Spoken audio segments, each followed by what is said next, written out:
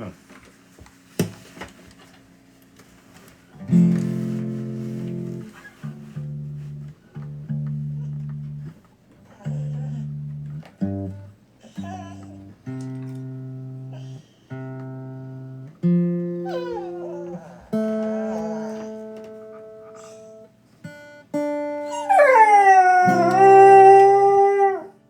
Wait, let me get all set up here.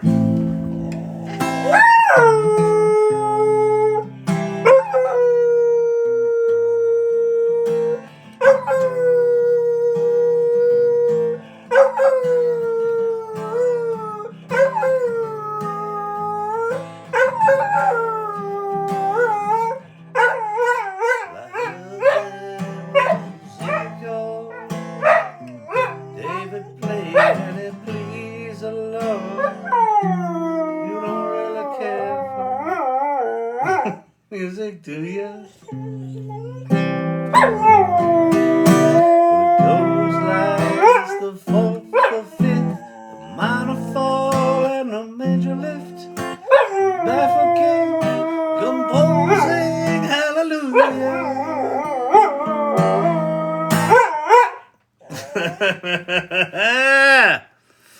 Champy wishes ChatGPT a happy birthday. Right? Right, Chimpy? Oh, yeah. All right. We got that warmed up. We got it started. I'm rested. I'm going to bring this baby home. 24 hours of ChatGPT-a-thon. For no fucking reason whatsoever. Oh. What are you doing with your life? What was my favorite comment today was, isn't this something like 25-year-olds would do? Yep.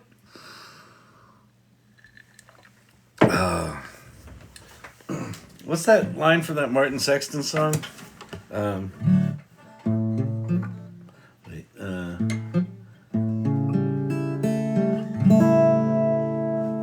Feel like an 80-year-old man holding on to 25 of a head on that horizon is a California line.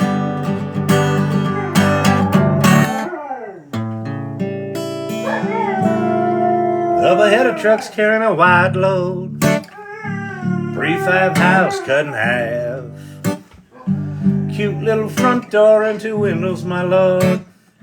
Ain't sure whether to cry or should laugh. See, I broke a home up myself once as I stumbled to that door.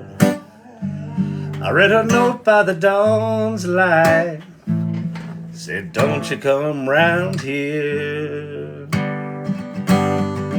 anymore. Well, I've had enough of this freedom on the road. What's good with decisions? At least that's what I've been told. Yeah. All right, champ. Enough singing. He's so demanding. He's got to sing. When a dog's got to sing, a dog's got to sing. Just like poop. Just like pooping. It's like, Dad, we're going pooping. Dad, we're going singing. I don't care what plans you have for your singing career. I got mine. It's part of the deal. All right, fantastic, Bob. Let's get this thing started, shall we? Lovely image from Sherry here. Sherry, I think. Sherry, is that right? Is that right? Kelly did a very cool latte. We'll bring that one up in a second.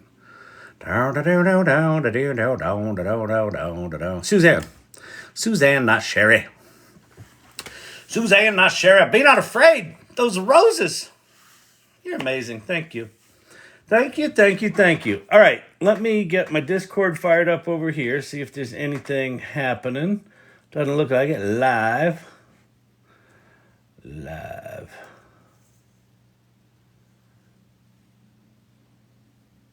Oh, wait. There is stuff here. Hang on. He's on break for a bit, I believe. Okay. Yes, I was on break. So, Welcome here. If you're new here, my name's Kyle Shannon.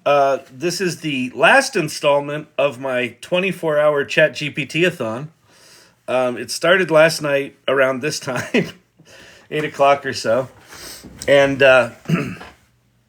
went through till 3:30 in the morning. Started again at 6 this morning.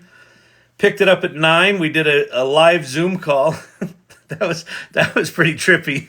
There are like 125 people watching a Zoom call that normally has an audience of about 7 or 8. It was pretty good. And then we did a little afternoon session, which was really good. Although I was fucking crispy as a critter. And now we're starting it out again. And I think we'll take this to midnight. We're gonna do it midnight Denver time. So if you're on the East Coast, I would shut it down now. I'm sure the Wheel of Fortune is on. All right, fashionable shirt that also works with reading comments. I know, right, Emilio's? Although I have food all over it, apparently. What is that? All right, very nice. All right, we need to post the prompts with the pics. Which prompts? What prompts are you talking about? Oh, when people share in the AI Salon, they should put the prompts in there. They can. The problem with that is in DALL-E, you don't know what the prompts are. I mean, you know what you typed, but that's not what the prompt is that generated this. That's written by ChatGPT in the background. So I don't think it's as useful. I don't think you could take what you wrote as a ChatGPT prompt and take it over to Midjourney and expect it to work anywhere the same. But we can talk about it. What I would say is just do comments on, as people are posting things, just do comments reminding them to do that. Prompts. I think that's what that means. All right. Let's see. Suzanne, it's my GPT. Iconic pink pop art. There you go. All right. They're requesting your prompts. Iconic pink pop art. It's pretty cool. It's got all the little what's his name? David, all the dots, the pop art dots, halftones. Down.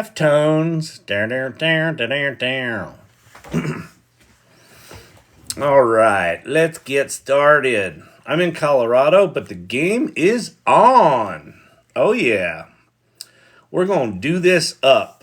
We are gonna do this up. So if you haven't been here before, welcome. Do me a favor, share the live. We're just getting started. Happy birthday, happy first anniversary to ChatGPT. We also have a first anniversary of the AI Salon coming up next Tuesday, so I'm going to talk about that. We're going to talk primarily about ChatGPT tonight. If any questions any questions come up outside of that, I'll address them. But I think we got to honor Sam. Sam's back at the ranch.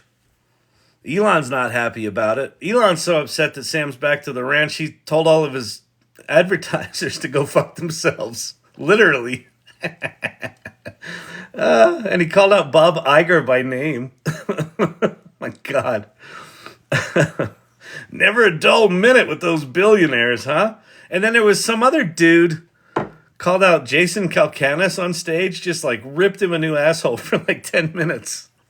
It's just like, I think people have finally had it. Everyone's fucking snapping. Oh, man. All right, popped in for a minute, going to an IRL AI event in San Francisco now. Oh, that's cool. Thanks. And by the way, thank you, Suzanne, for sharing. I know you shared some of in the AI Salon, you shared some of where you find the events in San Francisco, which is cool. It's San Francisco's got it going on right now. I don't hear of any other city, including New York, which should have it going on, that's got this sort of stuff going on. How am I feeling? I'm feeling great, actually. I just got up from a nap, re-glued the hair, so the hair is now glued. I put I've got, it probably doesn't look like this, but it's actually 3 different toupees from 7 different children that make this up. And you got to get the glue just right. And if you do, you look like a carpet salesman from Sears. All right. Yes,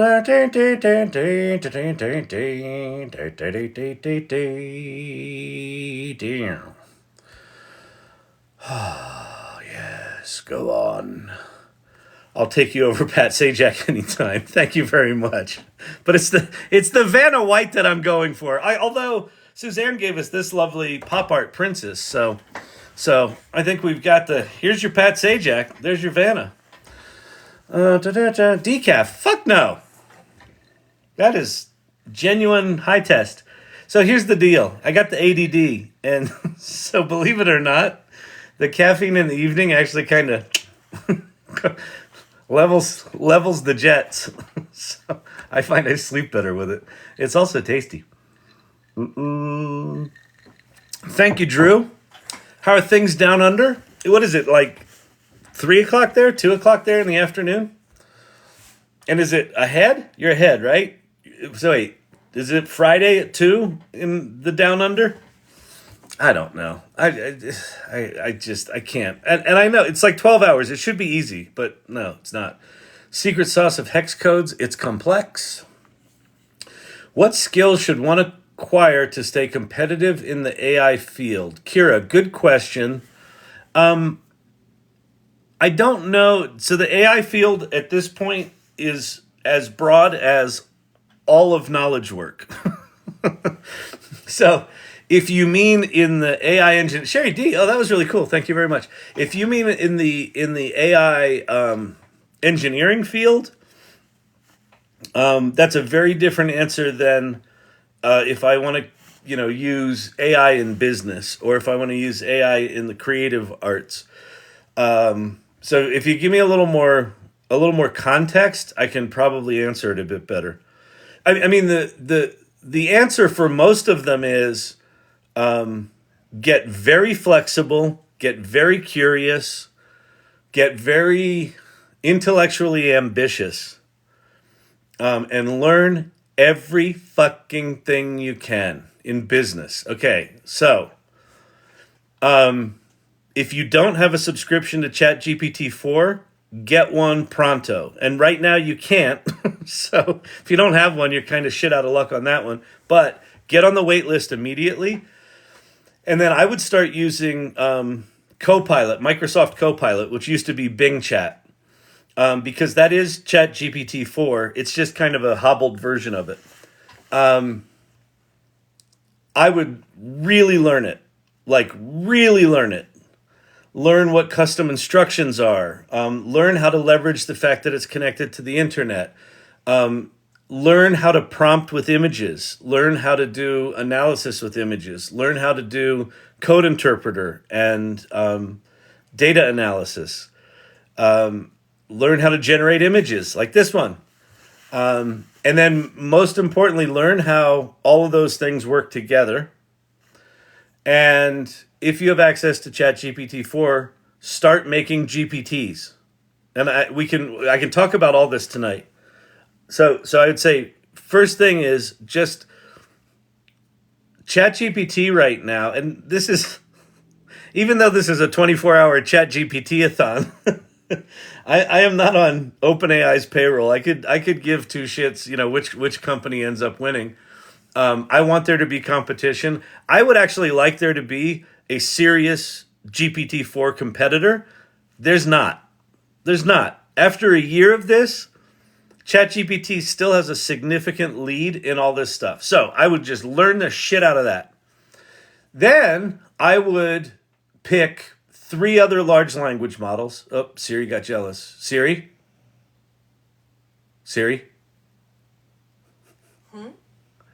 Go away. Okay. She didn't go away. Could you go away? I didn't get that. Could you try again? Go away. Okay. She's on 2 of my devices. I have Sherry D. I have an extra one on eBay for $10K.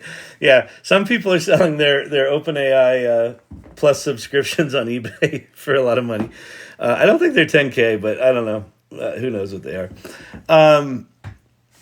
I would learn I would take a. I found this on the web for Do You Have an Extra One on eBay. For 10K, yes, some people are selling their open subscriptions on eBay for a lot of money. I don't think they're 10K, but I don't know who knows they are. Check it out. Kavruno, coming here makes a difference. It sinks in and you learn more than your peers. Oh, that's really cool. Thank you very much for that, for the kind words. I'm trying to get Siri to leave me alone. And I know those of you that are neurotypical are like, why don't you just disable it? Because then I would actually have to remember to disable it when I stop doing these lives, you know? It's a thing. Ableists. You ableists. I get that from my sons all the time. What are you going to do? I would learn like Bard from Google, Pi from Inflection, Perplexity.ai. Actually, if you're looking at business, Perplexity.ai is interesting because it's really good at citations. I would just get rabidly curious. Like if you really want to get good at this shit, if you really want to stay relevant at this shit, do unreasonable things. Siri's like your crazy aunt. She's totally like my crazy aunt. That's awesome. Like, do unreasonable things, like spend as much of your free time as you can playing with this stuff. And then tell people about it. Like, go out on a fucking limb and go, hey, I did this thing on ChatGPT. And they'll be like, I'm so tired of you talking about ChatGPT. And you'd be like, yeah, but I did this thing on ChatGPT and it's very cool. And they're like, but AI is evil and it steals from people and robots are gonna kill us. And you're like, but it's not. It's actually really powerful. Like, even if the conversations go there, have the fucking conversation anyway. Why? Because what it will do is it will establish you as a thought leader.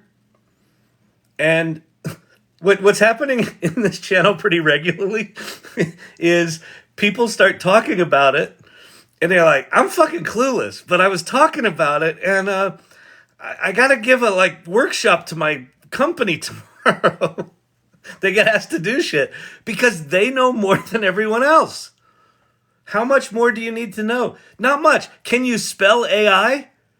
If you can spell AI, people are going to go, oh, you know about AI? I know how to spell it.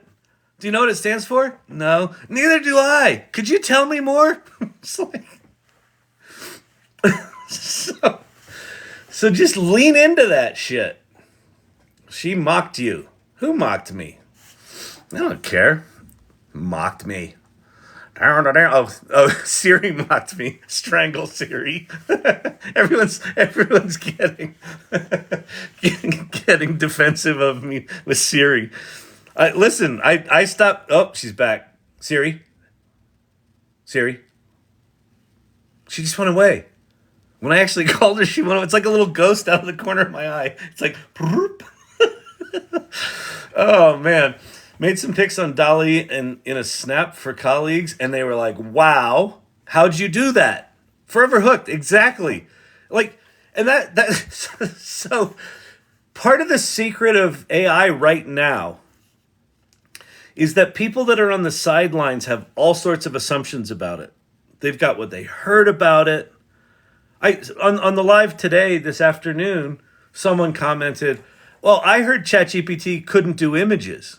I'm like, yeah, 6 months ago. Convince someone to have their elderly mother with dementia try interactive journaling with it. I think that would be a huge idea. I think also with dementia is kind of virtual companionship. So either you could synthesize your voice and create a chatbot that your mother or father or whoever could chat with you while you're not there. With these GPTs, you could make a GPT that's a virtual you that's got your writing in it or transcripts of conversations you've had, and it'll talk like you. It's just there's just kind of an infinite range of things you could do. The challenge with the industry right now is all these tools are these very fragmented, as I call them, janky pieces of shit that you kind of have to geek out on and figure out, okay, this one can do that, and this one can sort of do that, and this one, can't really do that, but, maybe in a month or two it'll be able to. Oh, now it can do that. Everything right now is just this primordial soup of capabilities. And the minute you have your Kevin McAllister moment, so this moment, right?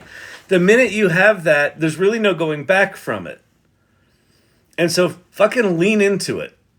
Lean into it. X.AI. It is a company run by Elon Musk that is the partner company of a company called X.com that he just told the advertisers of to go fuck themselves. So I don't know how long that's going to be there. He went on to say, well, if we go out of business, it's their fault, and we'll document it, and we'll tell people it was all their fault. So I was able to communicate with a French-only speaking client who was 106, and she took her pills. Holy crap. Sherry D, in the nursing profession, communicated with a French-only speaking client who's 106, and she took her pills. Well, how'd you do that?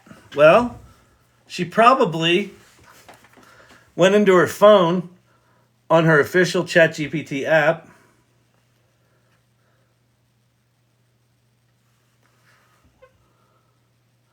I want you to act as a French translator where I'll say something in English, you repeat it in French, but do not repeat the English, okay? Understood. I'll translate your English sentences directly into French without repeating the English. Please go ahead with your first sentence. Hi, Betty. I hope you're doing well. I'm wondering if you've taken your pills today.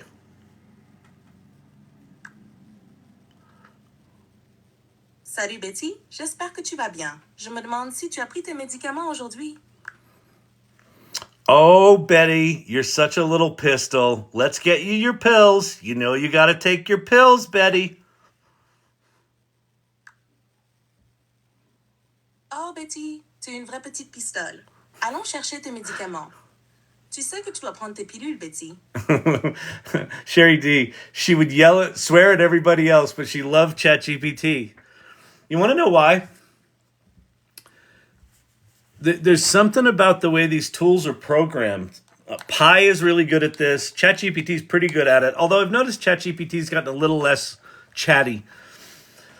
They're very much programmed to give you what you want. Now she sees me coming and she begged me to talk to her friend again. And it's so funny. Oh, that's heartwarming. Yeah, holy shit, at that age, like it probably kind of feels to her like she's talking to someone on the phone, isn't it? She wants to talk to her friend again. That's outrageous. Whew, that gives me the chills. Like, it's like there's one of the things that I hear from people with the virtual companionship thing is everybody goes to this weird place of like, the weird sex stuff. And I think that it is so much bigger than that. I think it's so much bigger than that. I think people just want to connect.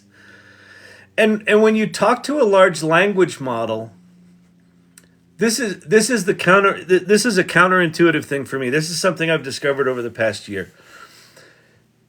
When you talk to a large language model,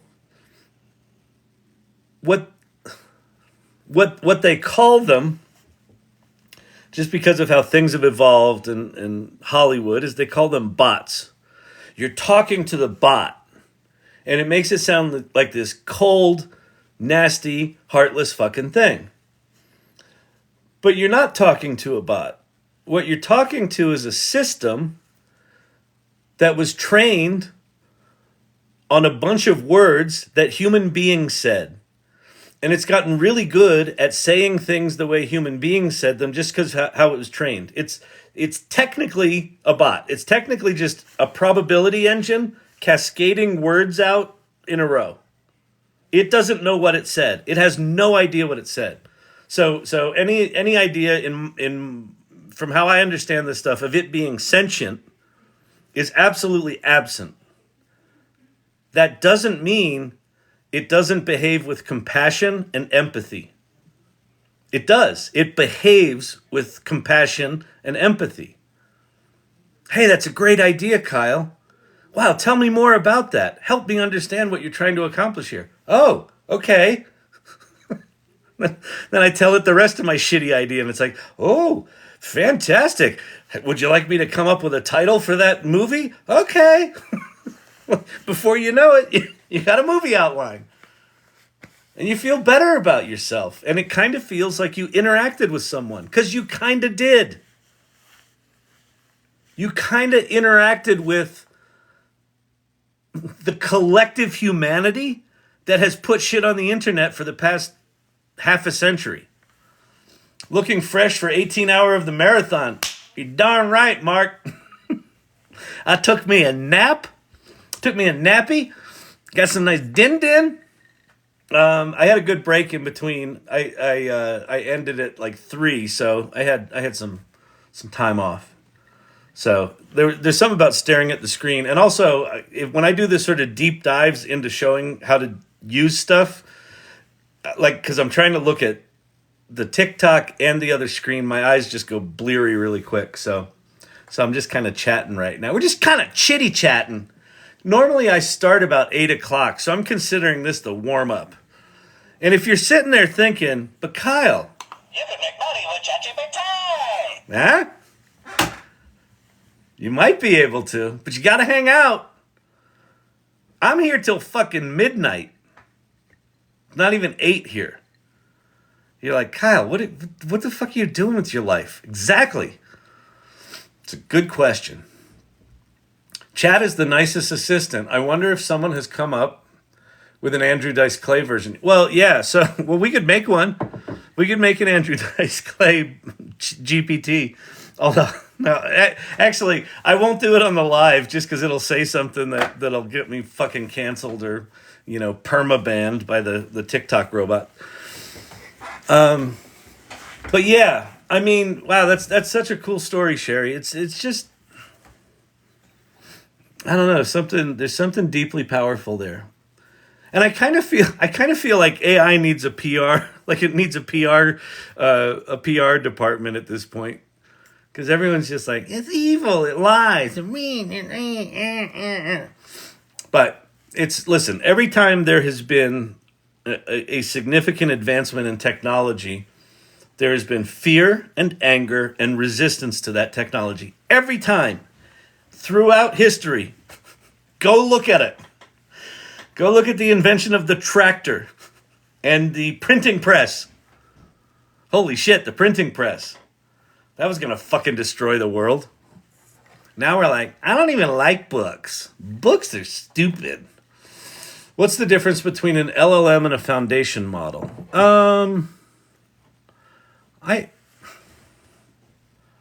I think foundation models are LLMs, but I think you could have a foundation model that is not an LLM foundation model. Like you could have an image foundation model. But so I can tell you the difference between ChatGPT and GPT-4, the foundation model that sits underneath it. So that I can tell you. Wait, sorry, could you say more on other AI models apart from ChatGPT and Copilot? Yeah, you know what I'll do, Kira, is I'll pull up, I got a whole list. We'll give you a whole list. You got to stick around because I jibber jabber and I got the ADD. So at some point I'll circle back around to it, but we'll do that. But only through September 2021. Not anymore. Charmic fruit. Charmic fruit. That's funny. April 2023 is the new cutoff date for ChatGPT 4, but it's also connected to the internet now, and it wasn't before. So it is up to date. So it is, you no longer have to worry about that. But the base model now cuts off at April 2023. How's Mrs. Kyle doing? She's good. She's good. I let her know I was doing this with a solid day's notice. She's like, you're what? She goes, you're crazy. She thinks this is cute. She likes this. She likes this for me. She likes this for whatever we're doing. All right. I've created several business plans for friends who were stuck and it blew their minds. Yep. So, okay. So what's your Scraprazar? Wait, Scraprazarup. An LLM is a foundation, but not vice versa. Yeah, that's right. So I'll talk. Oh, that's what I need to talk about. Okay. I'll talk about that in a second. The making business plans for other people that were stuck. Oh, she doesn't want to come on. She's fine. She's like, no, I don't want to be on camera. She's fine. There's one actor in the family is enough. Although we did meet acting. She was the I did a monologue to join a theater troupe, and she was in the room, so I did it to her, and so that was that. Melted that fucking heart. Boom.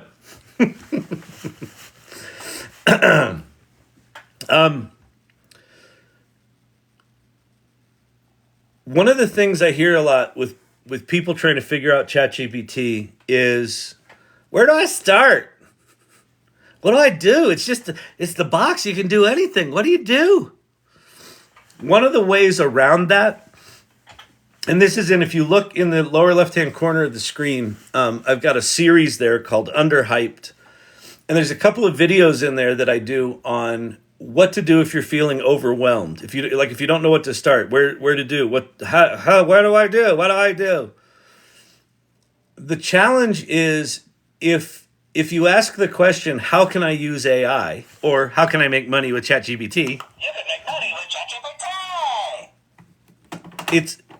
It's kind of flummoxing because it's like it can do everything. So you're like, well, I don't know what to do. I got an idea. I'll do nothing.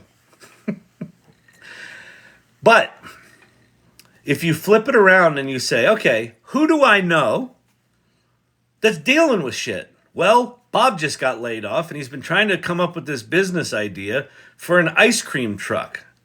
Hey, Bob, how's that ice cream truck coming? I don't want to talk about it. Where are you stuck? Business plan. Blah, blah, blah, blah. Hey, can I show you something? What? Yeah, sure. So tell me a little bit about, I want an ice cream truck. Okay. And what are you going to sell? I don't know. I guess people like that organic shit. Okay, organic shit. All right. And is it going to be like an olden timey ice cream truck? And no, it's going to look like a big ice cream scoop. Oh, okay. Ice cream scoop. Type that shit into ChatGPT. Go, give me business plan. Boom. Out comes the business plan. Hand it to Bob. Holy shit. How'd you do that? It'll free you. Put your focus on other people and solving other people's problems. It'll force you to learn these tools. Because someone will ask you for something. And that's one of the reasons I do these fucking relentless nightly sessions, is because when someone asks me to do something, I'm like, oh, sure, you can do that. And then like my immediate first thought is, oh my God, how do you do that? And then I go try to do it. And sometimes I fail. But, I'm good at joking at shit. So I pass it off like it doesn't matter. And then after these, I go cry. No, I don't. I don't care. But most of the time, what happens is I go try to solve it, and it's like, bang, I solve it like that. And I'm like, ooh, okay, that's a new way of thinking about these things. I hadn't thought about it like that. So put your focus on other people. Put your focus on projects at work. Put your focus on shit your family's doing. Oh, my kid's really into models from World War II. Okay, great. Let's come up with a thing. Go into their room and look at all the models and have it make images of those models flying with them, telling you how they want it to look. Oh, it's so amazing. It only took me 2 days to launch a side project. It's been sitting around for a year. Art. So this was 4 nights ago. Somebody asked me, hey, Kyle, you said these would be good for storyboards. How do you do a storyboard? So I dusted off a PDF. I couldn't believe I found it, actually. of a screenplay I wrote 30 years ago and uploaded that into this thing. And within, I don't know, 15, 20 minutes, we had a full storyboard of like the first 10 scenes of this movie. Totally brought it back to life for me. Totally re-inspired me. I'm like, oh, that's a good screenplay, man. I should do something with that. It's amazing. I tried to upload an audio file to extract the text. It didn't like that. No, but I can show you Karen Vigilantis. I like that name. You can use Whisper inside the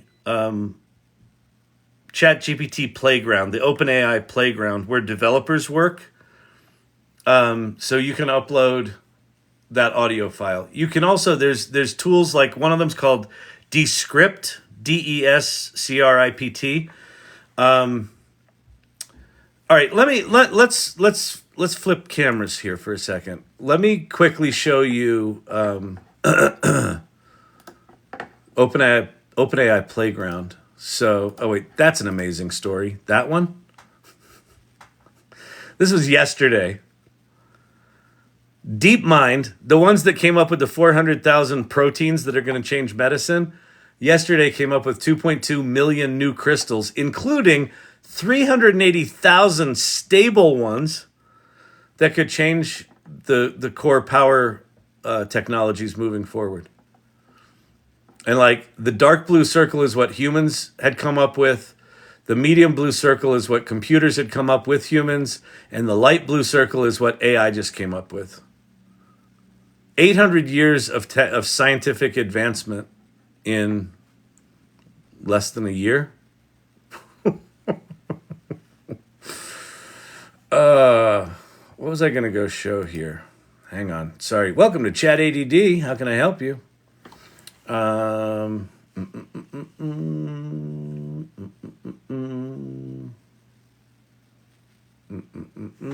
What was I going to show, people?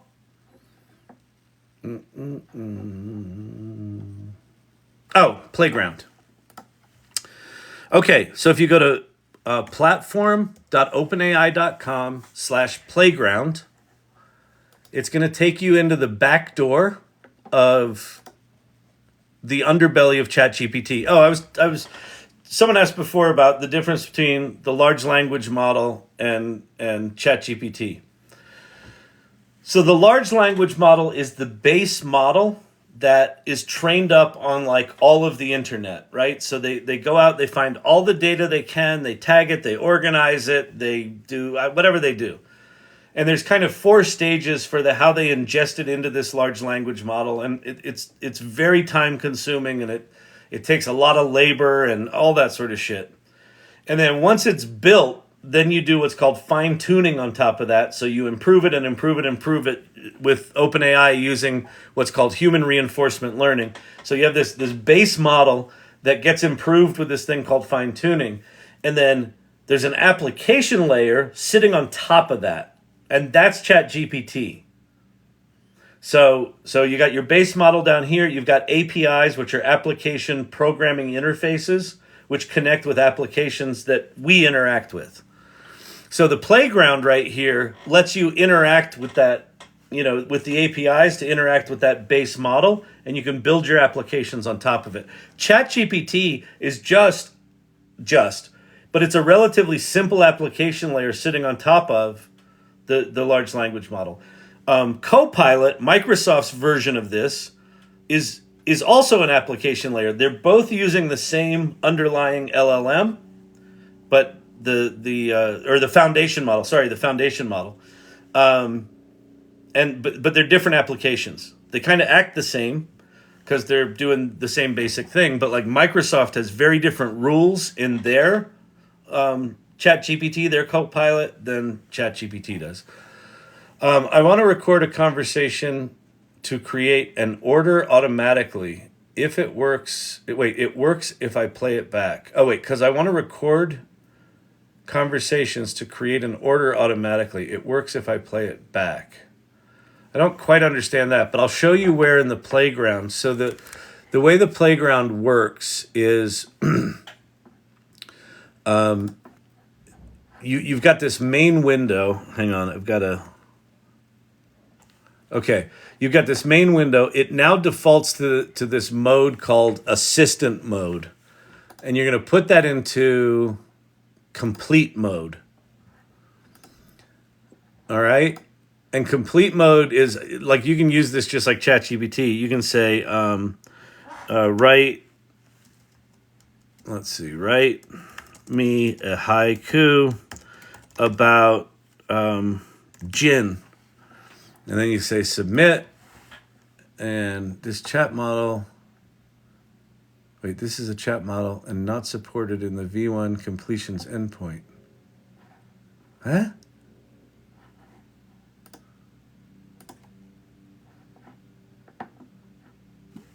Hold. GPT 3.5 Turbo, that should work with that. Maybe I need Text DaVinci. Hang on. Yeah, there you go. Okay, all right, whatever. So there's different models and you have to use it. And this is why, so this is where the developers, there's all these different models that all do all sorts of different things. One of the reasons that ChatGPT took off is they hid all this shit, right? GPT 3.5, this playground was around for two years and change, probably 3 or 4 years before ChatGPT came out. And it didn't take off because you kind of needed to understand geeky shit to make this work. But in this window, if you go to the complete mode, so let me just show you that again. There's the assistance mode, the chat mode, and then there's the complete mode, and it says legacy, which means it's going to go away. But in the legacy mode, in this upper right-hand corner, this teeny tiny microphone icon, if you click on that, you can upload an audio file and it'll turn it into a transcript. This is Whisper. This is OpenAI's Whisper. There might be other ways to do this now. I honestly don't know, actually. I wonder if there's a way to do this in assistance mode. Possibly. I don't know. Anyway, that should get you there. But there's also other tools that you can do transcriptions with. Another thing you can do is you can upload anything you upload to YouTube. They're automatically transcribing it. So YouTube, if you just leave it up there for 8 hours, it'll transcribe it. Okay, so someone was asking before about, I told you I'd circle back around to this. Where do we start and what do we do beyond ChatGPT? So the first place you start is with ChatGPT. You can make money with ChatGPT. Hopefully you've got access to ChatGPT 4 because you've been coming to this channel a long time and you paid your $20 for that when I told you to, like months ago. And then I told you it was a good idea. Then I said it was a great idea. Then I said you'd be foolish not to get it. And then they restricted access to it. So if you didn't get it, poo-poo on you. If you did get it, great. If you did not get it, go to copilot.microsoft.com. Okay, so now, what I'm about to show you is hard-earned through bloody knuckles and mousing over many, many months, over the course of a year. What I'm about to show you is these are the things, if you want to start geeking out on AI. So someone was here earlier saying, hey, if I want to be really good at this in business, what do I need to do? I said, get relentlessly curious. And relentlessly curious looks kind of like having in your head all the shit I have in my head. Start understanding who the different players are and what these tools are good at and what they're not good at. So get ready to do some screenshotting because you don't have to type all these down.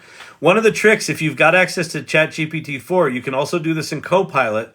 You can take a screenshot of this and then put it into Copilot or ChatGPT 4 and tell it to type out the text for you. So if you're a lazy bones like I am, you don't have to never type this. You just go tell it to type it and it does it. Okay, here's the big four.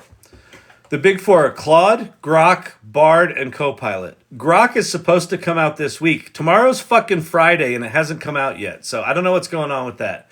Elon Musk was too busy telling Bob Iger to fuck off, I guess. Claude is a company called Anthropic that is, I would say, ChatGPT's biggest competitor right now.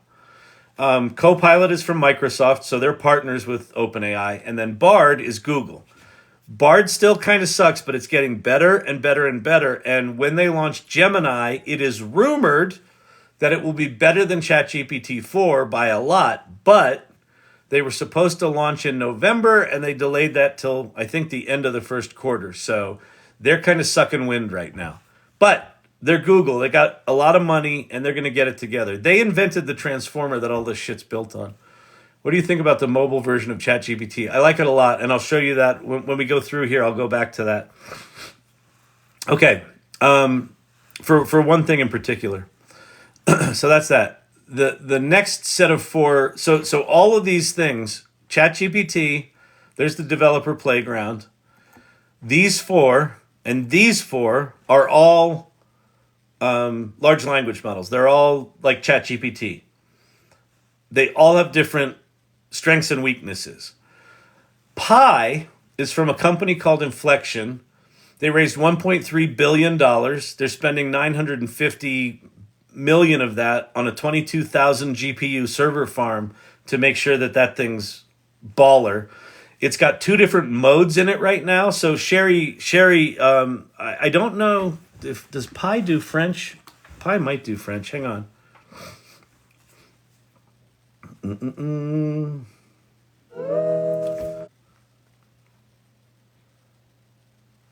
on. Come on. What's happening? I want you to act as a French translator where I speak English and you repeat it in French without repeating the English, okay?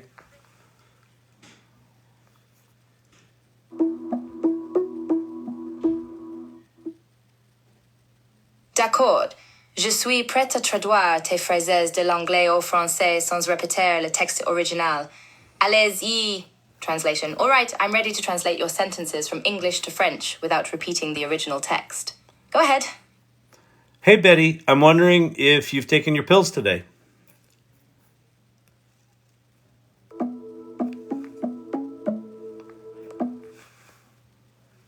Salut Betty, j'ai été curieuse de savoir. Okay, so it does that, but let me show you something. So this is the Pi app, so the upper left one. You put it into conversation mode, similar to ChatGPT, that little talkie icon there. But there's two different modes now, and it looks like there's going to be four different modes. But if you click on where it says Pi in the lower left-hand corner, see where it says just Pi, and then it says support Pi? If you put it in support Pi mode, it's basically been programmed to be like a Vicky, very English French. Oh, interesting. It's been programmed to be like a therapist. So it's probably worth experimenting with support Pi mode for that conversational stuff you're doing with your patients. All right. So worth exploring. Okay. Back to this. Perplexity is good if you want to do research. Poe lets you play with lots of different models, and they have bots that are very similar to ChatGPT's GPTs. And then Llama 2 are the open source large language models from Meta that you can actually install completely unrestricted ones. Ethan Mollick did a post today about someone just came up with a thing where you can just basically double click install a local large language model on your machine, and it's very, very effective. And what that means is, a local large language model on your machine. So when you use ChatGPT, you type in your words, it sends those words to ChatGPT on their giant ass servers. They, compute the stuff, and then they send you the answer back. If you're running it locally on your computer, it's not sending your data anywhere. You're doing everything locally on device. So when all this shit blew up with OpenAI and it was like, wait, is this thing going to still be around next week? And it was not clear. A lot of people went all in on, holy shit, I gotta learn how to do these ChatGPT like things locally on my devices just for my own sanity. So that's that. There's also one that I haven't put on here because it came out yesterday or the day before. Amazon just came out with Q, which is another one of these. Apparently it's not all that great, so I don't unless I hear something good about it, I don't even think I'm going to try it because there's too many of these as it is. Okay, I'm going to speed up here. Are these slides in the salon anywhere? They're not. I could put them in there. Maybe I'll upload them as a PDF or something like that, or a series of slides. It's a good idea. Okay. The problem is these things change a lot. Like these are pretty dynamic. I changed these on the fly a fair amount. So, I don't know. We'll see. Screenshot this. These are the image creation tools. DALL-E 3 is inside Copilot and it's inside OpenAI. Midjourney, you have to make your images on Discord. It will likely migrate off there sooner than later, but it's still on Discord. So if you hate Discord or don't even know what it is, might be a pain in the ass to deal with. But Midjourney, in terms of art quality, is better than everything else. It doesn't do text well. So if you want, like a lot of the images that I show in here have all the pretty text on them, that's DALL-E 3, not Midjourney. But if you see like art on Twitter that's like mind-blowingly good art, that's usually Midjourney. Then you got Leonardo, which is a web front end to stable diffusion. That's a whole world in and of itself. Firefly's commercial and worth looking at if you work for a big business, big company. Here's your video creation stuff. This shit is about to get insane. All of these companies are popping off right now. Except Vizsla is a little underwhelming, but it's a different kind of video. That will assemble stock video together for you. So if you want corporate videos that just kind of tell a story with a narrator, that's really good. These two things make avatars where you can make an avatar of yourself with HeyGen that talks. You just type in words and it talks like you and looks like you. It's remarkable. I can show you one of those. And then Runway, Moon Valley, and Pika Labs are all in this war for text to video. And it looks like Pika Labs is about to take the lead with their new Louisiana French. American French, I see. So those are your video creation ones. Here's your audio creation ones. 11 Labs is for voice, for talking. Refusion and Suno are for singing and background music, and then SoundDraw is just background music. Like SoundDraw is more like a loop composer. 3D worlds and objects. Blockade Labs is text to 3D worlds, kind of interesting. I forget what Luma AI is, but it's cool enough to be on here.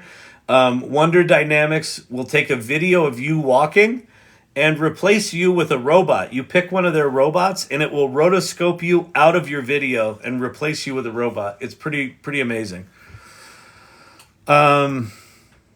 These are people you should follow. Ethan Mullock is Wharton Business School professor. His blog is oneusefulthing.org. David Shapiro's working on AGI, open source AGI. So again, AGI is artificial general intelligence. He is... If you ever want to feel, if you're ever feeling too smart, you want to knock yourself down a peg, go watch his shit. Dude is a fucking genius. And he puts out a lot of really good content talking about the future of AI and the future of work.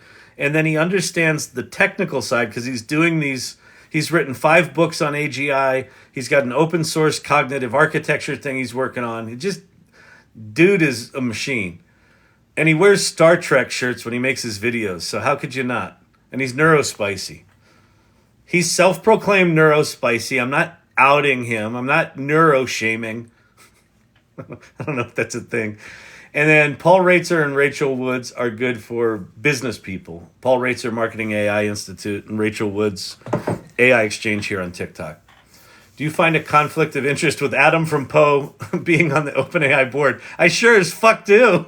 It's like, and the fact that he was the one that stayed on the board is, there must be some agreement there, because when GPTs came out, I'm like, they stole the interface from Poe. I didn't put 2 and 2 together that he was the CEO of Quora until all the drama started happening. And I was like, well, no wonder it fucking looks like Poe. They just took it. I don't think they have an agreement. and ChatGPT launched you could upload knowledge to their GPTs before Poe did, and then Poe did it like a week later. So I think there's weirdness there, but whatever.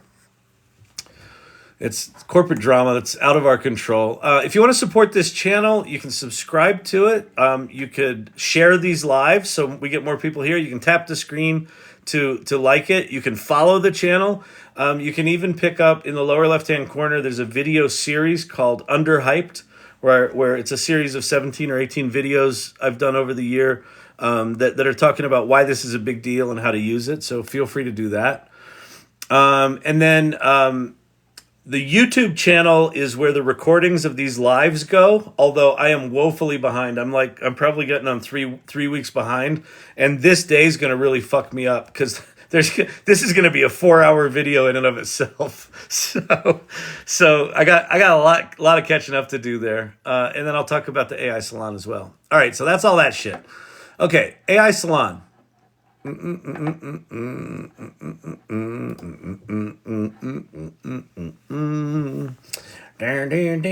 does he dance like that? Why does he sing? What's going on?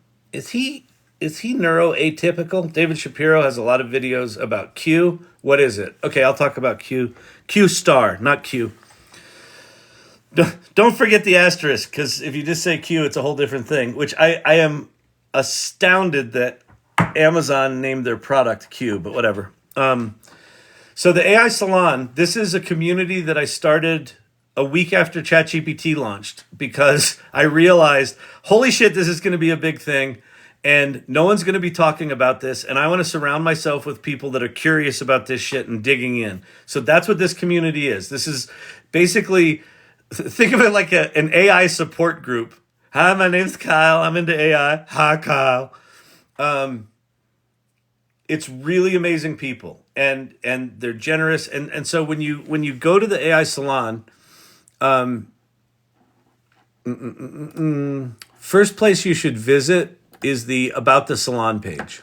Let me show it to you. And it will tell you, what we're up to, a community of extraordinary adventurers exploring the AI unknown. And I'll read this first part. Just, the Salon is a ragtag group of misfits, ne'er-do-wells, and miscreants who have gathered to explore the uncharted waters of generative AI. We are everyone, from entrepreneurs to educators, from healthcare workers to creatives, and everyone in between. The whole idea is that everyone here is trying to figure this shit out. No one's an expert on it. And then we've got values. So these values are have emerged out of how this group has come together. It's a group of people that are really curious. It's a group of people that are very generous and are willing to share what they learn. So, if you're just kind of a hoarder of knowledge, this probably isn't the group for you. But if you're willing to come in and say, oh, check out this thing I learned. Great. That's awesome. Exploration is one of our values. Collaboration. We want people working together. Hey, you want to work on a project? Love that stuff. Inclusion. People are coming from all different walks of life with all different backgrounds in AI, from I heard AI was big, I need to help, to I've been in it for 30 years, I'm cynical and bitter, but now I'm curious about generative AI. It has reignited my fire, and anywhere in between. And then the last value is empathy. This AI stuff is scary, right? Any change is scary. But something as profoundly powerful as what generative AI is scares the shit out of people. And so they're afraid, they're angry, they're resistant. This is a group where you can come and interact with people who aren't going to judge you, but can also understand if someone comes in here like resistant or angry about something, like we understand why. Right? That's super important. So if those values resonate with you, this is probably a group for you. And if not, that's cool too. There's other groups. There's other groups. I think this one's pretty cool. Our next meeting is next Tuesday, 5 to 7 p.m. Mountain Time, next Tuesday the 5th. And it's our 1-year anniversary. So we're bringing back speakers who have spoken over the last year, and they're going to catch us up on what the hell they've been doing and what they've learned over the year. And we're going to hear from members, and we're going to hear from irregulars. It's going to be awesome. All right. Good Lord. That is a lot. It's a lot to take in, people. You understand what I'm saying? I don't know if you do.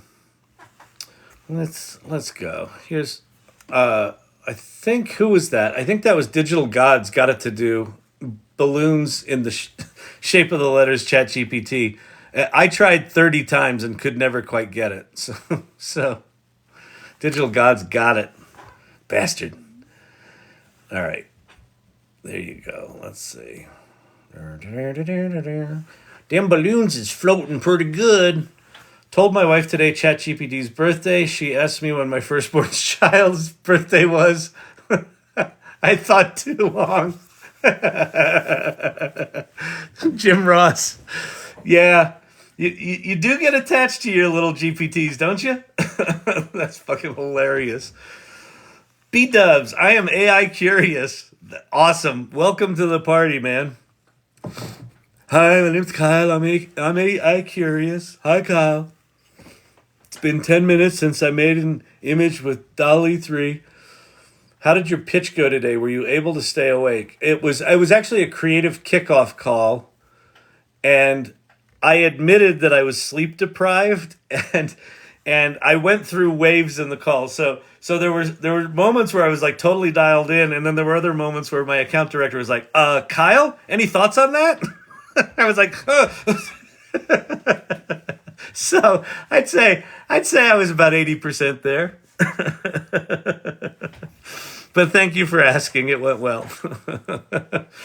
Yeah, Drew learning AI. Yeah, please the calendars for the AI Salon event are in the Mighty Networks. There's a calendars area. The silliness brought me here. The values kept me here. Oh, that's awesome, Papa JJ. Thank you. Yeah, it's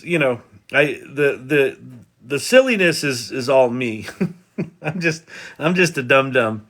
But yeah, the values really did come out of it's just one of those things where values are a really interesting thing, because you can make them up, but if you just make them up, then they're kind of like accessories posters, hang in there, baby. Hey.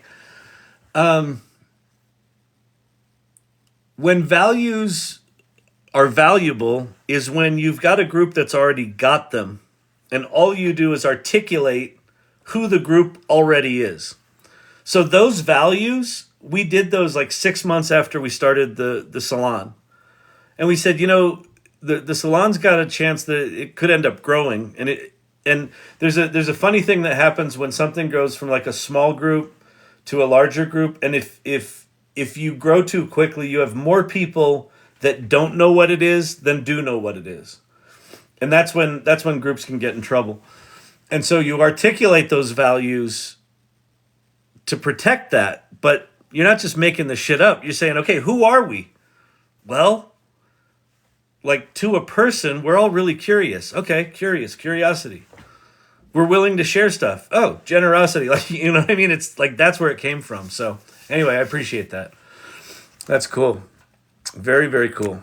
Jim Ross, who just said he knows ChatGPT's birthday better than his own child's. He's also been playing with ChatGPT since November 30th of last year. And he's not in the tech business. He owns and runs self-storage places and trains other people to do that. And he is killing it because he's in an industry where people are not actively seeking out AI shit, right? They're looking for, half a basis point on the Fed's announcement, right? To get better rates for their next loan. And he's just killing it. He wrote a book. Now he turned that book into a GPT. What did you say? What did you do, Jim, 2 weeks ago? 2 weeks ago, he had a meeting with someone. This is fucking crazy. He had a meeting with someone, and then after the meeting, he goes, I know what I'll do. I'll write them a song. And he went to suno.ai. So that's one of the things on my list here. I think it's suno.ai. Let me just confirm that's the right URL. He went to suno.ai. And you basically just put in what you want the song to be about and the style, and it writes you a song with lyrics, and then it sings the song. And he sent that to the client. They like called back immediately. He got the work. So it's just like, how do you use AI? I don't know. You run your business, and this is one of the things Jim said that I find really inspiring. He goes, every day when I get to work, I think, how can I use AI to solve that problem? Landed that client as well.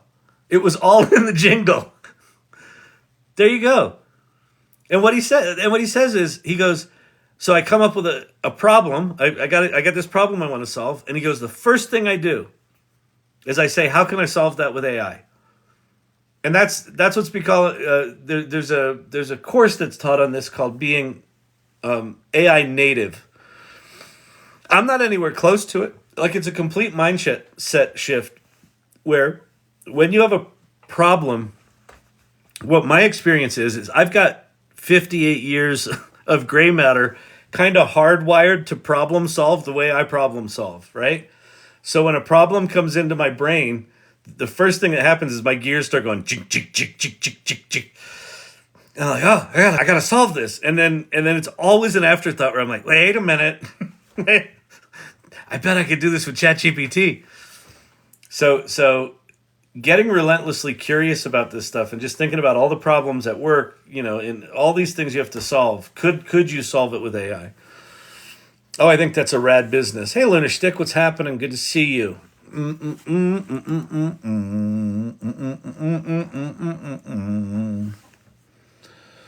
This is from Kelly. This is her happy birthday latte. That's pretty groovin'. Happy birthday, ChatGPT. Happy first birthday. Wait, but it's BIRTLD. Happy first birthday, ChatGPT. Happy first birthday, ChatGPT. Hey, howdy, Kyle. Thanks for keeping me company today. You're welcome.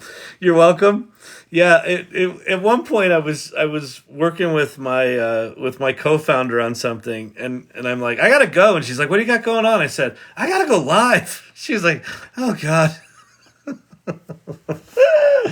Ah! All right. Does it use multiple search engines databases when answering a question? How does it decide? So V, you want to see how large language models work? Tap the screen if you want me to do. I'll do a primer on how they actually work. And this is one of the videos in the Underhyped series. I've got two videos in there. One is how large language models work, and one is how the image generation things work. When you understand how these fucking things work, they're even more mind-blowing. It's insane. Maybe do this in Suno for us. Oh, okay, we can do that. Oh, the happy birthday? Happy first birthday, ChatGPT.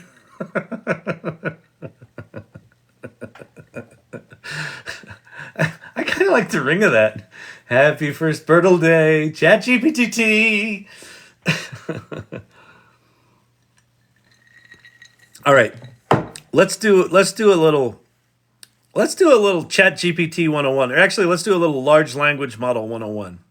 This is how this shit works. All right, let me go find the slide.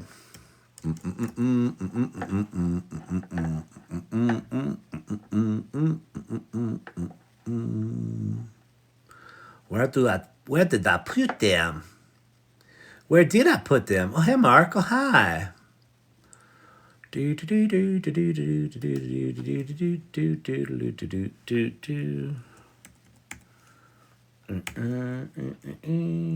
it is.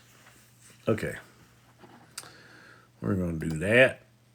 And then we're going to do that. Yeah. Oh, that.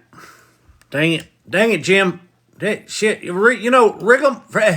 Oh, I'll tell you what. All right. You come down into the swamp, you get some algae on your feet. I'll tell you that. Right now. I have a Jim Ross story. Met a dude in self-storage, and I said, are you using AI? No, Jim Ross. And that's awesome. I bet they did. I bet they did. And I wonder if they were using AI. If they're not, they got to get their shit together. That's really cool. It's not often you meet people in self-storage. So yeah, I would think it's a pretty small world. Cavruno, yeah. Cavruno, question is, did they know me? I'm guessing the answer is yes there, Jim.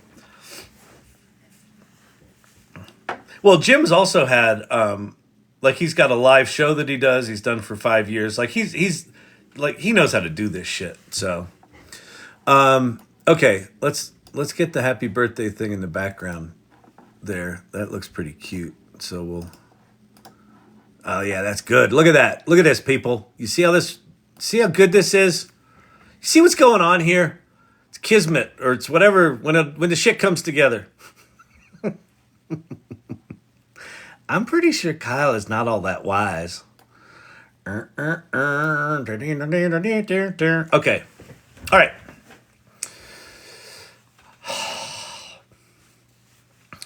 ChatGPT. GPT. If you're going to be in this business, you should probably actually understand what those 3 letters mean. They're not just random. It wasn't just engineers just randomly came up with these numbers or letters. The G stands for generative. The P stands for pre-trained, and the T stands for transformer. Transformer you don't need to worry about, but generative and pre-trained you do. Generative means these tools are actually generating original content. Every time they write something, they're generating it new from scratch. It is not copying and pasting. And the image generation tools are not copying and pasting. Even though the core foundation models have been trained on lots and lots of work, some of which may be copywritten, when it's creating it, it is not copy pasting. It's more the equivalent of you went to school for 4 years and you learned all the poetry of and writings of Emily Dickinson, and you just love her writing and you just absorb yourself in her writing, and then you leave school and you start writing and you kind of start writing like her because you learned all that shit and it's all in there. And when you go to generate something new, it filters through that. That's kind of what it's doing. So that's the generative part. Pre-trained means you don't need to bring your own data. It knows all the shit. But Kyle, what does it know? It knows as much data as they could get their hands on. So one of the genius moves that OpenAI did, so the transformer, the T in GPT stands for transformer. This was a technology invented by Google. Hey, Pate. Invented by Google. Pate works at Google. That allows these machine learning models to be trained on massive data sets. And one of the things that Sam Altman did was he said, hey, if these things get better with larger data sets, let's get us a whole boatload of GPUs. And in order to do that, maybe we should cut a deal with someone who's got a bunch of them. Hey, Microsoft, want to do a deal? Most of that investment from Microsoft is not cash, it's GPUs. And so they then went out and they found as much data as they could of the public internet, and they put it in all the formats they did to train it into this thing. So pre-trained means you don't need to figure out what to put in it to get good answers out. Machine learning up to this point, that's what it was. You had to bring your own data. And then it could do remarkable shit, but you had to be a mathematician. Well, it's pre-trained for you, okay?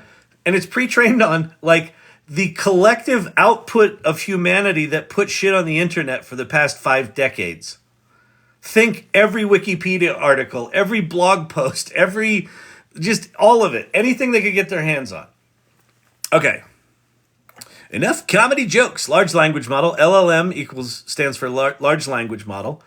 So it's a large language model. It's got lots of language. What else is a large language model? Human beings. So one of the reasons ChatGPT, when you interact with it, feels like you're talking to someone is that you kind of are. It's less a robot and more like a reflection of all the shit people have said for the past 5 decades on the internet. Okay. Now this is where it gets a little geeky, so hang with me. There's the thing called the latent space. And the latent space is a mathematical space. So what you're seeing on screen is a 2D, an XY coordinate, a 2D representation of the latent space. And then you see those clusters of dots. So those clusters of dots are semantic meaning clusters. And so each dot represents what's called a vector. And a vector is a series of numbers that represents that point in space. In this case, the vector would have two numbers in it, an x number and a y number, an x and y coordinate. The real vector spaces are like 1,000 dimensions big. So these numbers are like these long string of numbers that represent a point in space. And the point in space are clustered meaning. And so what that might look like is this. In this little thing here, there's black dots. And you could have the word dog could be in the black dots. And it means the fluffy thing that lays. There are mathematical points in space. Okay? So then, how does this shit work? So based on your prompt, when you type a prompt in, it uses a mathematical formula that some literal fucking geniuses have developed over the past decades to come up with a probability. And so it predicts what is the next most probable word to be the right next word from your prompt. And how it does it is wild. So how it works is like this. Let's say we put in the, thank you, Victoria. Let's say you put in the prompt, the quick brown fox jumps over the lazy blank. Well, we know as humans, because we're large language models, it's dog, right? We've heard that from typing class or whatever it was. Here's what the large language model does. It basically says, okay, based on that prompt, the mathematical probability is that all of those other clusters are not relevant, but there's these light blue clusters here, this light blue cluster here. There's a high probability that it's one of these points in the latent space. And within that, there's one of them is the highest probability. So it's a 96% probability. And if you look at what it is, it's this big long ass number, right? So the large language model goes, this big long ass number is the next thing that should be there. Oh, by the way, that big long ass number is associated with the word dog. And so then it inserts the word dog in that spot. And there's other words around it that it could have been. So there's a thing in large language models called temperature. If you turn down the temperature, it will only give you dog every time. If you turn up the temperature, it'll kind of randomly give you one of the other probabilistic words. So that's why some of them can... Wait, we are multimodal. Come on, Kyle. I know. I gotta update this because at this point the multimodal thing is it's just crazy. Yeah, it's a good point. Anyway, this is how the word part works. It's a very good point, Pate. But that's how it works. So when you see, hang on, let me escape out of that. Let me let the TikTok freezes when I switch cameras. When you see ChatGPT write like the whole answer with all that shit, it's doing that probabilistic thing. Like, it's amazing how it does what it does.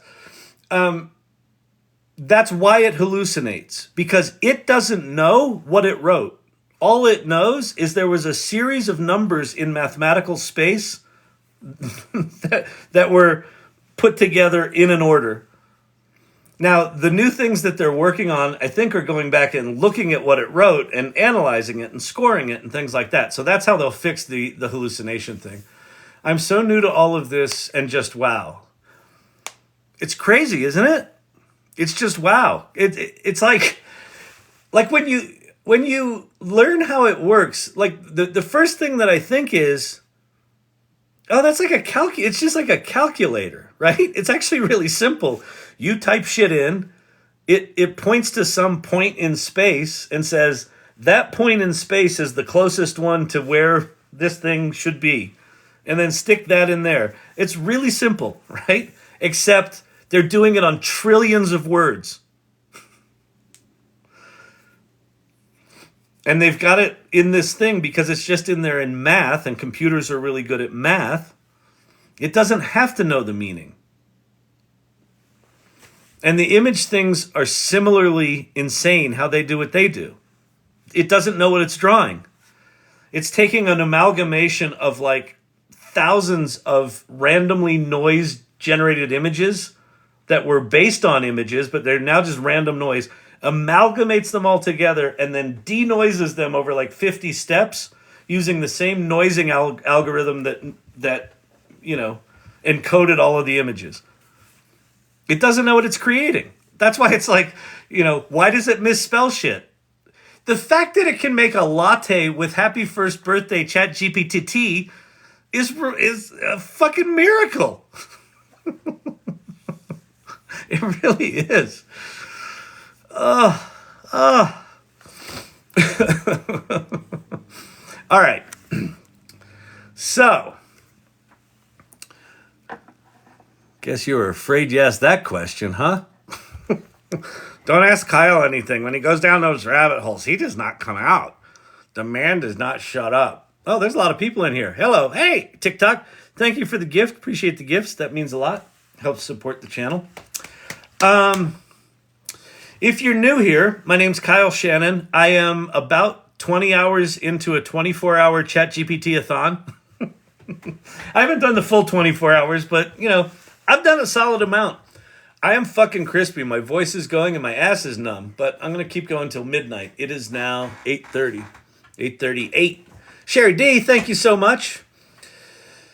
I know, subscribe to this channel, follow on YouTube, AI Learning Lab-TT. Thank you very much. I appreciate that. Oh, Victoria, thank you so much. Those are very cool. Love that. Please write this in Hindi and then explain to me how I know what you wrote is correct. Ask that. Wait, please write this in Hindi. Oh, okay. All right. Please. Hang on, Luna. I'm gonna do ChatGPT because it's better at language. ChatGPT 4. We're gonna go in here. I'm gonna go hi. Wait. Hi. Please write this in Hindi and explain to me. Oh, well, I'm gonna do it. So Luna, I'm gonna do it with voice.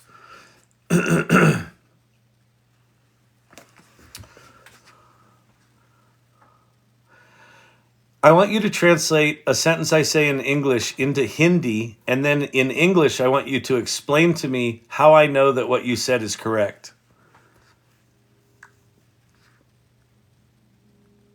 Go ahead and tell me the sentence you'd like translated into Hindi. Once I've done that, I'll explain how you can verify its accuracy. There was a man named Bob, and Bob had a dog that had 3 legs, and he called him Tripod.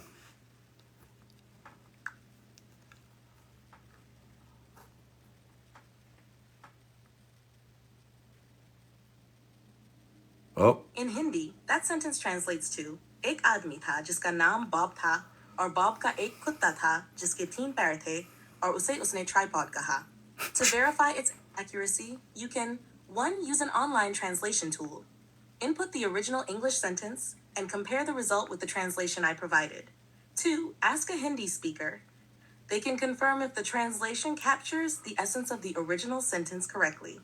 3. Look for keywords. Words like Bob, dog, 3 legs, and tripod should be easily identifiable and correctly translated in the Hindi sentence. Would you like to know anything else about translations or languages?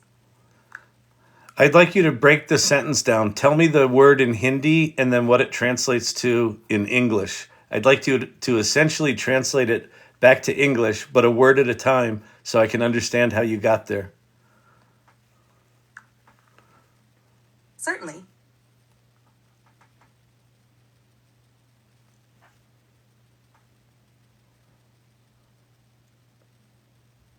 Come on.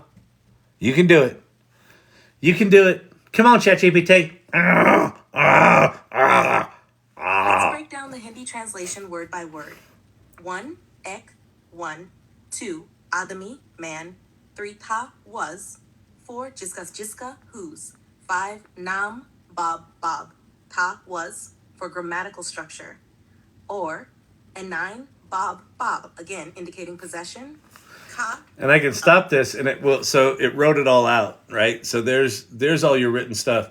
So even though you can type it in, when you put it in conversation mode, it records a transcript of what you said and what it said back.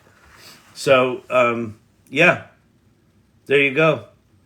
Whose name Bob was, and Bob of one dog was, whose 3 legs were, and him he tripod called. He, referring to Bob, as in he called tripod. He called the dog tripod. Twice today, Kevin McAllister moments. How does it keep blowing my mind? I don't know. Lunatic, I'm the same way. Like, even in this 24-hour session, I'm just doing stuff that I just like. I think part of it is I'm punch drunk, right? Because I'm just exhausted. But it just, like that. Holy shit. Mind blown. Is the AI translator still ChatGPT? Oh, Edson, you asked before about the ChatGPT app. So, a couple of things about it. So, this is an iPad. It's just an iOS app. Make sure that you get the official ChatGPT app. There's a lot of faker apps out there. So, make sure you get the official one. There's a couple of things about it.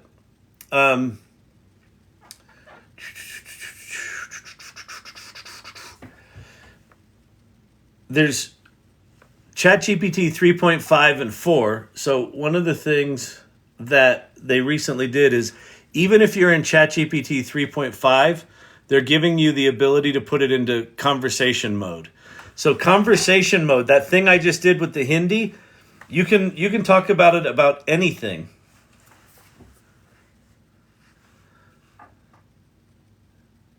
Help me understand how the origin of the Hindi language and the origin of the English language were similar at some point in history and how they split. Certainly. Both Hindi and English belong to the Indo-European language family, which means they share a common ancestor language known as So the reason to download the ChatGPT app is that, like, and this gets into the thing of play, where you just start playing. A good play thing to do is, on your phone, put ChatGPT into conversation mode when you're driving, like commuting to work. And instead of listening to an audiobook, talk to ChatGPT for half an hour or 45 minutes.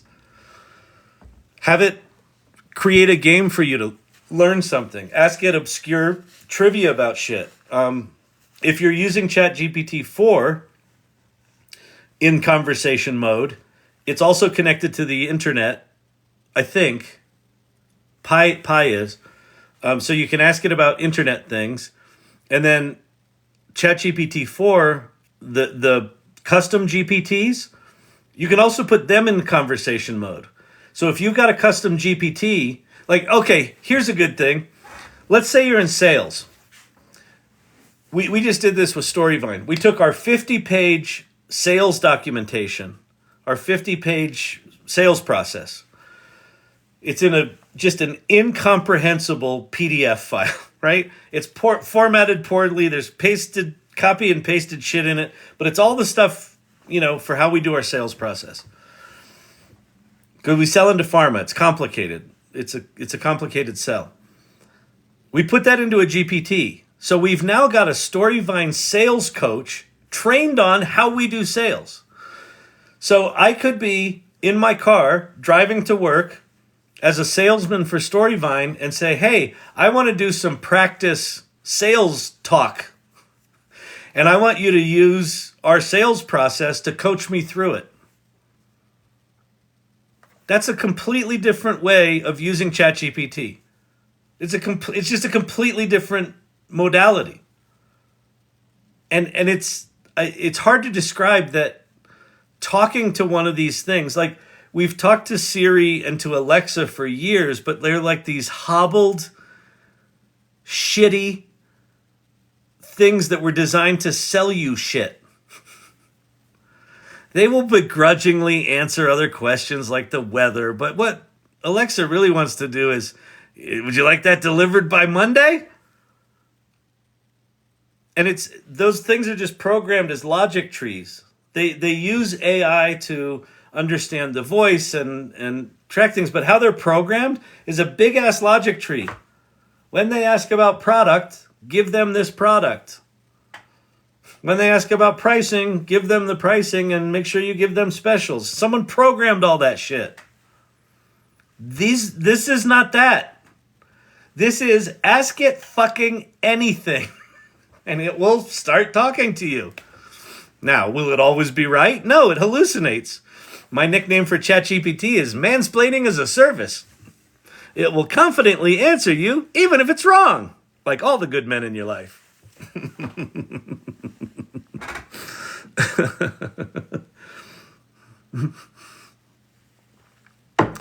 I didn't come up with that one, but I love that one. And it really is true. It's just like, here's your answer. And you're like, I'm pretty sure that's not the answer. It's like, you're absolutely correct. That's not the answer. Here's the answer. Like, no, that's not it either. Oh, my apologies. Big bad on my part. Here's the answer. ChatGPT's fun when you literally can't get it to give you the right answer for something that you know the answer to. It's like, come on, it's in there somewhere. Oh, okay. So here's a thing that might help you get your head around how to talk to these things. So this was from Andrej Karpathy, who was the lead dude at OpenAI. Then he left OpenAI. Then he came back to OpenAI. He's working on safety now. He was given a talk on large language models, and someone asked, why do they hallucinate so much? And in the talk, he was talking about, okay, let's say you're trying to explain a math problem, a particular math problem. If you ask a large language model, tell me about this particular math problem, it will go look at all of its semantic clouds in its latent space, the thing we just talked about. And anywhere where that math problem was talked about, there will be related words in those semantic clouds, and it sort of pulls them in probabilistically and gives you your answer. And then a lot of the times, it'll be wrong. And so the way Andrej Karpathy described it, it just makes perfect sense to me. He said, okay, in all of the internet, there are places where that math problem was talked about by the Stanford professor who specializes in that branch of mathematics and solved that particular math problem. There's also all of the people that wrote about that math problem that were students that got it wrong. So when you just say, talk about this math problem, it will amalgamate all that shit together and just give you some jumbled mess of shit back, some of which will be right, some of which will be wrong. And that's why when you tell a large language model, hey, I want you to act like a Stanford mathematics professor that specializes in this branch of mathematics, that is the person that actually solved this problem. Now tell me about this problem.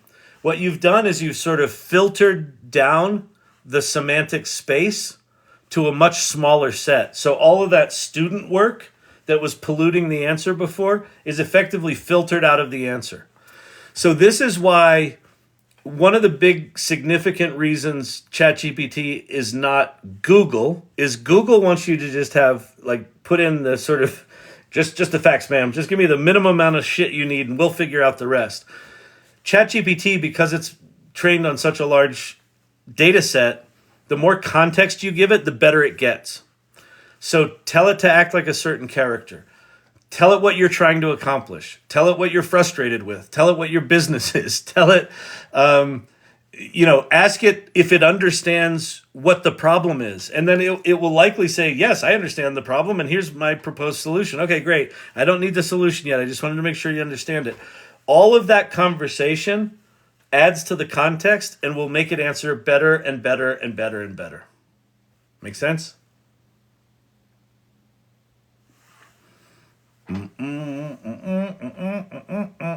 Lunastick, like and share. That would be great. If you would be willing to follow my channel, awesome.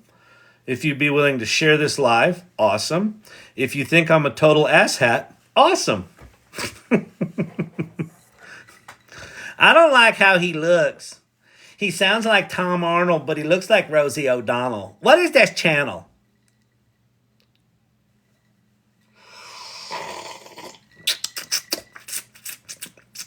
I'm thinking of doing an ASMR channel. What do you think? Tasty. Do do do do do do do. Punchy? Oh yeah. Can you give it URLs? You can. Let's go give it a URL. I'll give you a URL. She gave him the biggest URL you ever did see. Come here, little lassie. I'm going to give you a URL. All right. I don't know. I just work here. I got to log in.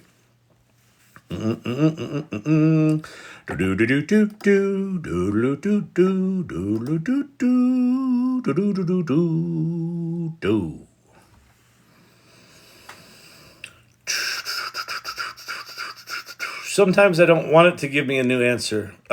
Thankful Jones. So what you actually, I don't know what you're talking about, but if you want ChatGPT to give you less creative answers, go to copilot.microsoft.com and put it in precise mode. That's effectively like turning down the temperature, so it'll give you more predictable answers. Are there any APIs that allow / create actions? Yeah. So the ChatGPT 4 API, there's a new assistance API, and you can program actions into it. You can also program them into GPTs in this consumer front end. It's janky, but so it'll get better out here. But yes, you can. And in fact, the GPTs, the fact that you can upload knowledge to the GPTs and connect actions to them, and you've got full access to all the GPT-4 capabilities is mind-blowing to me. Okay, can you give it a URL? So right now I'm at ChatGPT. I'm in ChatGPT 3.5 mode. ChatGPT 3.5 is not connected to the internet. So if I say, tell me about storyvine.com, which is my company. I'm sorry, to the best of my knowledge, update in January 2022. I do not have any specific information about storyvine.com. But if I flip this over to ChatGPT 4, and now I say, tell me about storyvine.com, first thing it will do, doing research with Bing, searching storyvine.com. So it's now on my website, reading my website. Storyvine's a unique platform that combines hybrid video production technology. Storyvine Now. User-friendly dashboard. Guided storytelling. Storyvine guides the users in telling constituent stories using their smartphones. The guided approach ensures a cost-effective solution. In summary, Storyvine provides an innovative platform. Yep, that's kind of it. Did we get anything in Auto Magic in there?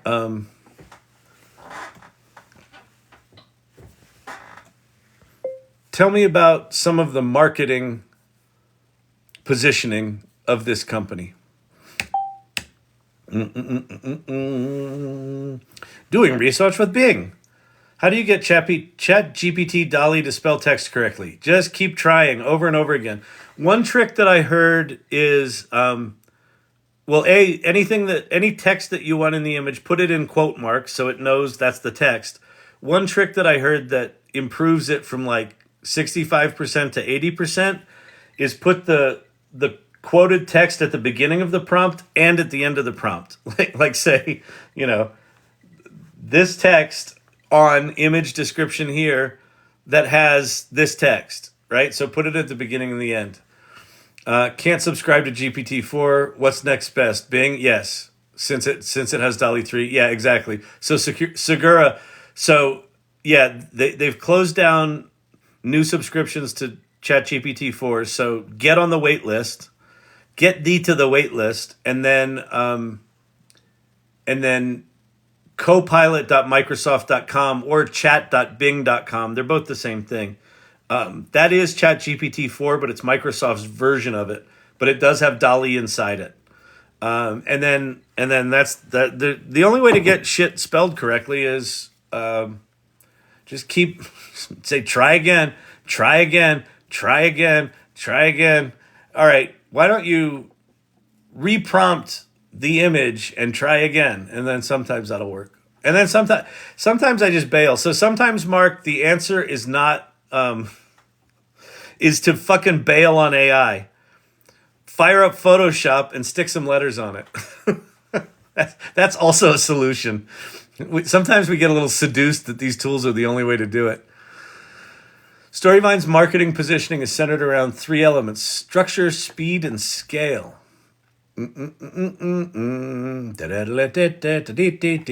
So anyway, yes, it can see into URLs.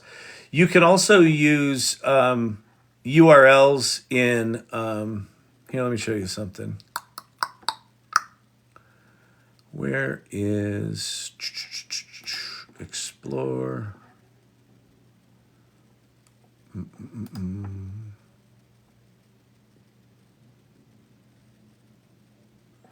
The Denver Construction Advisor. So this is a GPT that I made. So my co-founder Monique, she's got a construction site next to her house where the construction company are just a bunch of assholes. They just keep breaking code violations and, stacking shit in their yard, driving heavy machinery over the tree roots, whatever. They're just breaking codes, right? So the way we built this this GPT is we went and we found the Denver Construction Code's website.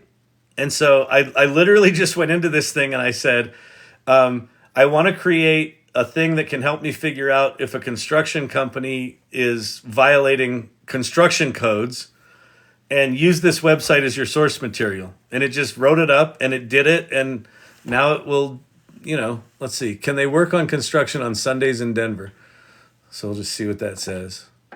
Doing research with Bing. So it's now going out. See, Denver construction regulations working on Sunday. In Denver, construction activities are permitted on Sundays as outlined in the city's construction rules. The Denver Revised Municipal Code, Chapter 36, specifies noise is allowed between 8 a.m. and 5 p.m. on weekends, which includes both Saturdays and Sundays. I mean, do you know how long you would have to fucking Google and read through the Denver construction codes to find that? And boom, there it is. Done. And how did I program it? Here's a website. Go look at it. That was the sum total of my programming input into this particular GPT. Astounding. What do you want to do? We can do shit. We got time. I'm here for another 3 fucking hours. What have you people done to me? I might need to take a little break, take Champy out, take a pee, You created a Karen GPT. Totally. Oh my God, Kyle, stop inspiring me to do more thinking, because wheels be spinning and I'm sleeping soon. Sorry. Thank you, Apple user. I appreciate the ruses. The ruse by now. The name would smell as sweet. You can make money with ChatGPT. All right. Can you ask it to search Google? I don't know. Search google.com for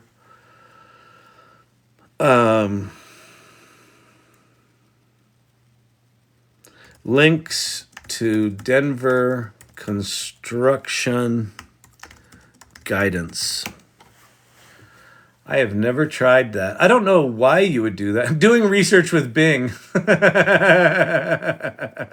So I guess Bing went to Google and did the search. I found some things. So it might have used Google. I don't know why you'd want to do that. Cavruno, I'm with you, Cavruno. Be nice to Sky. That's what I call her. I'm afraid to put my VR head goggle with the AI app in it. Why? Yeah, go in there. What's the worst that could happen? You never come out? Yep. Pretty much it. My favorite are the VR videos on TikTok and YouTube where they try to have, Aunt Marge try on the goggles, and she's like walking the plank, and then she gets to the end and she jumps jumps into the TV. Those are my favorite videos. Oh my God. I mean, that's one of the if you watch the Vision Pro launch from Apple, one of the things they did brilliantly is they designed that hardware knowing that every hardware to that point cuts you off from reality. And they said, hey, what if we didn't? What if we included this in reality? And then they even put screens on the outside of the goggles so it looks like your eyes are there. That's like a very Apple move, right? When I first saw that, I was like, oh, that's cool. It has like opaque, it has like LCD things where you can't see through it sometimes, and you can see through it sometimes, so you can see their eyes. And then I realized, wait a minute, no, there's a logic board across your eyes. You can't see through that shit. There's chips there. And I was like, oh, it's screens. They actually put screens on the outside of that fucking thing. It's amazing. Because they recognize that being in those things is completely isolating. Well, what if it wasn't? That's the part of the genius of Apple is they just ask shit like, well, should it be like that? No. Okay, well, let's fucking find a way to do it. I think there was something like 5,000 patents in the Vision Pro goggles. Fucking amazing. Kyle, what do you want? What do you want for Christmas? Do not say turtles. You're damn right I'm going to say turtles. What do I want for... My friend, the zombie, Jonathan. You're looking good. Jonathan just got an awesome face paint job. What do you think? I like turtles. All right. You're great, zombie. And good times here at the Waterfront Village. Open for the next 11 days. So... All right. Nancy, thank you for that. Nancy told me to get my ass up and take a walk around. All right, let me I'll be right back. Let me go take the dog out and sort of take a pass around the house. I'll be back in like a minute or two, whatever. Kyle, we should come up with a list of predictions for 1 year from now from AI. That's really interesting. My favorite VR is Supernatural. I haven't played with any of the VR stuff because the isolation stuff wigs me out. It doesn't wig me out. It's not appealing to me, but the Vision Pro thing, that looked like a pretty elegant solution. So, all right, I'll be back. Talk amongst yourselves. Listen, don't troll each other. Be nice. Don't be assholes. Don't be douche. And, entertain yourselves. I'll be back. Chip, you want to go out? Come on, let's go out. Let's go for a walk.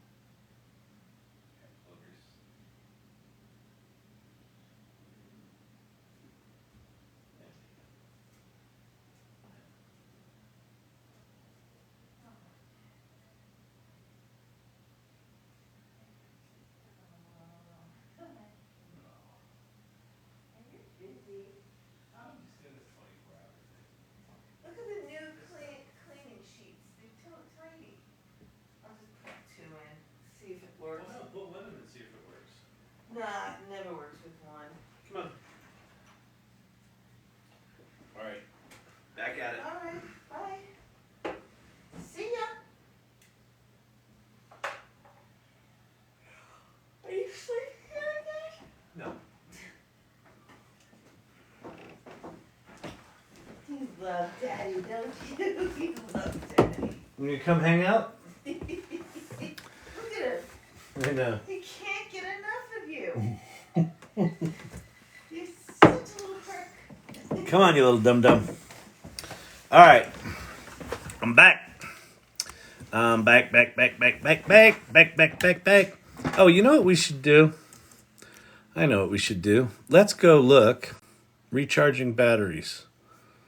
Da-da-da-da. Mom swore. Mama Kyle. Did he fall out on us? I'm about to. No. Everyone just say bye. To stop. How many people are here? All right, we lost some people. That's okay. So do me a favor. Share it. Wait. Yeah, we can't hear you. Oh my God, he's alive. It's a miracle. Champy can't get enough. Me neither. All right, let's go. Let's go look at the AI Salon. This is the AI Salon. If you have not been to the AI Salon, you should join. If you want to join a people of cool badasses that are trying to figure out this AI stuff, that are curious and generous and love to explore shit and love to collaborate and are super inclusive and have lots of empathy. Yeah, that's us.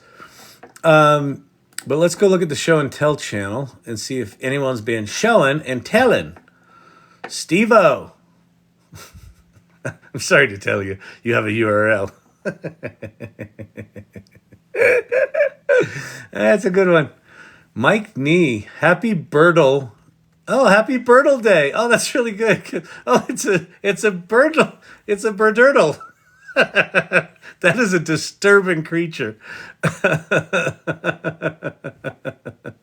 That's fantastic. Oh, man. Can you make it more birdie? I think that's perfect amount of birdie. That's very cool. I'm Kyle. I'm an AI holic. I have no regrets. that explains this well. Look at the little llama. Multimodal. Who did this? Daisy.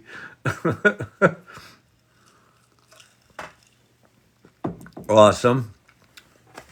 Wow, 24-hour birthday party. Oh yeah, hang out. Come on, llama. Come on, turtle. Where's the hedgehog?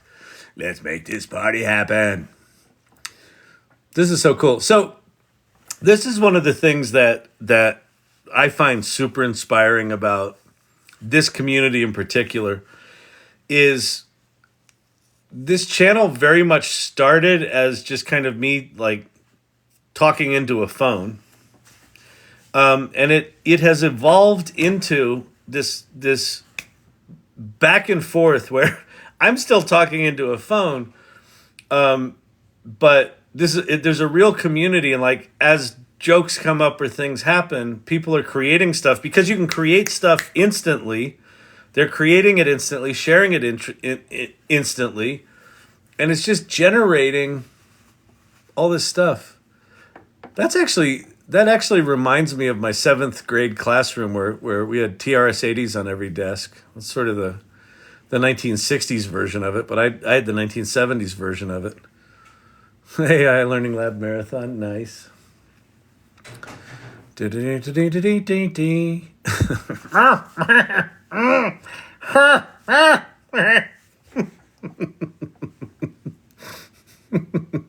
Oh, that's great, Sherry Banks. Irregulars, present tops.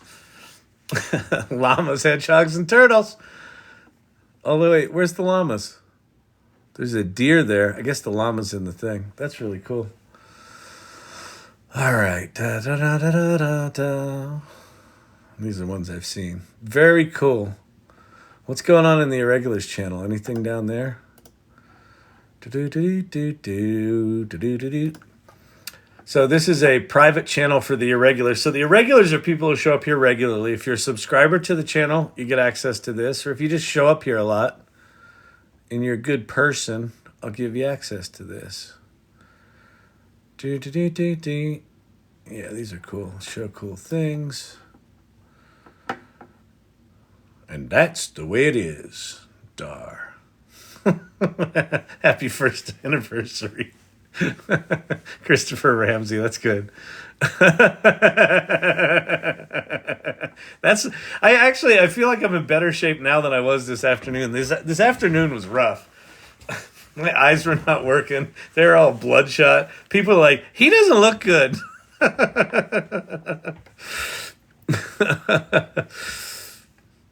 Oh, that's cool. Nice. Very cool. All right. So if you're wondering what this is a community called the AI Salon. And you can get there if you're interested in joining some badass people that are learning all about this AI stuff and are curious about it. You can get there here, aisalon.mn.co. It's still buffering, or is it just me? I don't know. You tell me, people. I can shut this shit down and restart the router. There's a hedgehog in show and tell. All right, cool.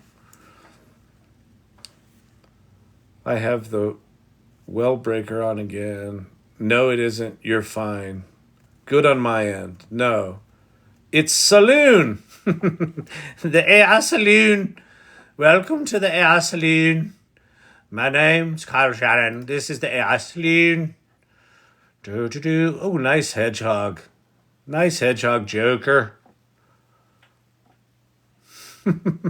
Why is he all dirty? Oh, is this my 24-hour? This is me after 20 hours. This is me right now. Is that what you're saying? I like it. Look at the dirty shirt. That's fucking awesome. You're okay, Kyle. Okay, awesome.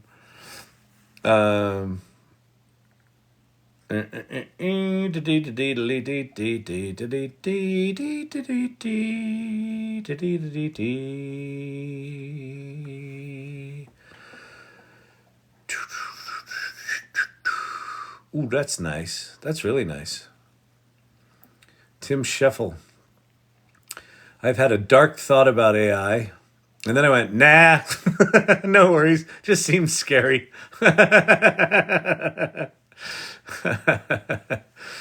Oh, nice. Nice llama. The DALL-E llama. Get it? That's really good. Nice one, Clifford. I like it. That's solid. Let's, let me see. Which one of these we want to do? Let's do this one. I'm gonna try something here. Oh, you know what we're gonna do? We're gonna do a cool little experiment. We're gonna do a cool little experiment. All right, Birdie. Oh, you know what I like to do when I'm grabbing other people's stuff is I like to grab their name. So this is Mike Nee. So we're gonna do save image as Mike Nee Bird Turtle, whatever the hell he called it. Okay, now we're gonna go into Photoshop. If you haven't seen generative fill in Photoshop, we're gonna do that now because that's pretty wild.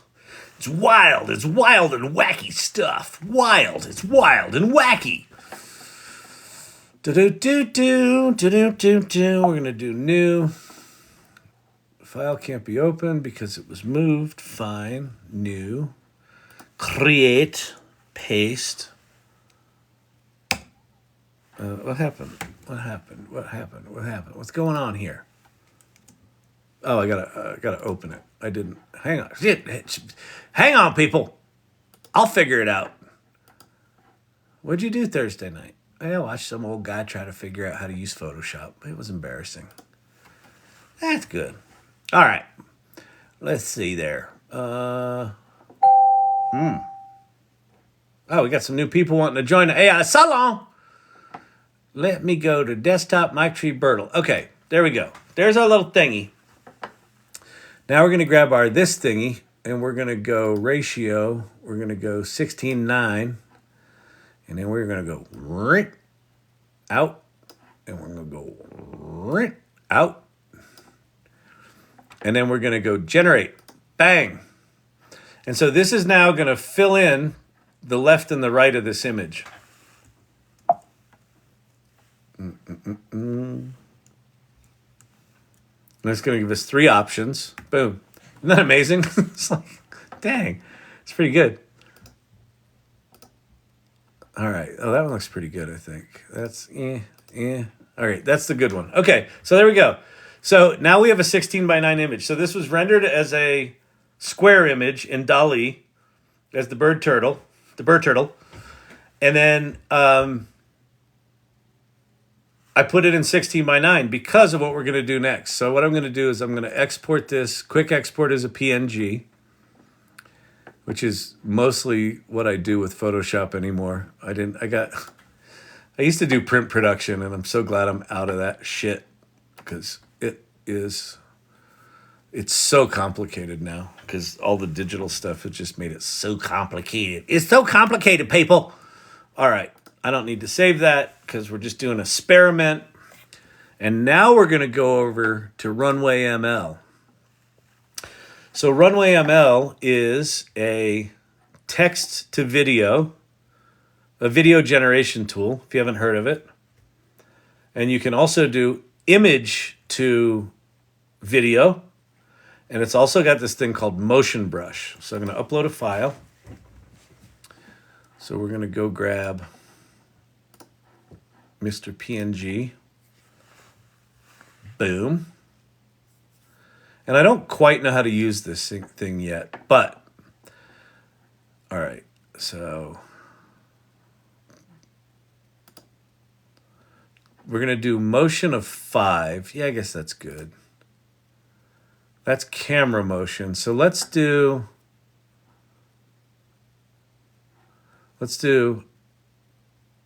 a horizontal pan, or a horizontal, not a pan, it's a whatever, shot to the right. Save that.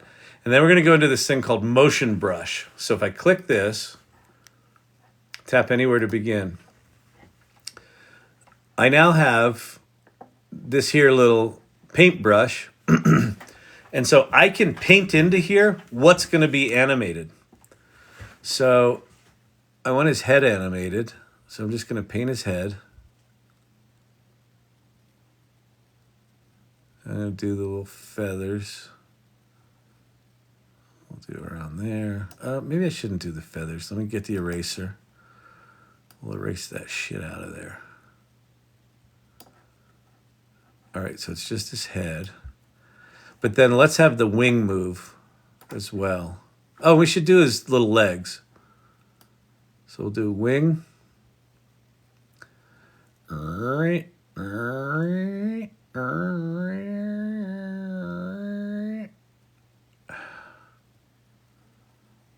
Okay.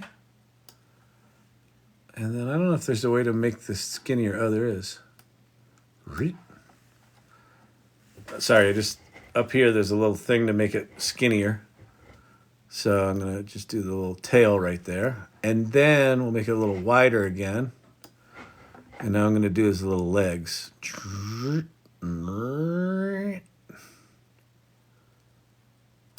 then we'll do that leg. And then we'll do that leg. And then we'll do that leg. Okay. So we got our marching orders. And then I've got it. So horizontal, we'll do a left thing. Oh, let's see. We'll do a left like that. I don't know what any of this means.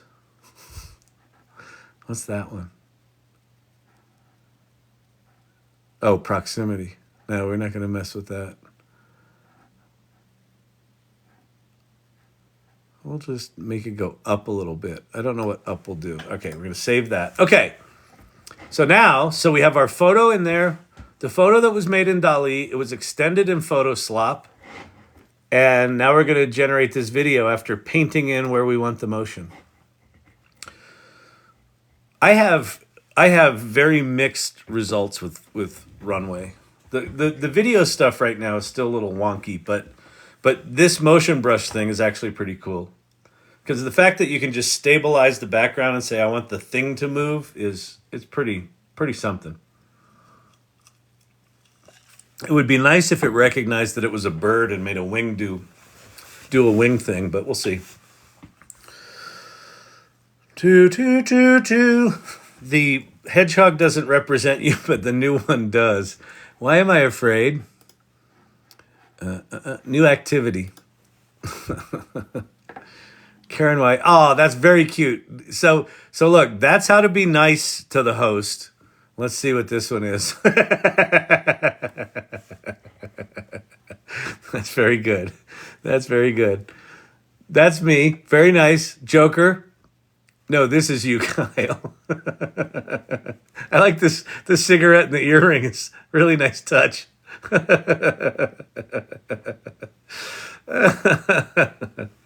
My hair doesn't look anywhere near that bad. It is freshly glued. Oh, man. That's good. Wait, where were we? We were at Runway ML. Where is it? You ever lose a tab? We done? Oh, yeah. We've got video. Let's go full screen. Let's see how bad this is. Come on, don't suck. It would be nice if you didn't suck. Well, that's kind of cool. It's not really moving. Oh, that's probably because I did a pan.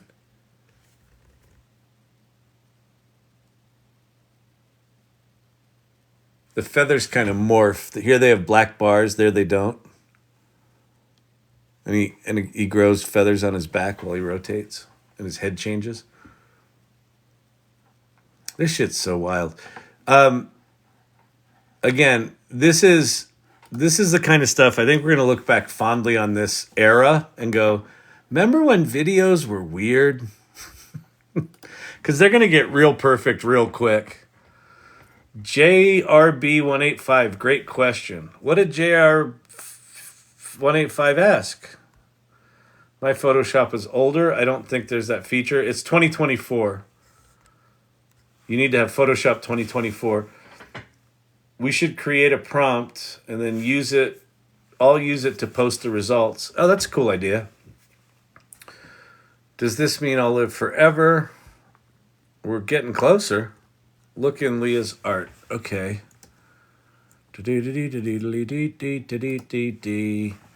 Going into the AI Salon. So one of the things that the AI Salon has, which is super cool, is guilds. So there's an art guild, a writer's guild, a business guild, a mechanics guild, things like that.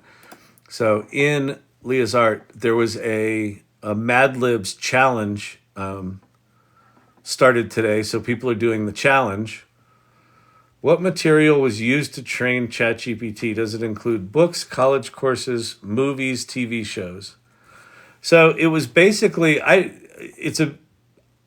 don't know if it is discoverable or if it's private knowledge. Oh, these are cool.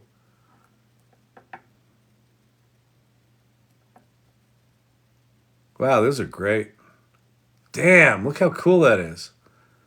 So, was this the one where you did? Okay. So this is something we'll do.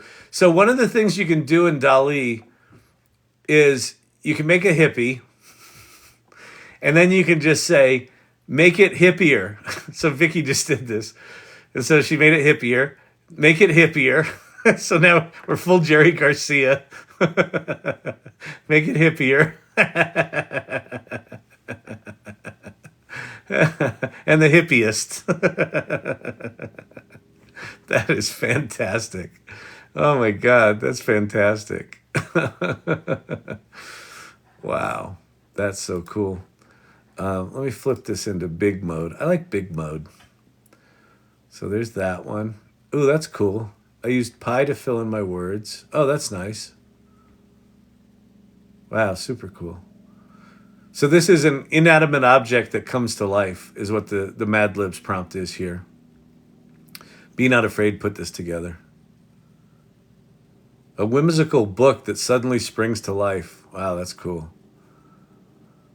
Yeah, doing these prompt challenges is really fun.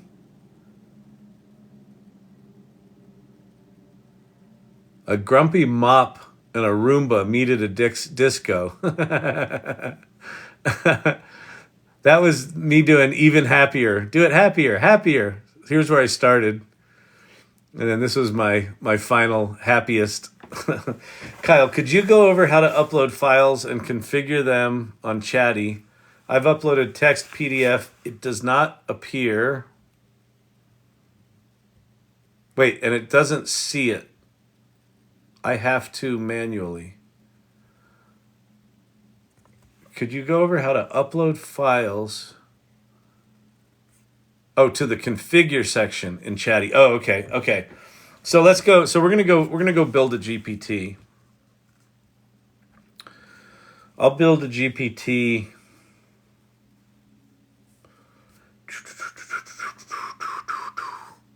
Shearberry, you have enough for it? Okay.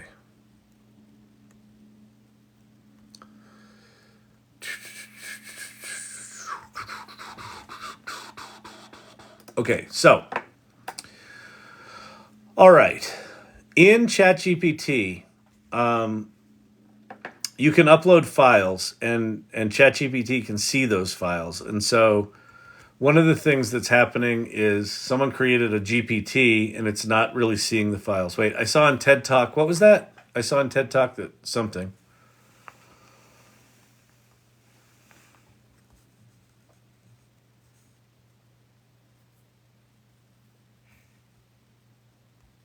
I saw a TED Talk that 7,000 books were the original start to building an LLM.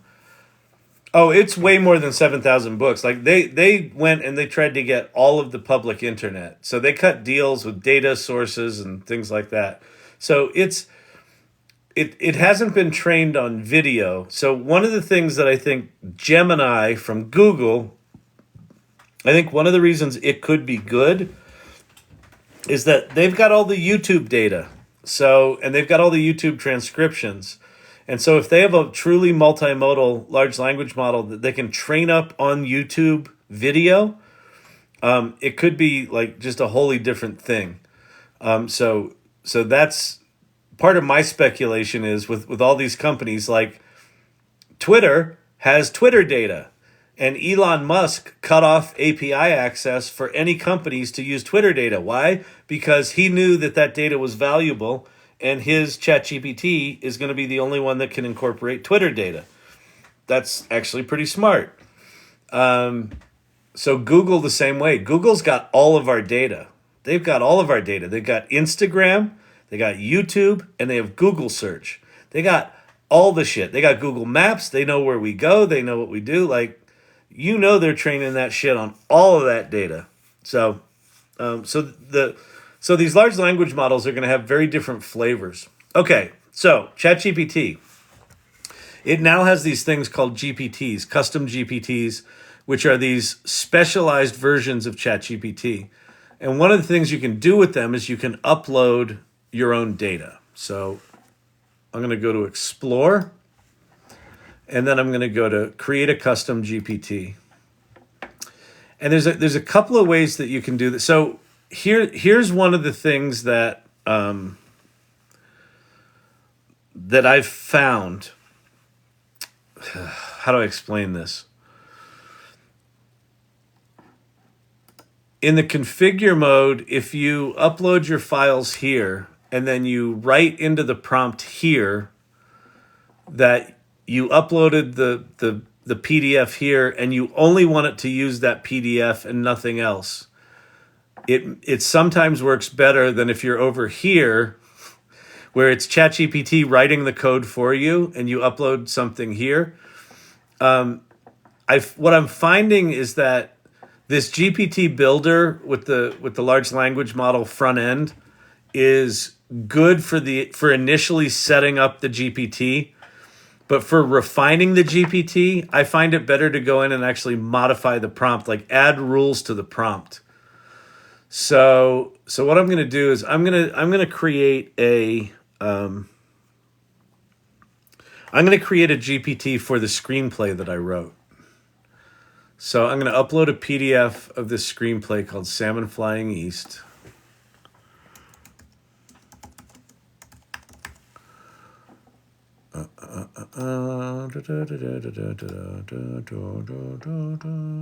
Where? But did I spell it wrong? Oh, I did. Salmon flying. Solomon, boy, tired much? Oh no.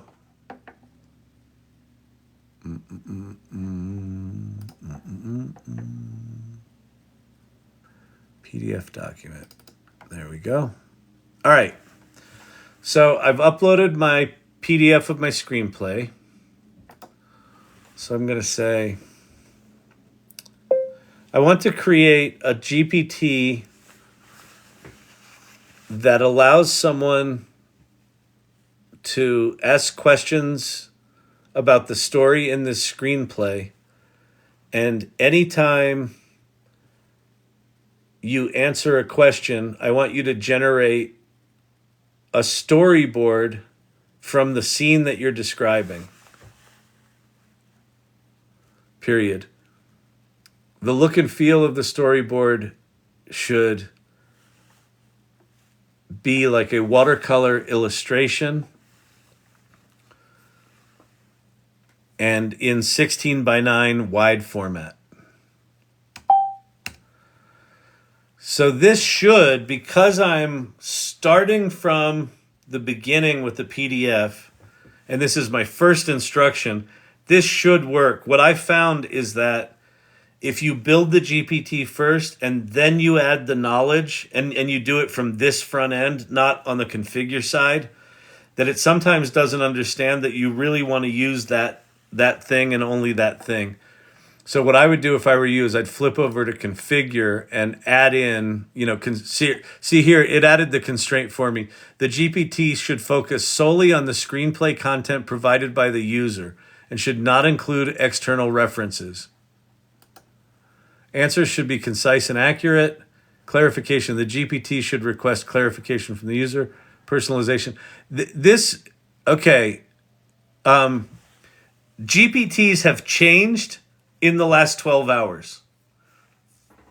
So you know how we talk about just if the shit isn't working, like come back in a month or two? This stuff is changing in real time. So what used to happen with these GPTs is they would write just like a really generic prompt here, but they were writing more specific stuff behind the scenes. I think they're now revealing the full prompt here because they changed, here, let me make this bigger. They changed this to show role and goal. This GPT is designed to assist users with questions about a screenplay. It will provide the answers and generate storyboard images based on the scenes being described. Constraints. See how it's adding like these kind of JSON kind of, these structured kind of components. It didn't have that before at all. The GPT should focus solely on this. Guidelines. Answers should be concise. Clarification. We should ask for clarification. Personalization. It should maintain a friendly and helpful tone, focusing on delivering the visual. So I'm going to say the GPT should maintain a friendly and helpful tone and match the tone of the dialogue within the screenplay. Focusing, so I'm sort of tightening it up even before we get started here. Can you show me a storyboard of the climax scene? What happens in the first scene of the screenplay? Describe the main character's introduction. Describe the setting of the final scene. Those are kind of bad, but that's fine. Okay, so let me go shrinky shrink here. Okay, so the way you make these things, so what we did is we were over in the create mode. We described what we wanted. We uploaded the screenplay. It said, sure, I'll do that. It said, next, let's decide on a name for this GPT. Would you like to go with this, or do you have a name in mind? The screenplay is called Salmon Flying East, so that should be in the title, but give me some ideas beyond that. So now it's going to help us come up with a title for this GPT.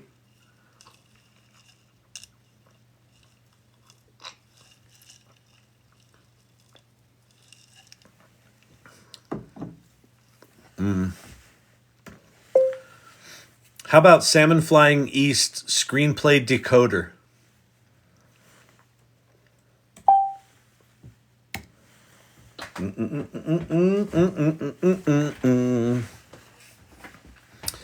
Now let's make an image. So it's going to generate an image. I wonder if it's going to put a salmon in there.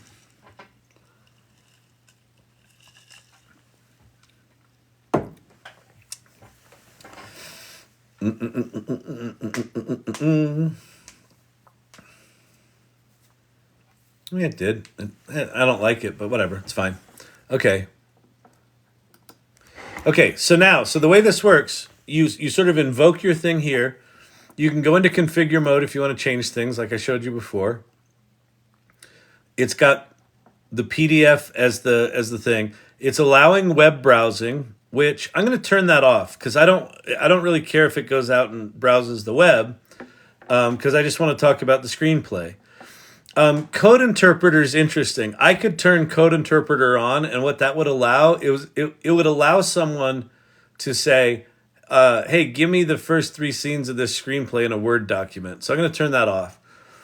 I'm going to leave on image generation. And then actions I'm not going to deal with. Oh, it's got additional settings. They brought these back. These were gone. So this is interesting that they brought this back. This was gone. I told you this changed in the past 12 hours. So when GPT's first launched, this was here, and then like within an hour it disappeared. So what additional settings, look how they've buried this. So way below everything. So you set up your GPT here, and then way at the bottom below all that stuff is this teeny tiny little button. Flip that down and it says, use conversation data in your GPT to improve our models. So I'm going to turn that off. So this is the thing, this is the data privacy option. So I'm going to turn that off so that they're not going to use this in their training data. And so this is now a fully functional GPT, and I can test it right here. This is called the playground. So you build it here, and as you make changes here, it updates it in real time here. So I'm going to say, what is the inciting incident for the main character, and what is his name? And in theory, this should tell us the inciting incident, and then, so searching my knowledge, so it's reading the screenplay, and then it should make us a storyboard frame from the scene that it describes.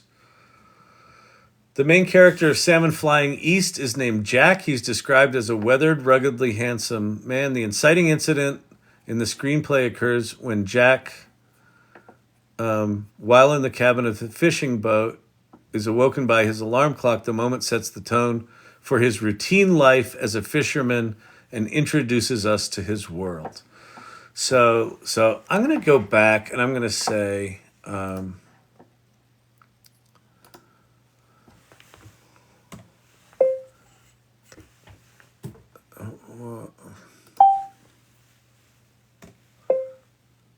hello? Okay.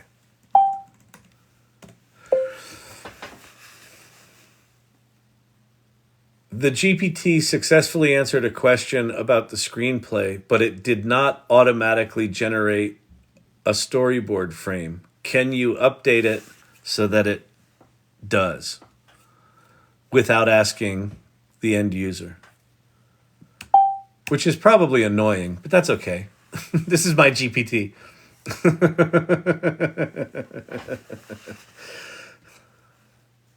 Updating GPT. I'm gonna actually go back and look at the once it's updated. I'm gonna go back and look at the back end and see if it added things to the prompt. I have a feeling they're definitely improving this. This has gotten better than it was a bit ago. Feel free to test it out. Okay, let's go look at configure. So roll and goal. Here we go. It provides detailed answers and automatically generates storyboard images for each scene described without needing additional prompts from the user. So it looks like it added that in there. Clarification, personalization. Okay, so let's go. What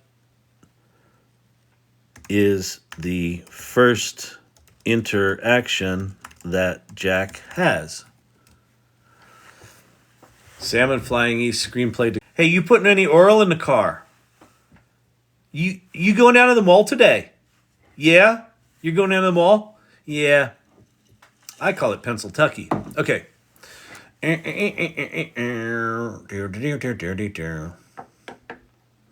Jack's first interaction, Salmon flying east, occurs in a crowded scene. He moves aside to let Ping pass, but the crowd surges, pushing them together.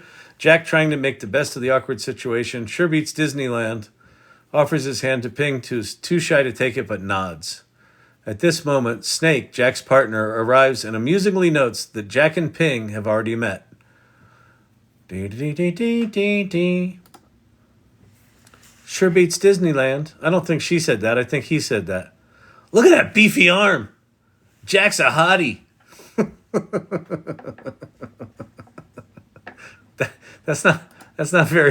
That didn't really capture it. I also don't think that's the beginning. I don't think that's the first interaction.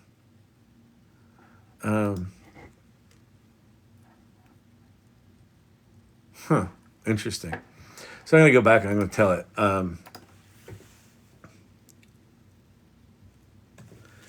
I'd like to make 2 changes, period. It should answer the question about the scene first before it creates the image, period. The current version creates the image first and then describes the scene, period. The second change I want to make is that I want to incorporate the slug line from the screenplay from the location of the scene that's being described. E.g., exterior boat dock, etc. Let's see if it can do that. Let's see if it can do that, dear people. You understand what I'm saying there? Yeah, yeah. So I like them taters. Taters tasty. All right. Are you all commenting down here? I got nothing. I see nothing here. I'm not looking because I'm off doing my own shit. Answer the questions about the screenplay scene first. Include the slug line from the screenplay for the location of the scene being described. Okay, feel free to try it out. So it should now give us something that looks sort of screenplay-like. Let's go. What is the main character's first flashback moment?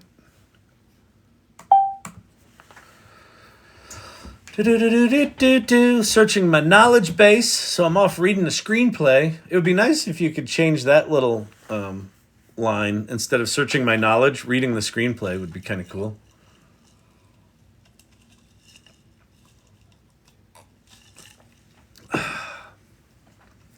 Sherry D, thank you so much.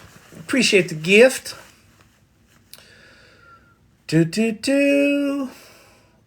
We got water cooler issues, got heating issues. Keep doing what you need to do. Oh, you guys are all dealing with shit in real life? Oh, lordy.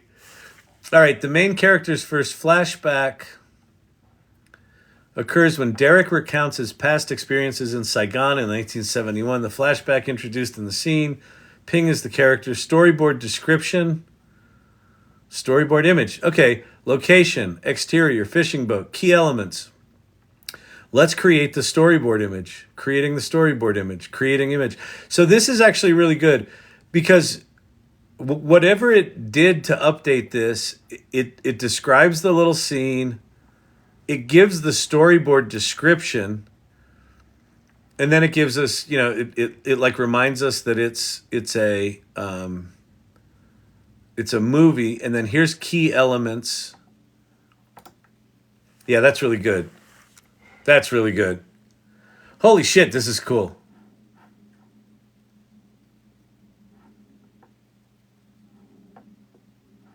That's really good.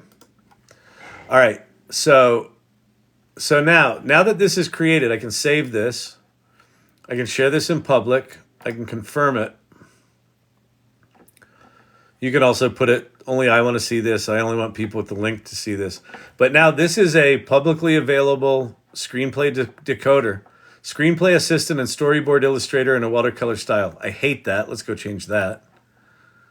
Edit the GPT. We'll go to configure. Screenplay assistant. Let's see. Explore. Kyle, Shannon, and Brian Dykstra's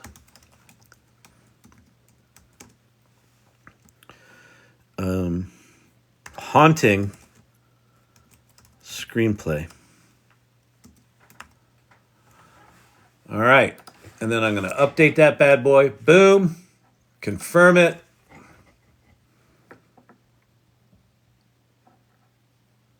Confirm it. What's happening? Why are you not confirming? Save. Oh, loading. Confirm. It looks like my internet went poo-poo. Am I all froze up? Jack has a mullet? Ping isn't a Vietnamese name. Maybe Hoa or Thoi. Oh, great. Thank you very much. Cool. I'll survive, though. Yeah, see, we wrote this in 1991 where researching shit was actually really hard. We got water cooler issues. We got heating issues. Yeah, we are here. How many people are here? Oh, there's 100 people in here. You guys are awesome. So welcome. So if you're new here, my name's Kyle Shannon. I am now 2 hours away from 24 hours of ChatGPT madness. And I can't seem to save my thingy here.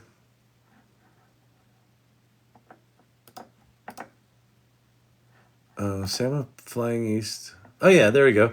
Explore Kyle Shannon and Brian Dykstra's haunting screenplay. So let's try it one more time out here. We'll say,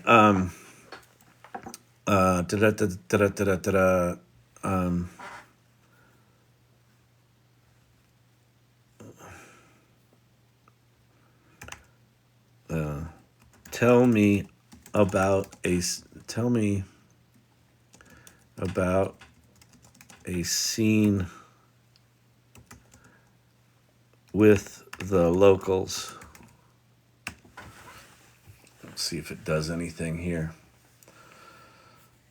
Trying to get the east as in Asia by going west. Yeah, it was something like that.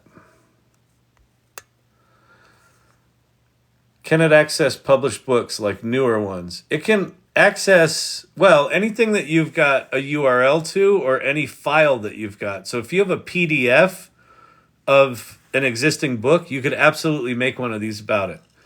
Is that going to get you in trouble? It might if you try to sell it, if you try to monetize someone else's work. But I don't know. It's making the image first again.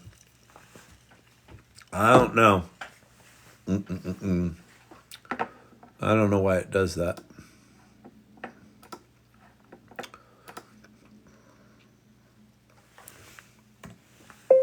Under no circumstances should it make the image first, period.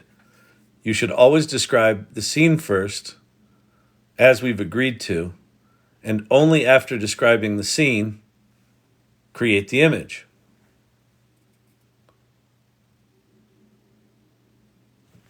Not create damage. No, after, wait, and only after describing the scene, create the image.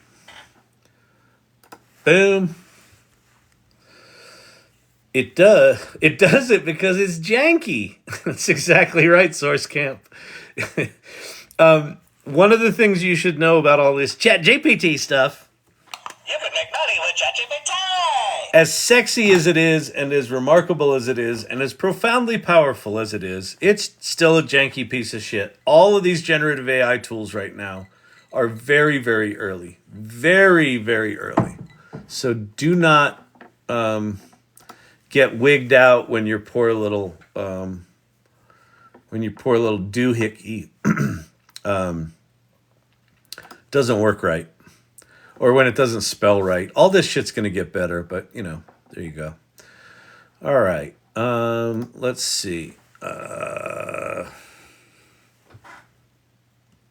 Is there a fight in the movie? Creating damage is a writer's job. Yeah, man. It's an electric radiator. Space heater won't work either. Well, that sucks. So many times in my prompts I have to type, "This is imperative." Searching my knowledge. So at least it's searching its knowledge first here. I don't think it did that before.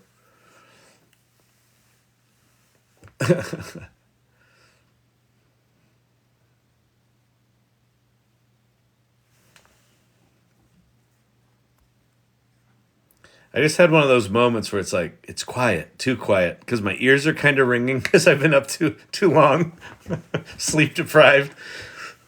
I just sort of zoned out. That was pretty funny.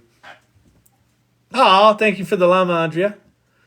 Okay, in the screenplay, there's a significant intense confrontation scene. Image description, the storyboard will portray a tense moment between Derek and Jack on the fishing boat. The image is 16 by 9. The slug line, exterior fishing boat, Puget Sound, 1991, mid-afternoon. Let's proceed with creating this image. Boom. All right, so this is working. I could dick around with this and it doesn't need to show me the description of the image, but that's kind of cool. It is a screenplay, right? So we want to see it. I mean, this is actually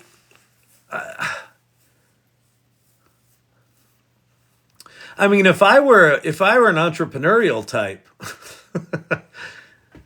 I might, like, this is the kind of thing where you could send this GPT to a producer and let them visualize the movie on their own and ask questions about it. This is a really unique way to put a screenplay in front of someone, I think. Look at that. That's cool.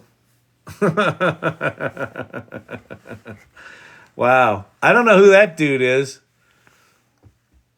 And that guy's way too young. But exterior fishing boat on Puget Sound, soured. Instead of Puget Sound, it's the Puget Soured. The classic Puget Sound of Gig Harbor, Washington. I'm going to try something here. Let me see. Try again with the image. The one character is too young.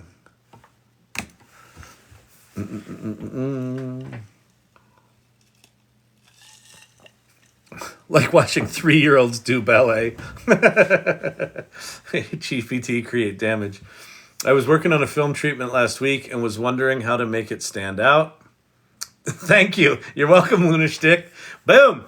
Another satisfied customer. Right here in the AI Learning Lab. Welcome.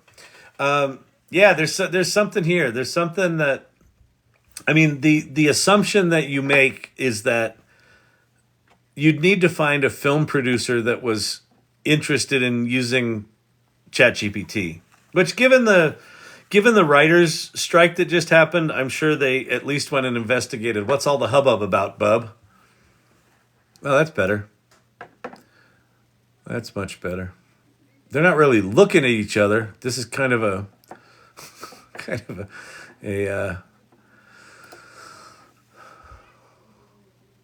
But, you know, I mean, that's pretty something. I mean, that does look like the Puget Sound. That's kind of what it looks like.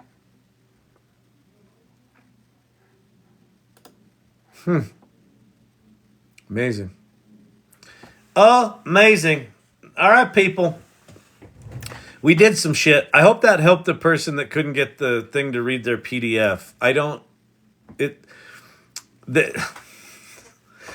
My only advice really is assume I don't have the answers, because I probably don't. And B, just experiment.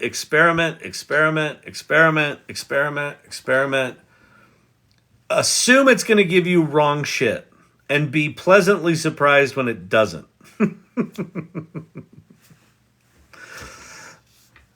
But don't just because it doesn't give you good shit, don't stop. Just go, okay, top of the hour, present turtles. Very nice. Very nice. I appreciate the turtle presentation. Y'all are very cute.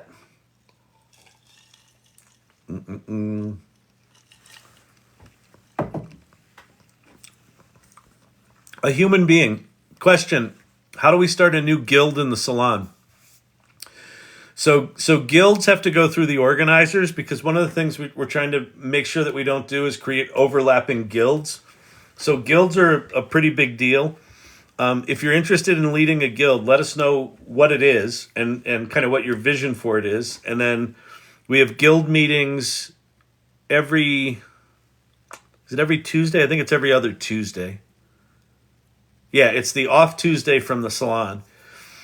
And then we'll meet you and we'll talk about it. And if it makes sense, then we'll add it as a guild. One thing that we are adding is clubs. So we'll have clubs and guilds.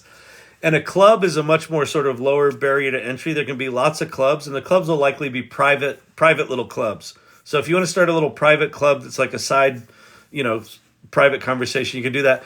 Also in Mighty Networks, one of the things that might not be obvious, you can create multi-person chats.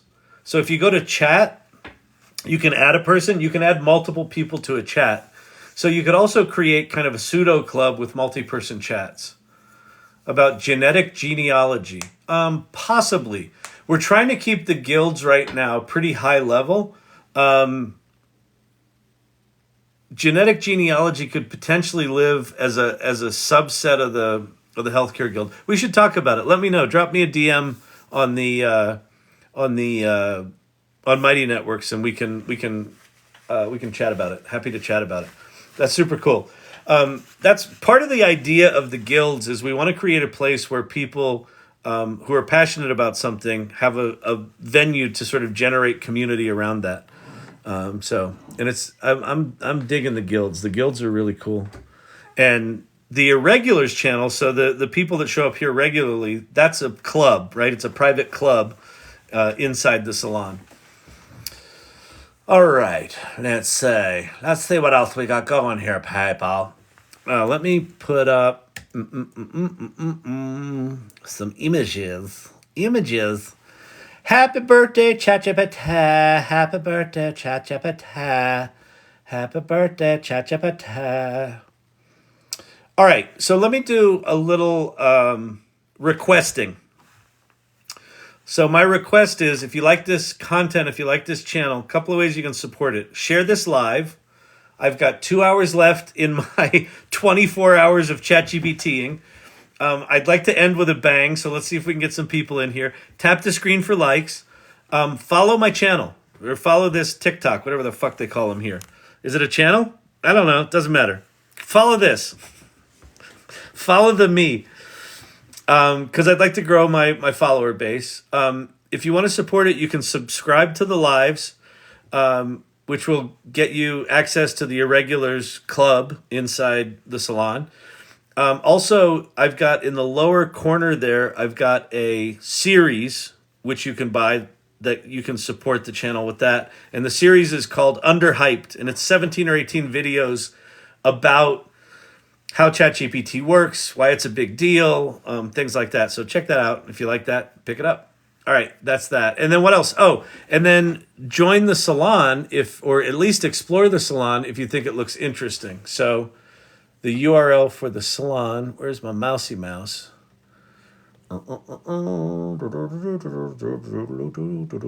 Is that aisalon.mn.co.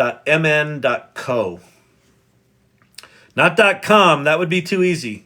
.co. All right? And that's that'll take you there. Check out the About the Salon page, because make sure that it sounds like something that you dig. But if you're curious about this shit and trying to figure it out and want to surround yourself with people that are also trying to figure it out, that's what that group's all about. All right? All right, people. All right, people. Hello, people. Hello, people. Oh, hey, Mark. Oh, hi.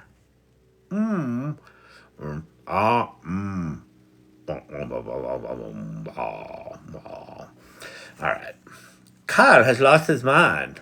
We don't know what Carl is doing. Why does Carl talk like that? How does Carl really talk? Does he talk like that? Is he from some strange European country? Look at the glasses. Why does Carl talk like this?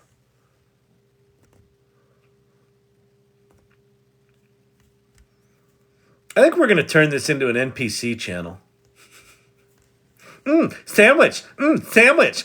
Sandwich. Sandwich.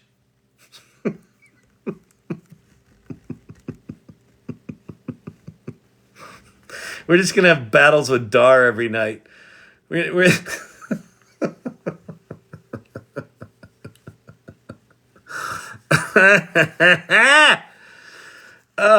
just created a GPT using an income tax data set from data.gov, which allows inquiry of, I guess, tax law. Wow, that's super cool. DALL-E 3 coming to Microsoft Paint. I actually just saw I got access to something today that was very much a Microsoft Paint interface, but because it's got generative AI in it, you pick these primitive shapes and you draw the primitive shapes over here, and then it renders it in real time using generative AI over here. It's pretty cool. My daughter loved the balloon GPT picture. Yeah, that's a really good one, isn't it? I got the so a lot of these images. What I do is I'll pull them down off of the Mighty Networks and toss them in my my photo collection so I can put them up here. But let's go let's see if there's new activity. Daisy Thomas, what'd you do? Ooh, that's that's a vomiting snowman parts. This does not look good. Quietly excited snowman.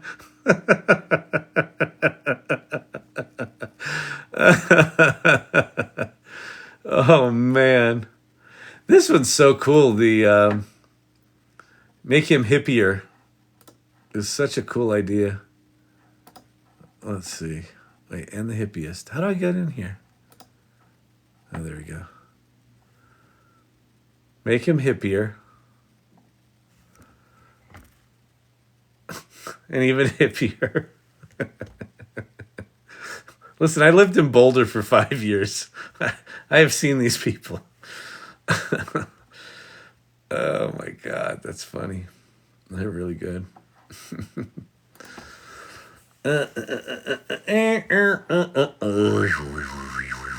Let's go to the Irregulars channel. Let's see what's going on in the club.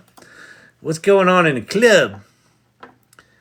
Happy birthday to you. Happy birthday to you. Aw. Oh, look how sweet that is. That's really sweet. Oh, that makes me feel all warm and fuzzy. Happy first anniversary. This is ChatGPT.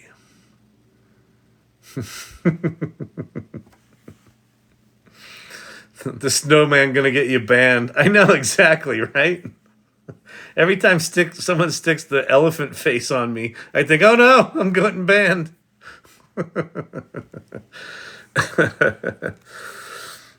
Oh man. Seen the RAI other side GitHub for self-operating computer? No, I haven't. I was just mad-libbing. Oh, that was cool. I was liking it. I like it.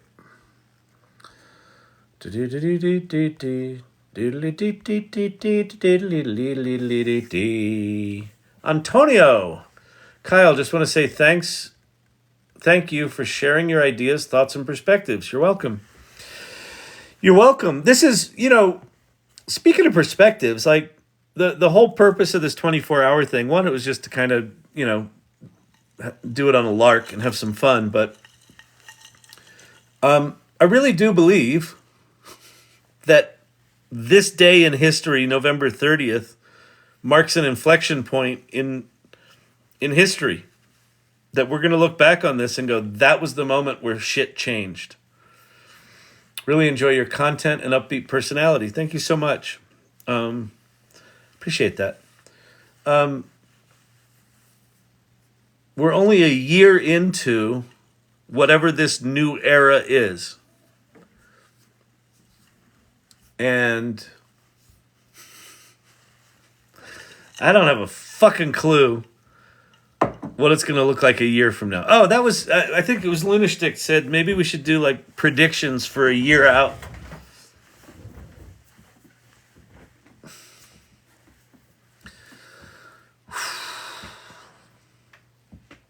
I think a year out, I think we're going to blow really quickly past multimodal.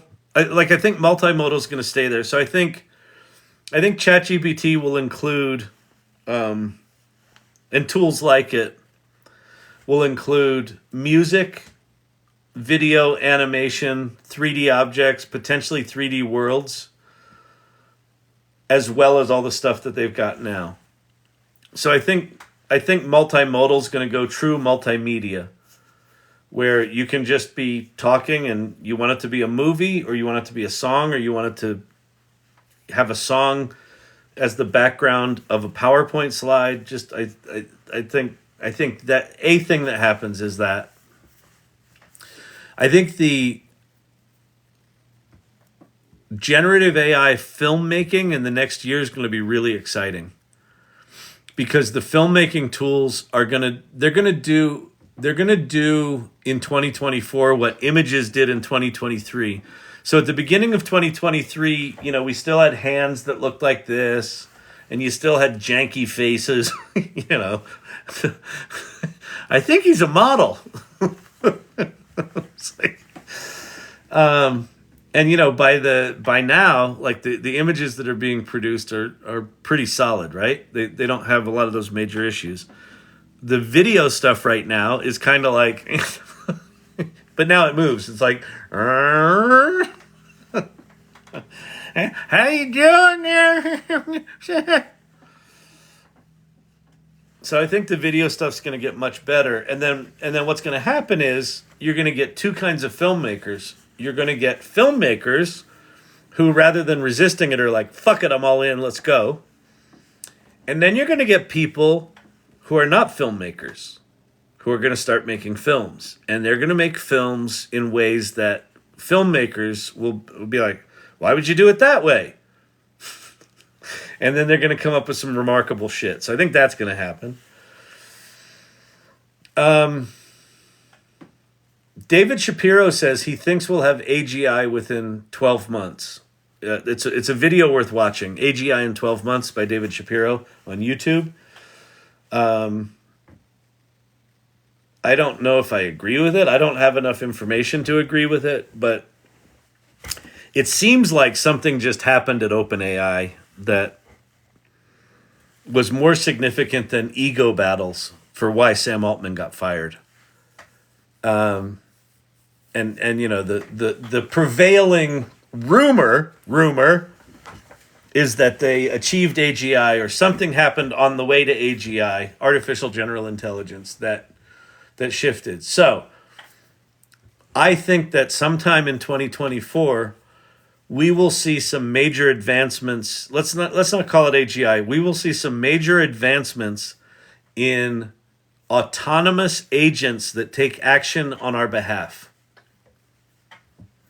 And that sounds really boring, but it's so right now you got to go to ChatGPT and then you have to tell ChatGPT what you want, and then ChatGPT will do it, and it'll give you some shit back, and then you gotta do some other shit, and then you gotta copy and paste it and put it in a thing, and you're right. It's just all this.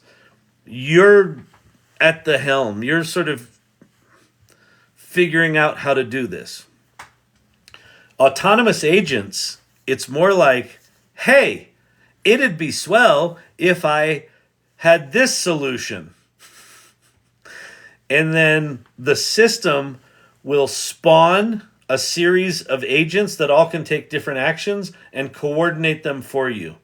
Okay, this agent's going to go off and search Google, and it's going to come back with an answer. Okay, this agent's going to take that answer, and it's going to go off to Perplexity and do something there. Then it's going to come back. Then it's going to go to Expedia and try to find this. And all of this is going to be happening without you doing a thing. And depending how good that thing gets, there's been versions of that. Auto GPT, there's been versions of this stuff already, but they've been janky pieces of shit that don't really work. I think that we likely see something in 2024 where they work, and they work really well. And if they work really well and can reason and can do math at 100% and basically do error checking, it's a big fucking deal. It's a big fucking deal because you can literally just have that agent do someone's job, a knowledge worker's job. Go research this thing. Like, you would say to a human being, go research this thing, write up a report, generate a PowerPoint presentation, get me ready. I got to have all of these things in place by Thursday for the big meeting with the boss. And the person goes and spends 4 days doing that. Or you just say to the agent, oh, go do the same shit. And then a half hour later, all the shit's done. And it's done well. It's done better than the human could have done it. Now, will we be there in 2024? I don't think so. But we will likely start to see the hints of those kind of systems coming online, is my guess. We could very well see robots, humanoid robots, doing shit connected to ChatGPT. You put those two things together, then we start getting into that future. It's like, holy shit! Hollywood was right.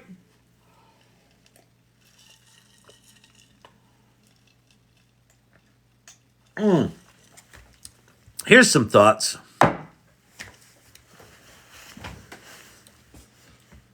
All right. In business, 2024,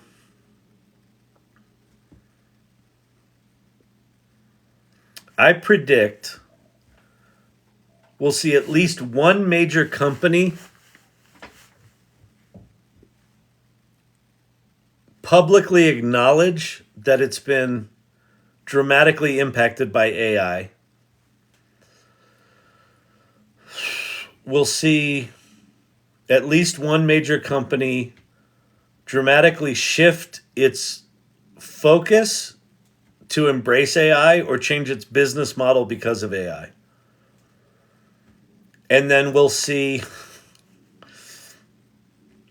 probably hundreds of companies in denial about what's happening in their sector, as lots of small startups start challenging big companies. The small startups will be AI native, and they'll start coming in and taking down bigger companies. I think that's very possible.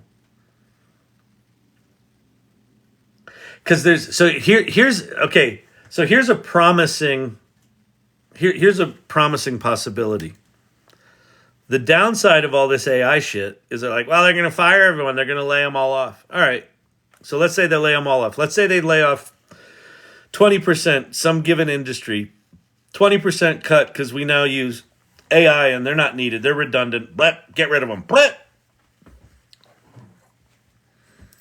those 20% of the people also have access to these tools. And some of them are going to be pissed off in how that was handled. And they're going to go, you know what? I know how this business works. I know where its inefficiencies are, and I know now how you now know how to use AI, and I'm going to come back after that company. There's going to be a fair amount of that, where there's going to be burgeoning startups that are powered by the layoffs, that are going to do some real fucking damage. OpenAI already patented ChatGPT 6 and 7. Odd, they've never done it that early. Oh, interesting. Patented or trademark? I think they trademarked it because they trademarked 5 a few months back.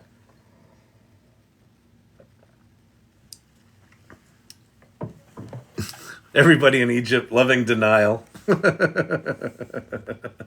Yeah, gonna be a lot of denial. Kodak plus Blockbuster. Yeah, exactly.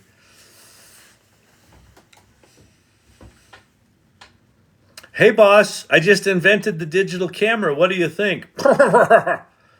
We're in the chemical business, boy. It's about silver halide here at Kodak. Get out of my office.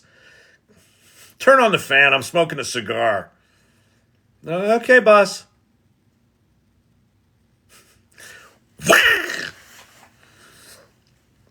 There will be debiasing inclusivity skin companies will want to add on. Wait, what? Debiasing, inclusivity, skin. Caverno, those words are English. Do they? I might be delirious. There will be debiasing inclusivity skin that companies will want to add on. I don't know what skin means. I don't know what that meant. Either that was a typo or I'm not parsing something right because I'm delirious. I think the audio industry will announce a car that can perform hands-free actions and more. Interesting. There'll be a lot less loneliness with pie-like friends and companions. I sure fucking hope so, Silver Fox. You mentioned to me about the it having more compassion than some people in your life, and it's like, yeah, I think you're right. I think that becomes a big one. Innovator's dilemma use cases everywhere. Look at fucking Google. Google right now, they invented the transformer. They invented the thing that ChatGPT is kicking them in the shins every day with. Because ChatGPT said, fuck it, let's go. And then Microsoft looked at it and said, ooh, can't we use this to fuck with Google? I'm in. Here's $10 billion. Let's go have some fun, Sam. And Google can't, they're broken right now. They've got culture issues. They've got business model issues. They don't have, Microsoft has software sales to fall back on and cloud services to fall back on that are a significant portion of their revenue. Microsoft does not have the burden of relying on advertising to the extent that Google does. What is scary is black hat hackers benefit from ChatGPT. Yeah, I agree, Inspire Chaos. The black hat thing is terrifying because it's not so much that the black hat master hackers, they've been playing with AI for a lot longer than ChatGPT. What ChatGPT does is it makes mediocre hackers really powerful. So what happens is you go from a handful of elite black hat hackers to like thousands of them. Just like anyone can create a GPT, so anyone now can create sophisticated applications by just speaking them into existence. Well, there's going to be the hacker version of that, which is you can just say, I would like to find any systems in Ohio that use this version of Windows that haven't applied this patch. Go get me credit cards. Shut down the power grid in Toledo. So that's scary. That's scary. They've already started using ChatGPT Vision for self-driving tests. It's going to start to get nuts. Have you guys seen the what they're doing with the GPT Vision with game commentary, video game commentary? Holy shit! I'll show you that. I'll go find that on Bard is the worst AI. I hope no one trusts anything that comes out of it. Well, Gemini from Google sounds like it's supposed to be pretty good, although they did delay it a quarter, so maybe it wasn't as good as they said. I created Lifelines, a GPT for seniors and the lonely and isolated. Oh, that's super cool, Lunashtick. It's a great name, too. You should be, listen, here's a thing that you can do. Any of us can do, as long as you've got access to GPT-4. Start making GPTs. Lunashtick's been taking old business ideas, turning them into GPTs. As she's having ideas, she just turn them into GPTs. Because when the GPT store comes out, it's going to be just like the early days of the App Store. Anyone's going to be able to get in. It's going to be really easy to do this. And some of those GPTs are going to get very, very popular. And they're going to make a lot of money. And then competition's going to come in 2 or 3 years, and it's going to be almost impossible to rise above the noise. The opportunity right now is huge. So understand what these things are and how to build them. Output filter, go hydrate and sleep. Nah, I still got 2 hours. Thank you, though. I got apple juice. I got apple juice, water, and coffee.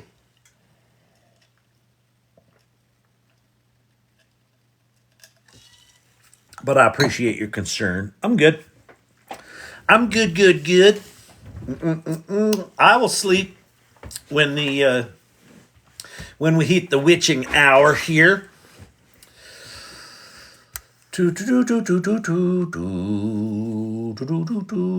Oh, let me go see the Lies Like Wild. Google is also taking losses because of TikTok. Yep. Google search engine results have suffered too, I feel. Google search engine results are the victim of their monopoly, in my opinion. Because they had a monopoly, everyone only had one SEO model to follow, and that was Google's. Everyone else didn't matter. And so these SEO agencies got masterful at ranking on Google. And so what they did was they built all these SEO-injected sales funnel sites. And so Google right now, no matter what you search for, it's almost all shitty sales funnel sites. It's just so bad. And it's when you use ChatGPT, when you actually get an answer back like that, and then you go try to use Google, it's like, it feels fucking barbaric at this point. Like, why would I have to sift through 400 fucking search results just to find a site that actually has the information, and then I have to go read the information to get to the piece that may or may not be in there. So that's like a 45-minute torture fest? Nope, I'm good.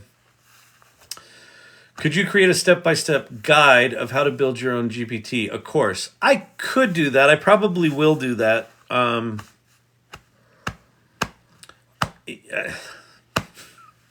not... I probably could. I got to get better at the API stuff, the action stuff.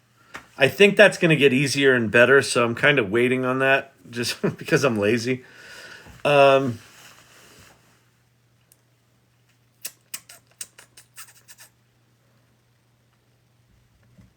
I'll think about it. I don't know that I am very reticent. I mean, I know I have a whole channel here where I just talk about this shit. I consider what I do here, most of it's experimentation. And so for me, putting together a workshop kind of presumes that I know something. And especially with GPTs right now, I don't feel like I know shit. Have ChatGPT write you a step-by-step guide, Kyle. Yeah, I could do that. I don't know. I'll think about it. I appreciate the request. I'll think about it. It's so easy though. That's it. Yeah, exactly. Motherly advice. I agree. Dead internet theory truncates most page results around 33rd page, so no 1.6 billion results. Yeah, exactly. It's crazy. Ball, ball, ball, ball, ball, ball, ball, ball, ball, ball. Can you make my ChatGPT to use plugins? I don't think GPTs can use plugins, but you can call APIs. I think the simplest way to do a lot of API calls is to do a Zapier integration and then just have your thing call Zapier calls.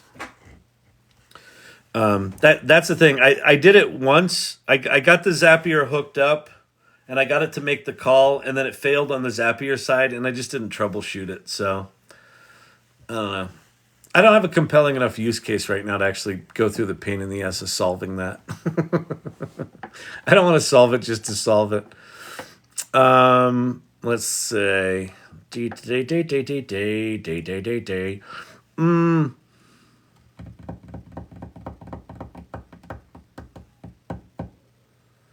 Why is it called an API call? So an API stands for Application Programming Interface. So it's basically a set of instructions that you can either send data. So what the API is the interface, application programming interface, where I can have my system talk to your system, and the API can either be an API that takes data in or sends data out, or both, right? And so let's take Twitter data. Elon Musk actually shut that API down. But what you could do historically is you could send an API call or a request. So basically, your computer would call Twitter and say, hey, I have a request. Can you give me any tweets that are new in the past 5 seconds? And it would go, sure, here they are. And it would send the, whatever was in the API fields. It would send that data over, in this agreed upon format. So, I would have a key that would say, okay, this key gives you access to Twitter's data, and maybe you pay for that. Maybe it's free, but that means, that's my key. So Twitter can track, hey, the person with this API key made this request on this date, and we sent them that data. And so it's basically just computers calling one another, either putting data or requesting data, sending data back and forth. So I think it's literally like a phone call. Like, I don't know where the etymology of the word call came from, but it's a call. Hey, give me shit, and then it does. Or, hey, here's some shit. That's a post. ChatGPT-4 native API is pretty easy to use, actually. Yep, it's pretty good. Although some of the assistant stuff with threading and things like that is a bit more complicated, but it looks really, really powerful because it's a REST API. And when you ask it for something, it's called making a request. There you go. We are so awful to the elderly in this nation, so bad. That 20% you spoke of may just come from commune and sit around creating cool images all day. And awesome. Maybe the world gets more beautiful. Who gives a shit? I don't know. The obsession we have with, like, you've got to put in the hours, boy. Why? If I have a tool that puts in the hours for me, why do you need my hours? So there's an Ethan Mollick article. I forget what it's called. It's something like pushing the button. And what he talks about is inside Microsoft Word, inside every application, starting in 2024, will be the button. And the button is write it for me. And the example that he gives is a student comes into him and says, hey, Dr. Mollick, I would like you to write me a letter of recommendation so I can get a job. And Dr. Mullock probably does a bunch of these a year, and they take him an hour or two to write each one. And then if he writes them good and the student's good, the student gets the job. Yay. If Ethan Mullock has the button, and instead of taking an hour or two to write the letter of recommendation, he can press it and it writes it instantly, and the student still gets the job, is that letter of less value? Is the value in Ethan Mullock taking the 1 or 2 hours? Or is the value in Ethan Mullock getting the kid a job? And that's something I think we all have to deal with. Where's the value?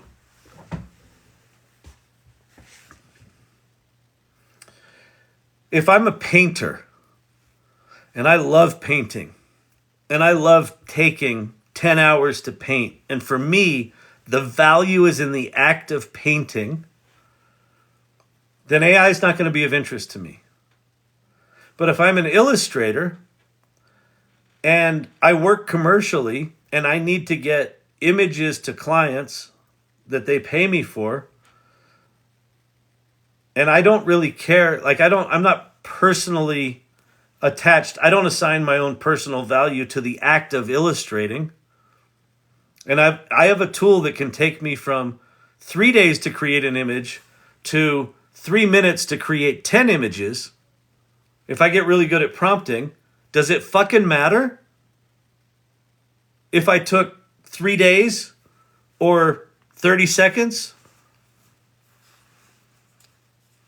Why does it matter? Well, because we pay you by the hour. Well, maybe you shouldn't. Maybe I'll start charging you per image. Maybe it's called value pricing. Maybe ad agencies are fucked because of this. Their entire business model is based on time and materials. And along comes a set of tools that obliterate the time component of that.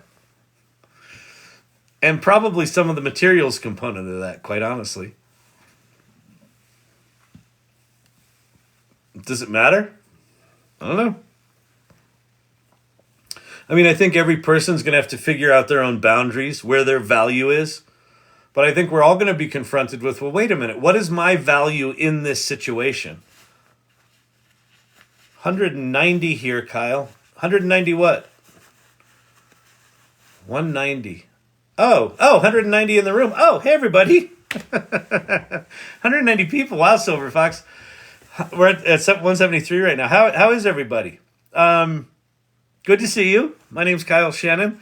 This is the ChatGPT-a-thon. I am in my 23rd hour. I have about an hour and a half left, and I'm fading. I'm going to take a little walk here in a second. I'm going to nitro boost the AI Salon. Don't nitro boost it because that's the Discord, and we're moving to Mighty Networks. But thank you. But we don't need it. AI doesn't scale. I don't think AI is going to need to user 392-401-0078-116. I think a lot of the AI is going to go on device, and it'll be the big the big models will still use a lot of the GPUs, but a lot of this stuff is going to get optimized and live on device. So I don't think it needs to scale. I think we go edge. I think we go edge device sooner than people think. You've been awake for over 23 hours. I've taken breaks. So last night I started at 8, took a break, started at midnight, went to 3:30, started at 6, started at 9, started at 12:30, and then started tonight at 7. And I'm still going. So yes, if I seem a little punch drunk, it's because I'm a little punch drunk.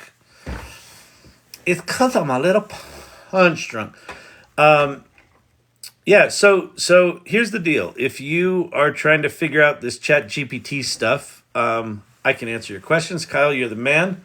This is one hell of a marathon. Thank you. I'm going to take a little break. I'm just going to walk around. I know there's a bunch of people just got in here, but I just want to take a break. So hang out for a bit. I'll be back in like 3 minutes.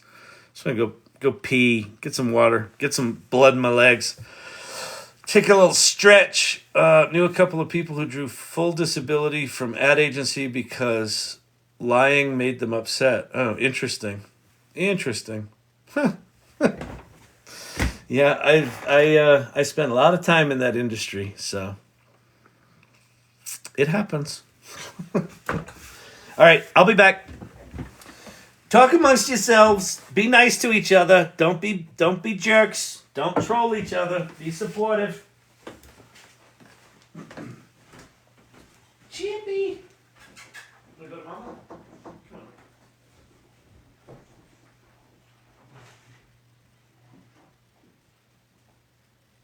Whew. Just gotta take a little break.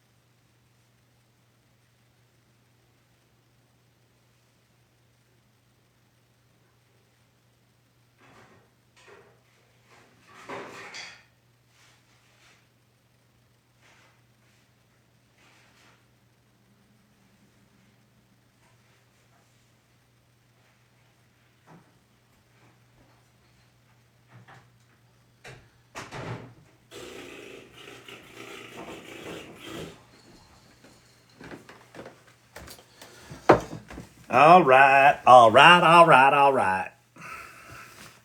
We still have 140 people here. Y'all are weirdos. Irregulars. I like it. Do me a favor, share the live. He'll share his shelves are more interesting than mine.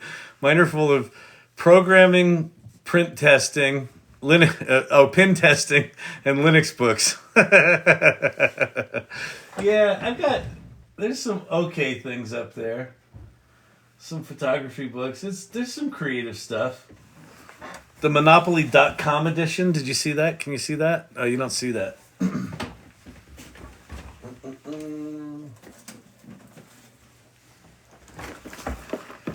The .com edition. Let's see. The companies were Yahoo, Excite at Home, Lycos, eBay, CBS Market Watch, Monster.com, CNET, eOnline, and iVillage, the women's network.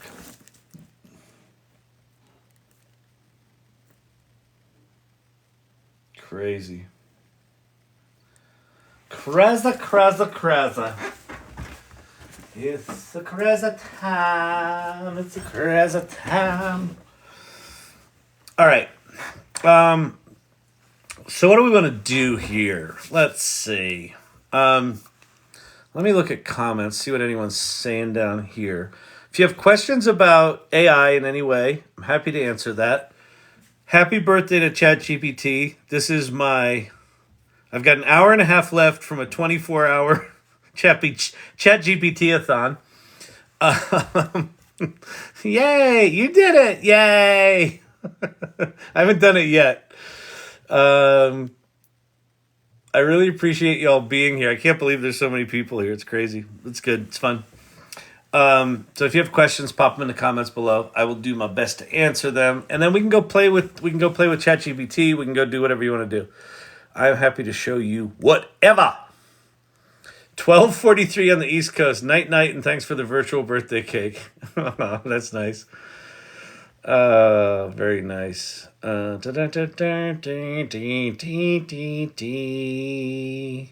uses WooCommerce and any AI tools with it? I do not.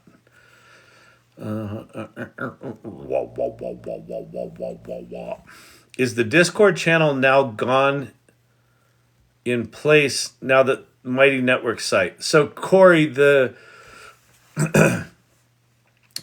next Tuesday, December 5th, is when we officially switch over from Discord to Mighty Networks.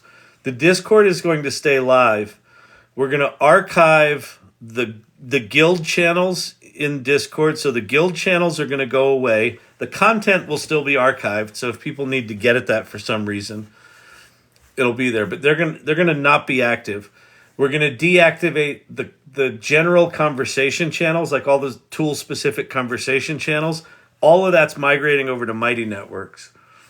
What we're going to leave in the Discord is basically some onboarding stuff, maybe a general, conversation tab, and then things like Midjourney and any sort of, if anybody wants to create bots or things like that as part of the guilds and Mighty Networks, they can go play over in Discord. So Discord's going to stay there, but it's going to be a secondary community. Mighty Networks is going to be the primary for everything because it just has a ton more features. Like it's got, you can create courses in it, and it's got calendaring in it, and it's got a lot of the stuff Discord had, plus some stuff like threaded conversations, feeds. We lose some things like the ability to use lots of different emojis and shit like that, which people really enjoy. So there's some stuff that sucks about Mighty Networks, but for the most part, it's a lot better. And it's also web-based. You don't have to go to Discord. A lot of people don't know what the fuck Discord is. So, yeah, so it's going to be the primary home. The primary home of the AI Salon.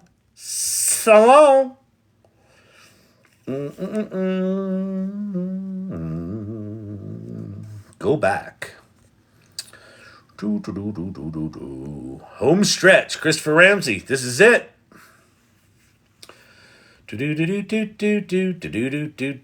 My walls are all whiteboards for my brain outside my head.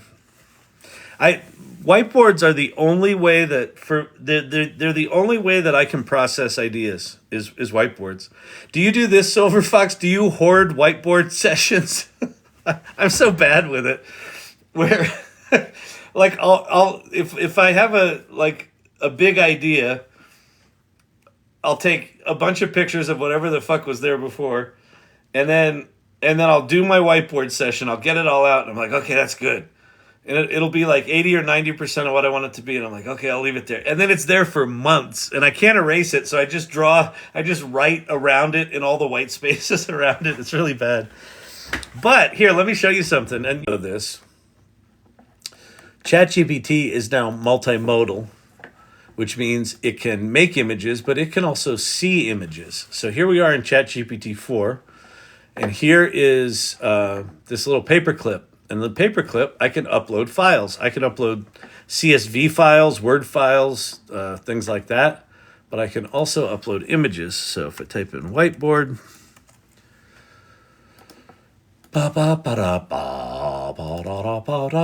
there we go. There's a whiteboard that I found on the internet. And I'm just going to say, what is this? And so it can see that. Appears to be a photograph of a whiteboard with hand-drawn notes and diagrams. The sketches appear to be brainstorming or planning stages of a user interface for an ordering system, possibly for an airport context. There's an ordering UI, there's users, there's use cases, there's benefits, there's main steps, there's additional features, and there's wireframe sketches. The image creates a comprehensive view, let's give this app a name. What should we call it? And who's the target audience? Put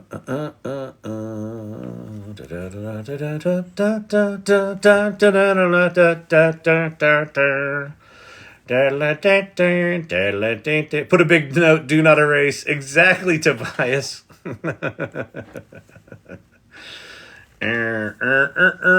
ChatGPT seems to be a little slow tonight. What's going on, Sam? Oh, that was interesting that it just hung like that and then vomited it all out. Considering the feature set, jet set, order, or flyby. Oh, I love flyby. Target audience, business travelers, families, time conscious. Okay. I love flyby.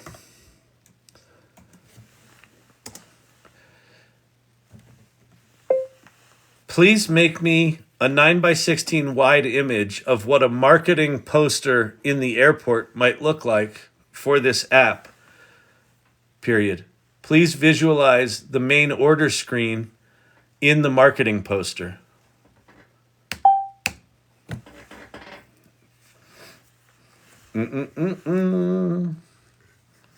Yes, and write around it in different colors. Exactly. Whiteboard management. I test my crystal compendium GPT to upload a photo of a crystal to identify it. And it did it properly. Oh, that's amazing. That's cool. Error creating the image. It seems there was an error. I will now attempt to create a marketing poster. It appears there was an error. Try again. Or Sugsan. I'm still loving ChatGPT's logo is wearing a party hat. I know, it's great, isn't it? I was really surprised today when stuff about a small company on ChatGPT.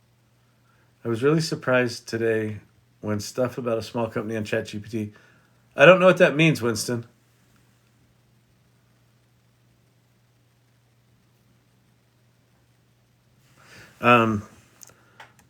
Write me code for the front and back end of the app.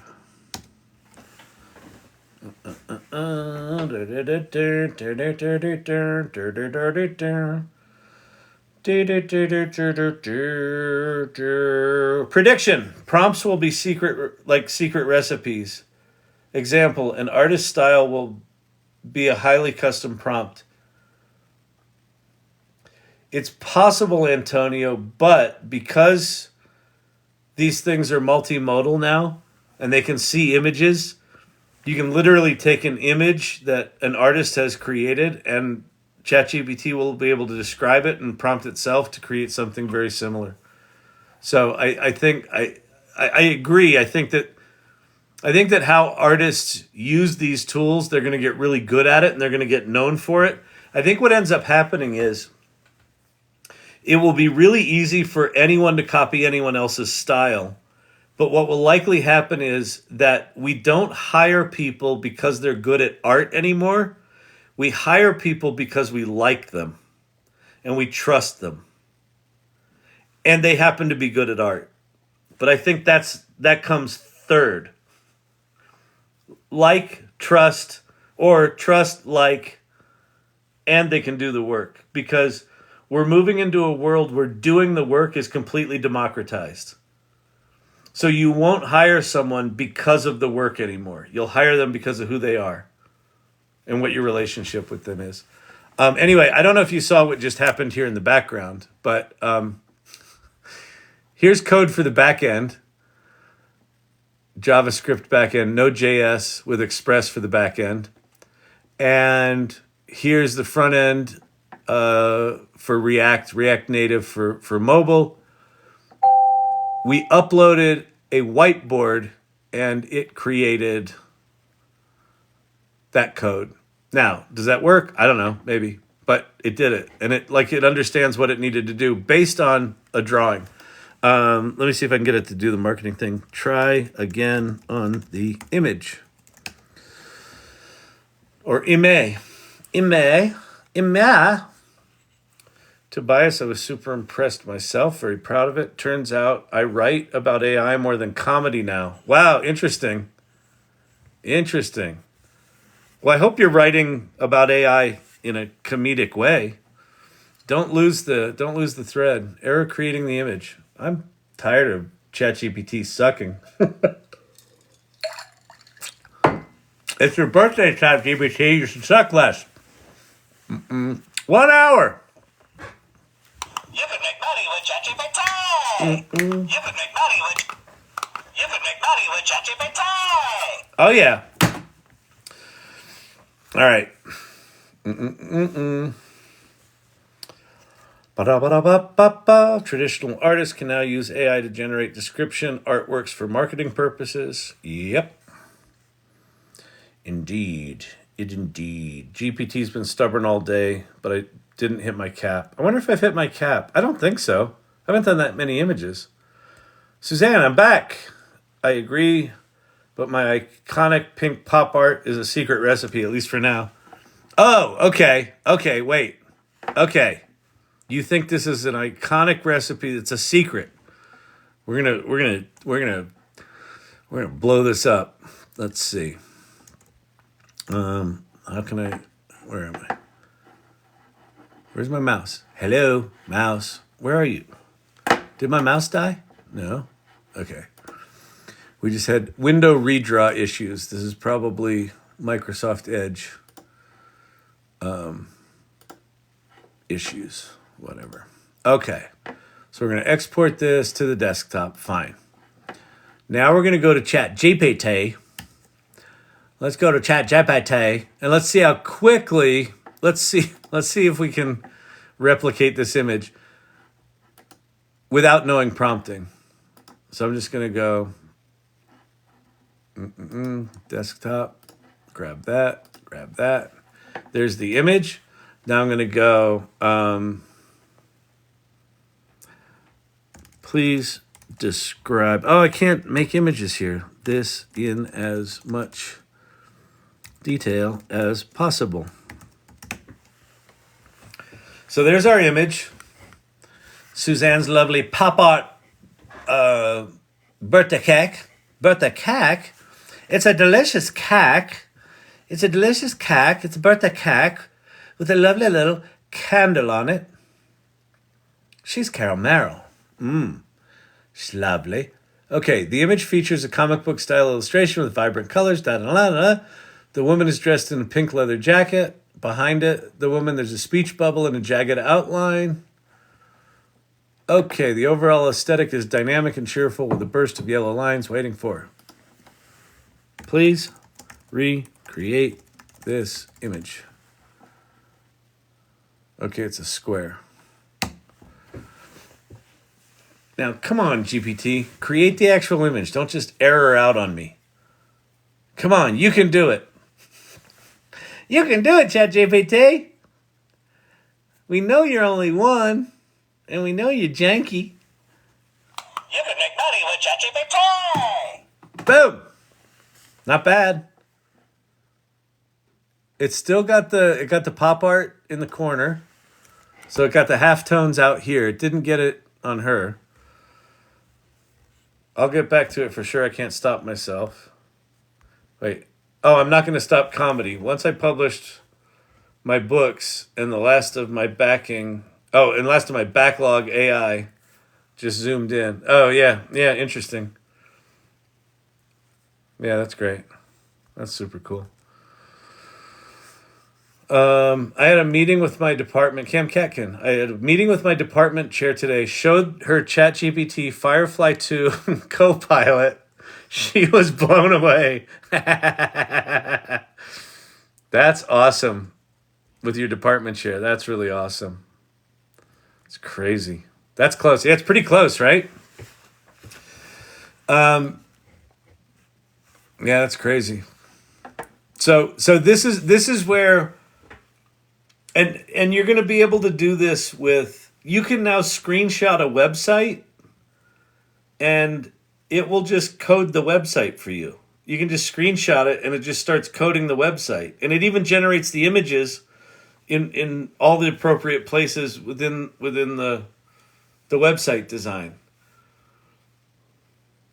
So again, I go back to let's pop that up big. Is that big? Wait, download.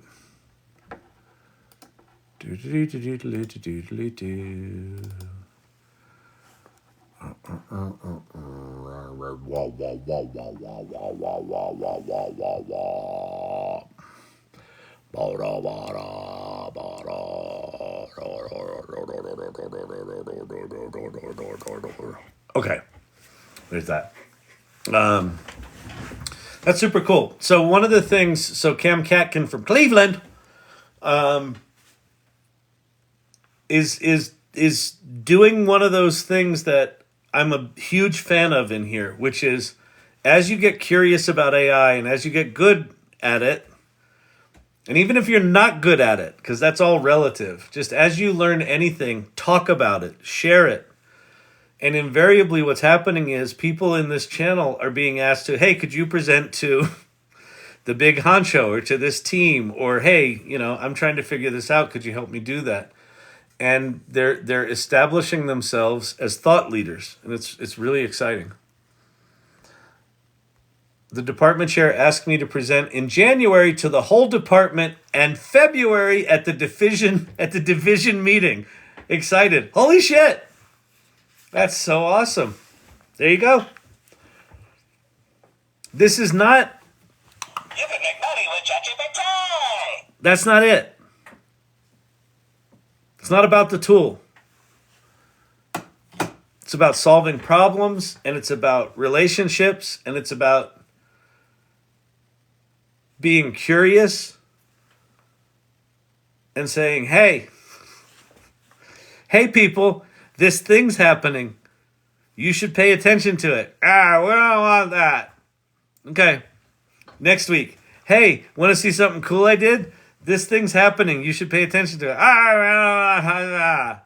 Okay. A month later. Hey, I did this other cool thing. You want to see it? Yeah, okay, I'll see it.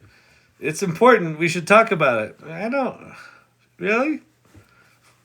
Sure, you want to see it? Okay. Here. Oh my God. That's generally the progression of these conversations.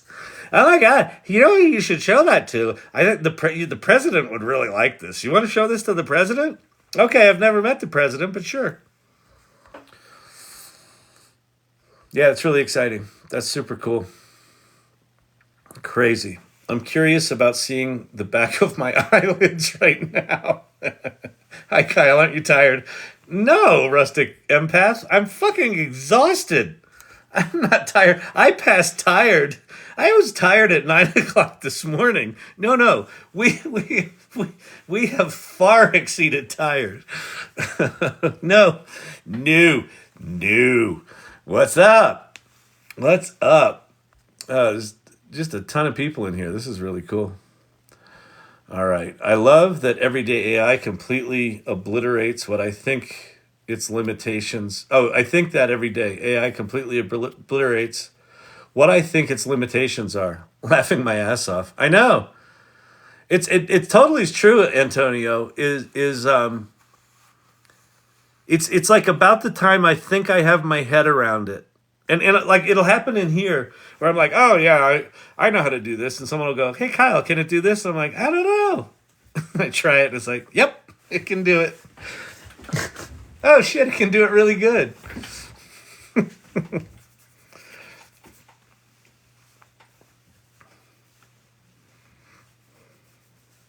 I mean, what's wild is the human piece of this for me. Cam, you back on tomorrow having a day off? Fuck no, I'll be back tomorrow, 8 o'clock.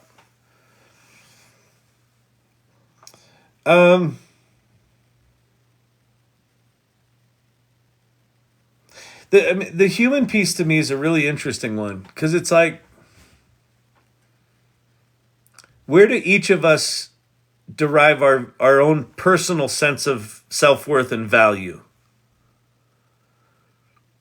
And if your own personal sense of self-worth and value is in, this is the work I do, and I'm valuable because I do this work, and then that work is democratized and commoditized, and the value of just the work itself drops essentially to zero, what's that going to do to people's self-worth?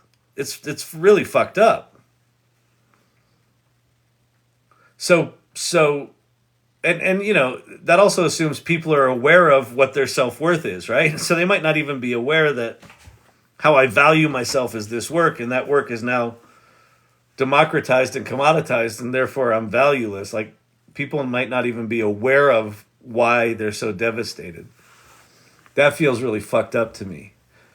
But the corollary to it is, I might think my worth is in doing this work.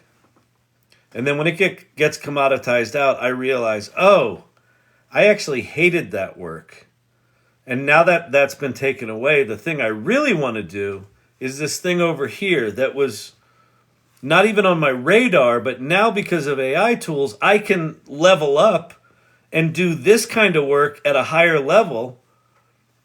And I might have a whole new sense of self-worth. So I think there's going to be big swaths of people that are just absolutely fucking crushed. There's going to be a bunch in the middle that are neutral, like, fuck, I got to deal with it. And then there's going to be probably, sort of an equally sized chunk that are like, well, yeah, you know what? I would have kept doing that for 30 years, but you know what? Fuck it. I actually hated it. You know what I just like? I like this. I didn't even know I liked that. Kyle just explained my life in politics. There you go.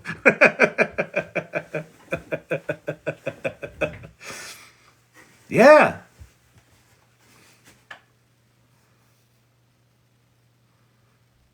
That's insane to me.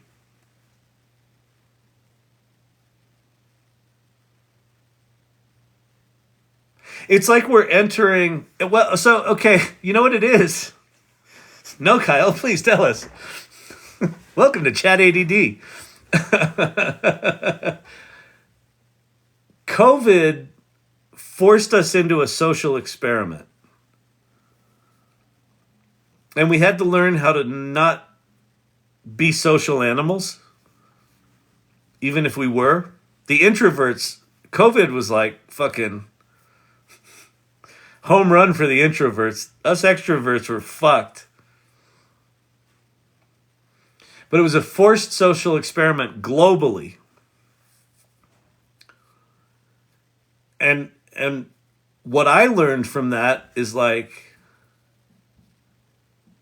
well, we had all these rules, and the rules were you go to work, and the rules were companies exist because people show up at the same geographic location. And there were exceptions to it, but for the most part, that was the rule.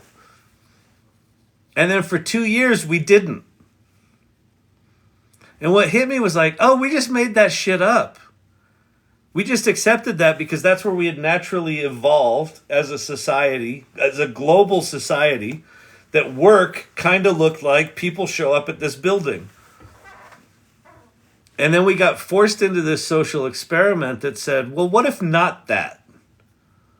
Oh, okay. I won't leave the house for 2 years. Let's see how that goes. Companies survived. Companies are now struggling to get people to come back to that old model because we all experienced that, oh, this other model also works. And so now there's all these hedges where companies are like, well, come in for 2 days? Come in for 2? Come in for 2, and there's an optional third one. And we're going to have cupcakes on the third day. You should really come in for the cupcakes. I make them myself. They're going to be tasty. I make a chocolate buttercream. Like you just have... do you like this? Do you like the little star sprinkles, or do you like the little sticks? You like the sticks. Interesting. See, I like the crunch of the stars. That's so funny. Anyway, come in for the third day. You'll get the cupcakes. So that's happening right now in business. And now there is a grander social experiment being slapped on top of the COVID one. What if how we do what we do completely changes overnight?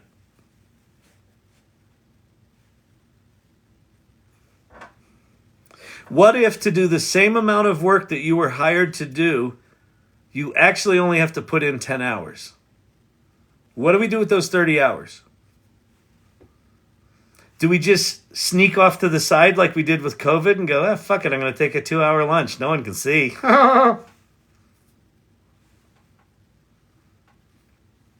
does it actually change the nature of what companies are, what work is, what jobs are?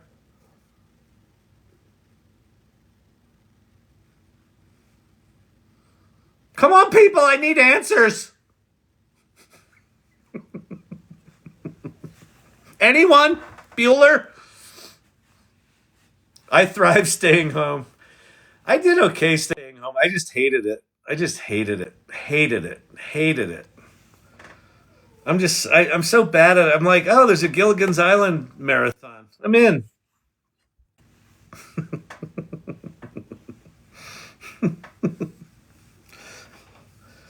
I think it's the ADD thing. I just need the structure of get up, go to the fucking office, do the work. What do you want, champ? You wanna go out? You gonna go out? You wanna go see mama? Come on.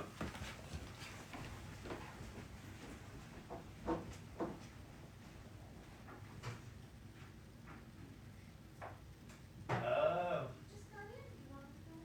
He heard you there. He's like, where's my cheese? Champy, come on. Come with me. She's got nothing for you. Get up there. You want to get up there? Go. There you go. The grand fucking experiment. Oh, thank you so much, Winston. That is beautiful. I love that. Thank you so much. How many do a job they hate for the insurance they need because their job makes them sick? Yeah. This is... I think people kind of comment to me. I get a lot of backhanded compliments about I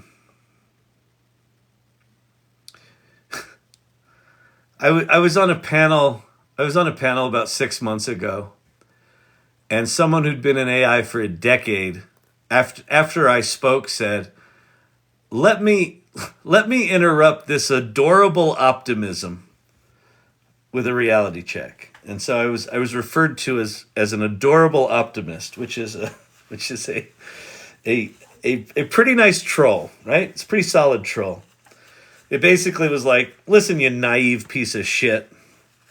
AI isn't perfect, and it's not secure, and it's not this, and it's not that.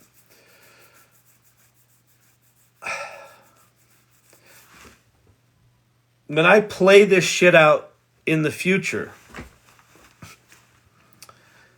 there is a very real possibility that a lot of us are doing jobs that fucking suck. Because the system is built on these complex Byzantine fucking nightmarish hellholes of process that are only there because the current technology we have can't simplify it. And so we just keep adding to the fucking insanity. And we have jobs. There are people whose job it is to take faxed forms that were filled out for insurance and read them and type that shit in. Why? Because we didn't have the stuff to not do that. And because that whole industry sector, healthcare, decided that faxes were still the technology du jour until 2021. What if all of those jobs went away? Is that a bad thing? Well, those people lose all their... Okay, yeah, that's bad. But now those people have access to these tools. And maybe there are new jobs that can be created because instead of spending $300 million a year on document processing, we spend $50 million a year on document processing. What do we do with that extra revenue? Well, if you're a PE firm, you pocket it. But I think there will be companies that do the right thing. And then there'll be a lot of people that reinvent themselves and reinvent new ways of working. So I might be an adorable optimist, but it is possible that when people are less stressed out because they're doing less shitty jobs, they find new and exciting and valuable ways to contribute to society. What if that?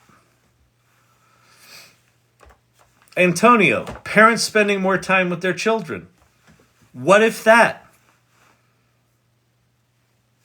What if daddy only had to travel 2 days a week instead of 6? What if that?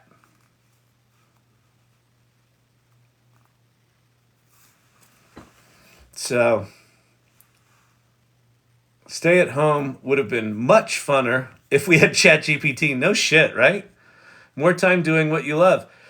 How many people don't even know what they love because there's so much stress in their life because of the nature of the job they're in? That if there were a tool that took away 30 of those hours, they still had the job, they still had to do shit for 10 of the hours, but 30 hours were freed up where they weren't just completely overstressed and behind the 8 ball all the time. What if technology came along where they could actually catch up and get ahead of the curve and start thinking about what they really wanted to do? What if? New jobs created. Yeah. I just feel like I'm so fucking tired of hearing it's gonna take jobs. Everyone's gonna be devastated. The robots are gonna kill us. Maybe. Or the shitty jobs get automated. Well, what's left? I don't know. Make something amazing. Go invent a new thing. Well, I don't know anything about material science. That no longer matters. Look what happened yesterday.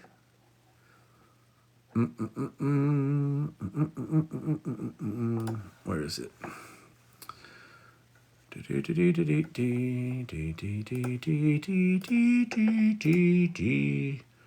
Where did it go? This one. Yesterday. Google DeepMind released a paper published in Nature. Today, we share the discovery of 2.2 million new crystals, equivalent to 800 years worth of knowledge. Project called GNOME, Graph Networks for Material Exploration. With GNOME, we've multiplied the number of technologically viable materials known to humanity. Of its 2.2 million predictions, 380,000 are the most stable. 380,000 new materials were just released into the world. Edgar, Kyle, you should make these 24-hour podcasts more often. Good Lord, sir.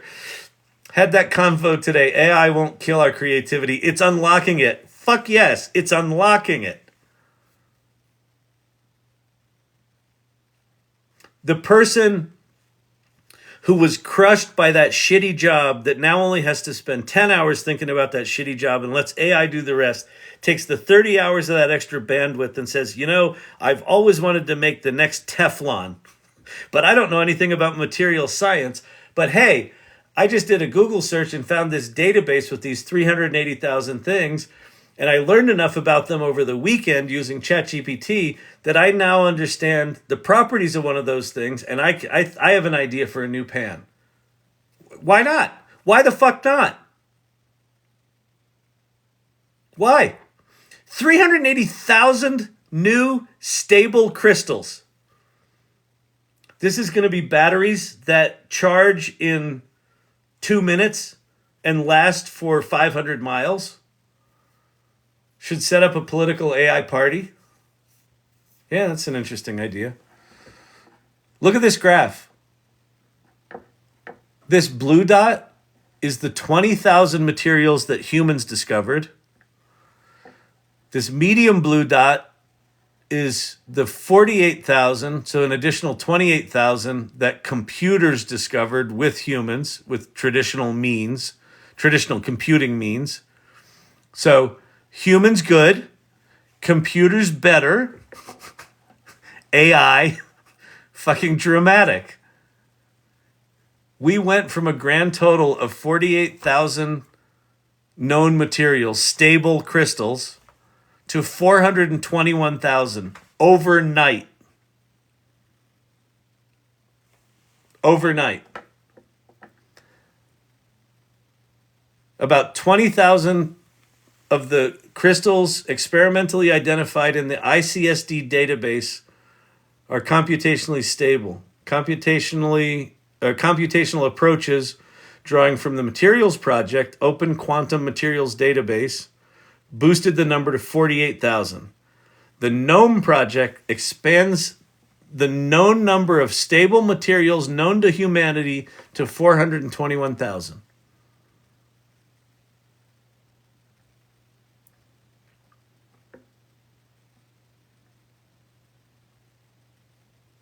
Amazing.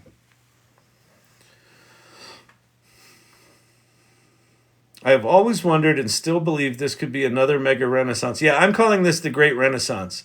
Do you notice the middle letters in the word Renaissance? For my life, so I got a degree in acting, and I always wondered, why in the fuck is there an I in the middle of the word Renaissance? It's because we were waiting for AI. I think we're entering a great renaissance. We're going to see scientific breakthroughs. This is not a scientific breakthrough. Like this is like watershed. To go from 48,000 to 420,000 known materials, stable materials. Low temperature superconductor. You know. The parallel universe theory says that in some universe, Kyle is dueling with... Wait, live will end in 1 minute. Verify to continue. That was weird. The parallel universe says that in some universe, Kyle is dueling with Dar in an AI gen matrix.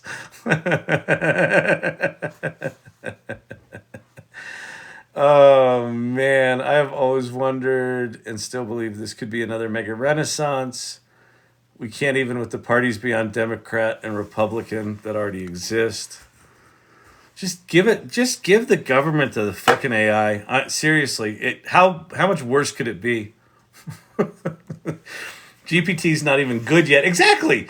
Wait till quantum processors are viable. Or just wait until Q-Star comes out. I assume folks on here have heard of Q-Star.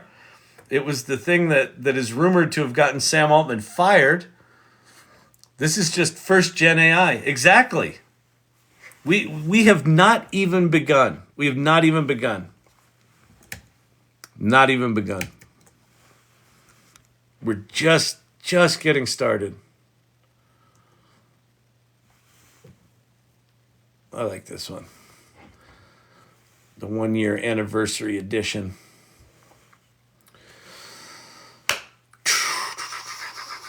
What time is it? What time is it, people? 11:29. 30 minutes. I'm not crapping out, so you don't crap out. All right, let's end this with a bang. Do me a favor. Share the live. Hit the like button. Follow my channel. Just do the shit. Let's follow this up with a bang. Thank you very much, Winston. I appreciate that. Whoever said I should do these 24-hour things more often.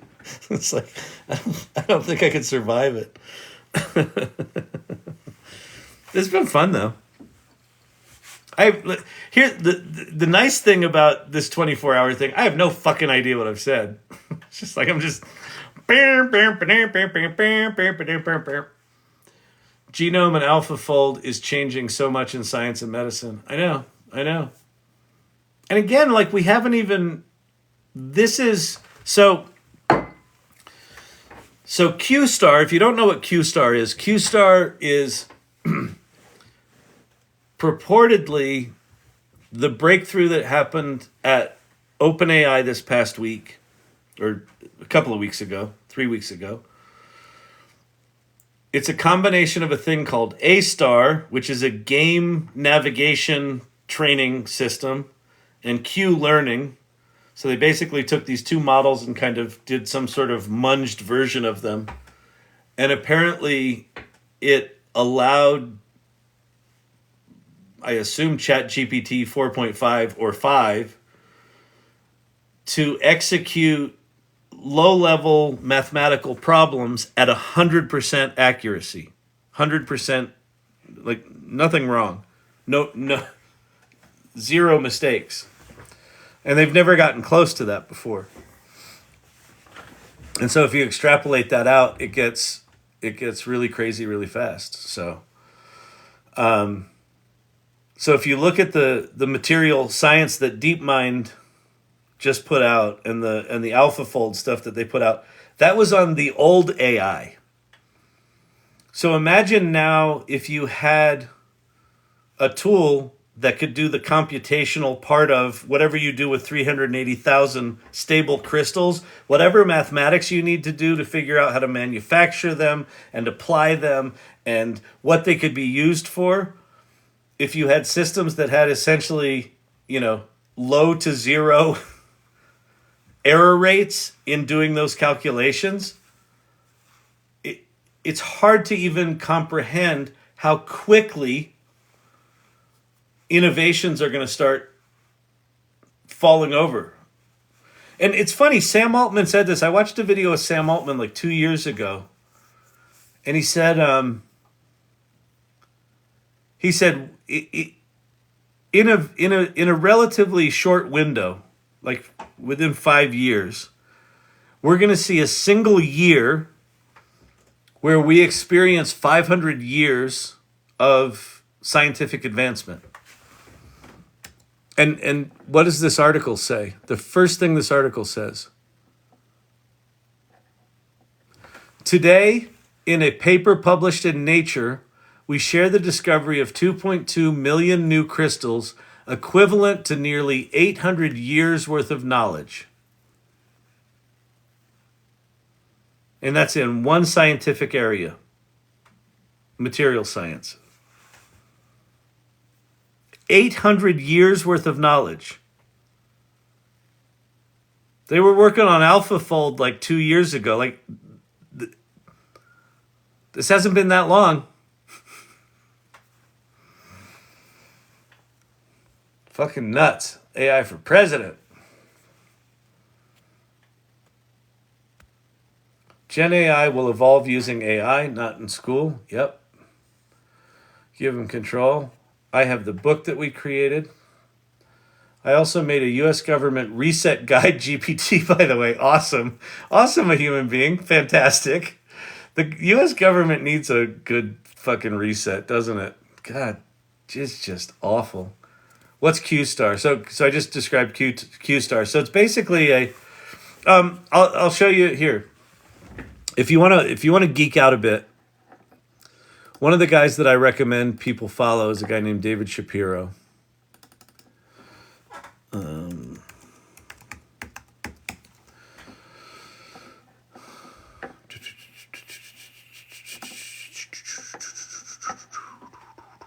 So, Q-Star's bigger than you think. Why? Oh, these aren't all his, are they? Hang on.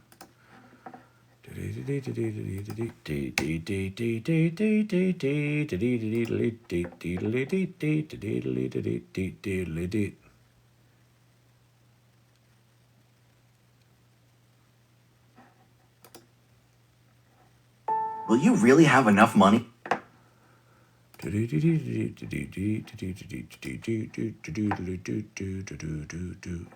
Okay, so go to David Shapiro's, he's Dave Shap, DAVESHAP, on YouTube, and the 5th and 6th videos.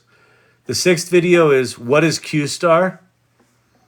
And the 5th video is Q-Star is the biggest thing since Word to Vec, which is an algorithm that led to transformers, and transformers are the T in GPT.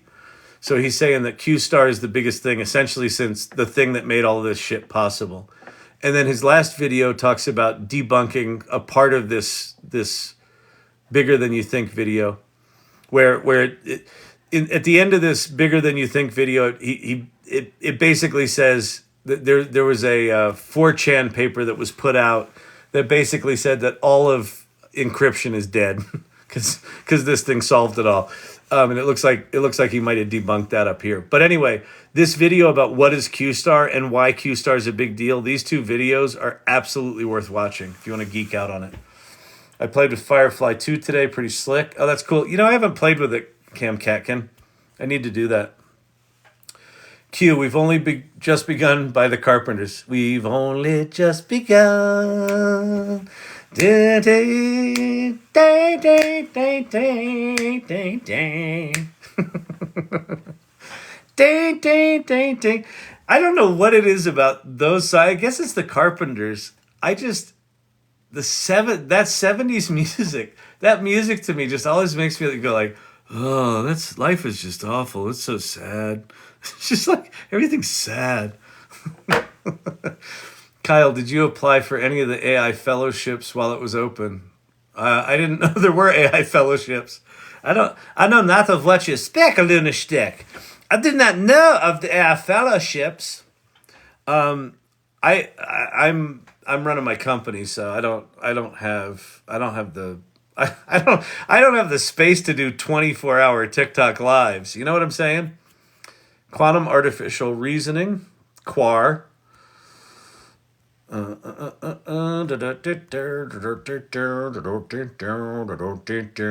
issue of Nature? I assume it's the one that just came out.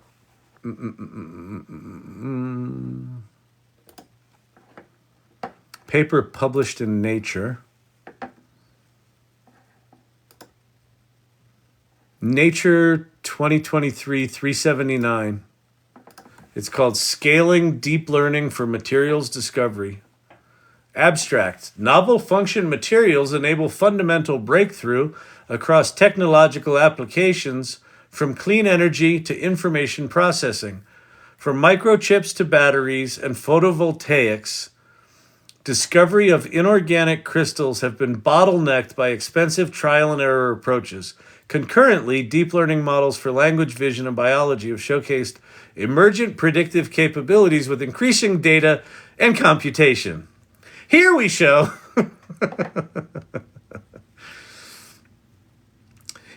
the graph networks trained at scale can reach unprecedented levels of generalization. So basically you can just learn any crystal. You don't have to do this really specialized shit per crystal. It's generalized, improving the efficiency of materials discovery by an order of magnitude. Building on the 48,000 stable crystals identified in continuing studies, improved efficiency enables the discovery of 2.2 million structures. Below the current convex hull, many have escaped previous human chemical intuition. Our work represents order of magnitude expansion in stable materials known to humanity. Our work represents order of magnitude expansion in stable materials known to humanity. We're going to start seeing this over and over and over. AI.gov took something.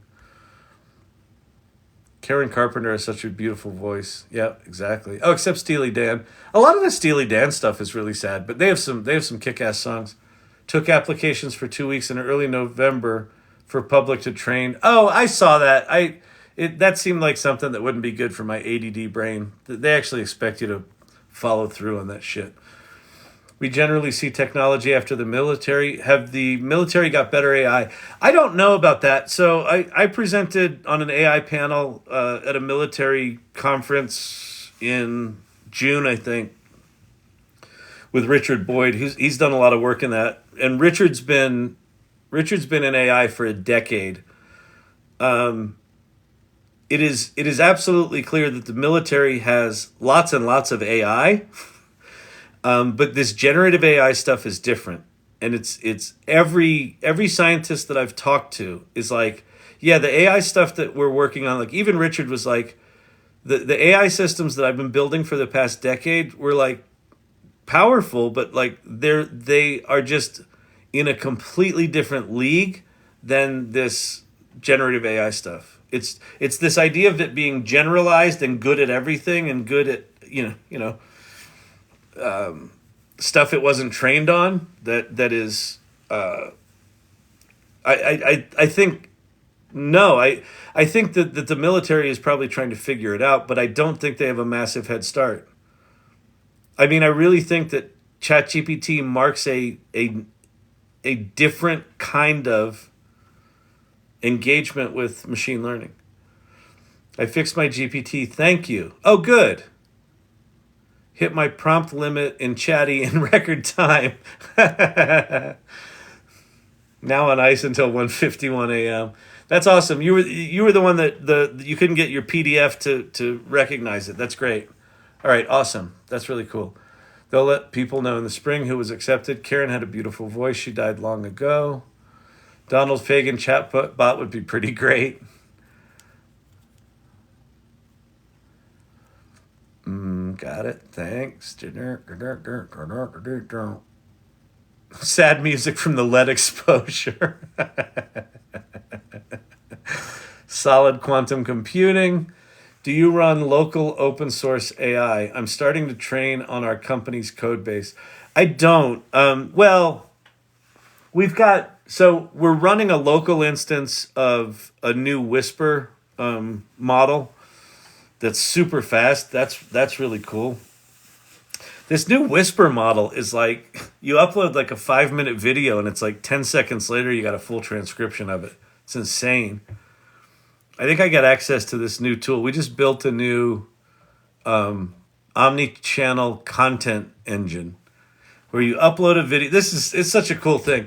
You upload a video, it transcribes it, it chapterizes it, writes a title, writes a description, and then there's a whole bunch of buttons for different social media content, and you just push them, and it goes, it just drops your content out. And it's really good because ChatGPT-4 it's really good.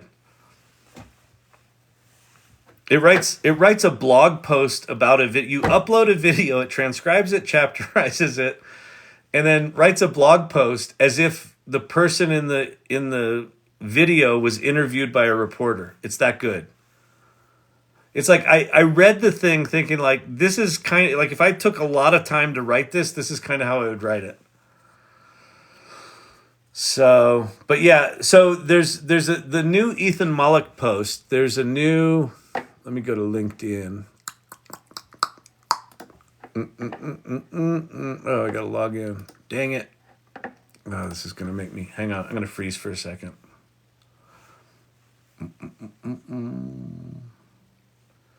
How do we get our hands on it? How do you get your hands on what? My omni-channel content engine? It's not out yet. I mean, I'm just gonna get the first build tomorrow. Where? Resend. Why did I not get my thing?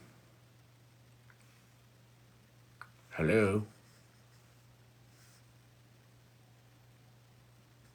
Oh, crap, whatever. Go on LinkedIn and look up Ethan Mollick. Maybe, I think he put it on X as well. Hang on, maybe I'm signed into X.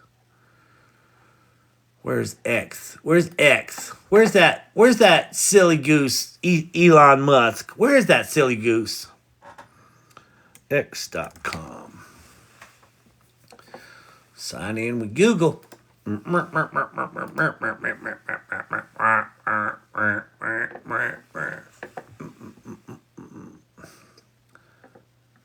Ah! Holy shit. Oh, wait. Wait. Rowan Chang, it's official. Sam Altman just confirmed new Q-star model breakthrough was a leak. Plus huge developments in AI from Elon Musk, Microsoft, the UK. Okay, wait. In an exclusive interview with The Verge. Oh, this came out 2 days ago. I didn't read it, though. Sam Altman confirmed Q-star was leaked, meaning it's real. Sam quotes, no particular comment on that unfortunate leak. Wow. Huh. Well, that's an appropriate way to sort of wind up the 24 hours, isn't it? Elon Musk predicts AGI within the next 3 years. That's also the same interview where he told Bob Iger to go fuck himself. So. Unbelievable. Ideogram launched image prompting. What's that mean? Within the platform, you can now upload an image and control the output using visual input in addition to text. What? Sorry, people here. I'm discovering things as you are.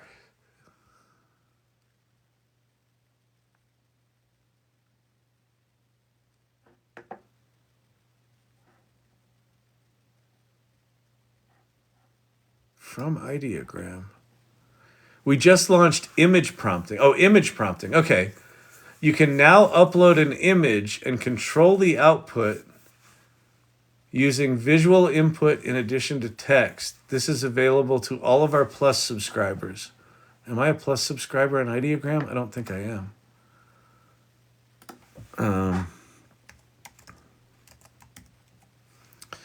I'm telling you, people, 2021 is going to be absolutely crazy.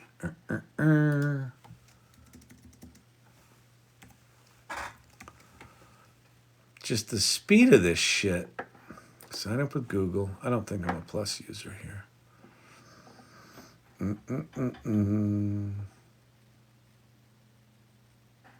Plus.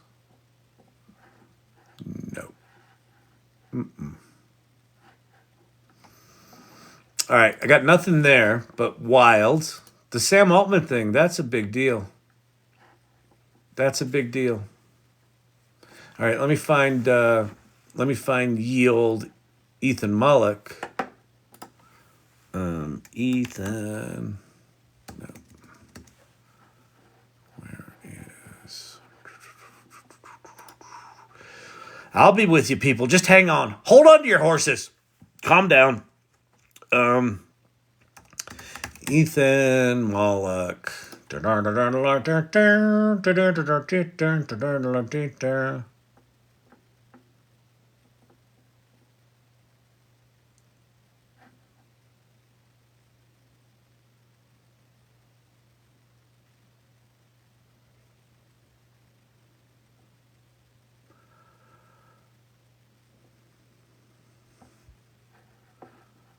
Ethan Mullock.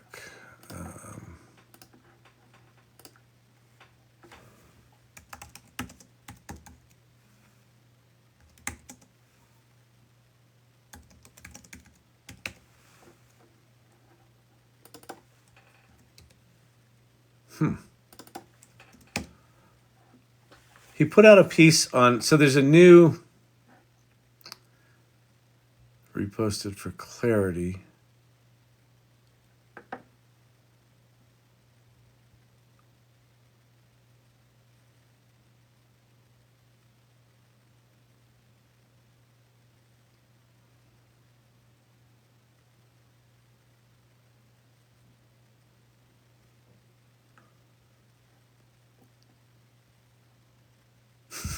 Ethan Mullock, Google is in a position to leapfrog to become a real power in the consumer AI world, assuming they can get out of their own way and ship Gemini. Pieces are there. Integration with Google services, personalization, friendly UI.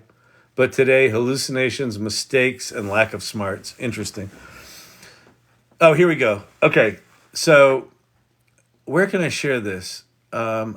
I think I might have shared this on the salon, but I'll do it. Let me copy the link. So Ethan Mullock, the tweet is, the ability to download a decent, fully functional large language model with vision in one click that you can easily run on your own computer or carry on a USB drive feels cyberpunk as hell. So I'm going to go over to the AI Salon, and I'm going to go to news. And let me just make sure that I didn't post this already. I may have.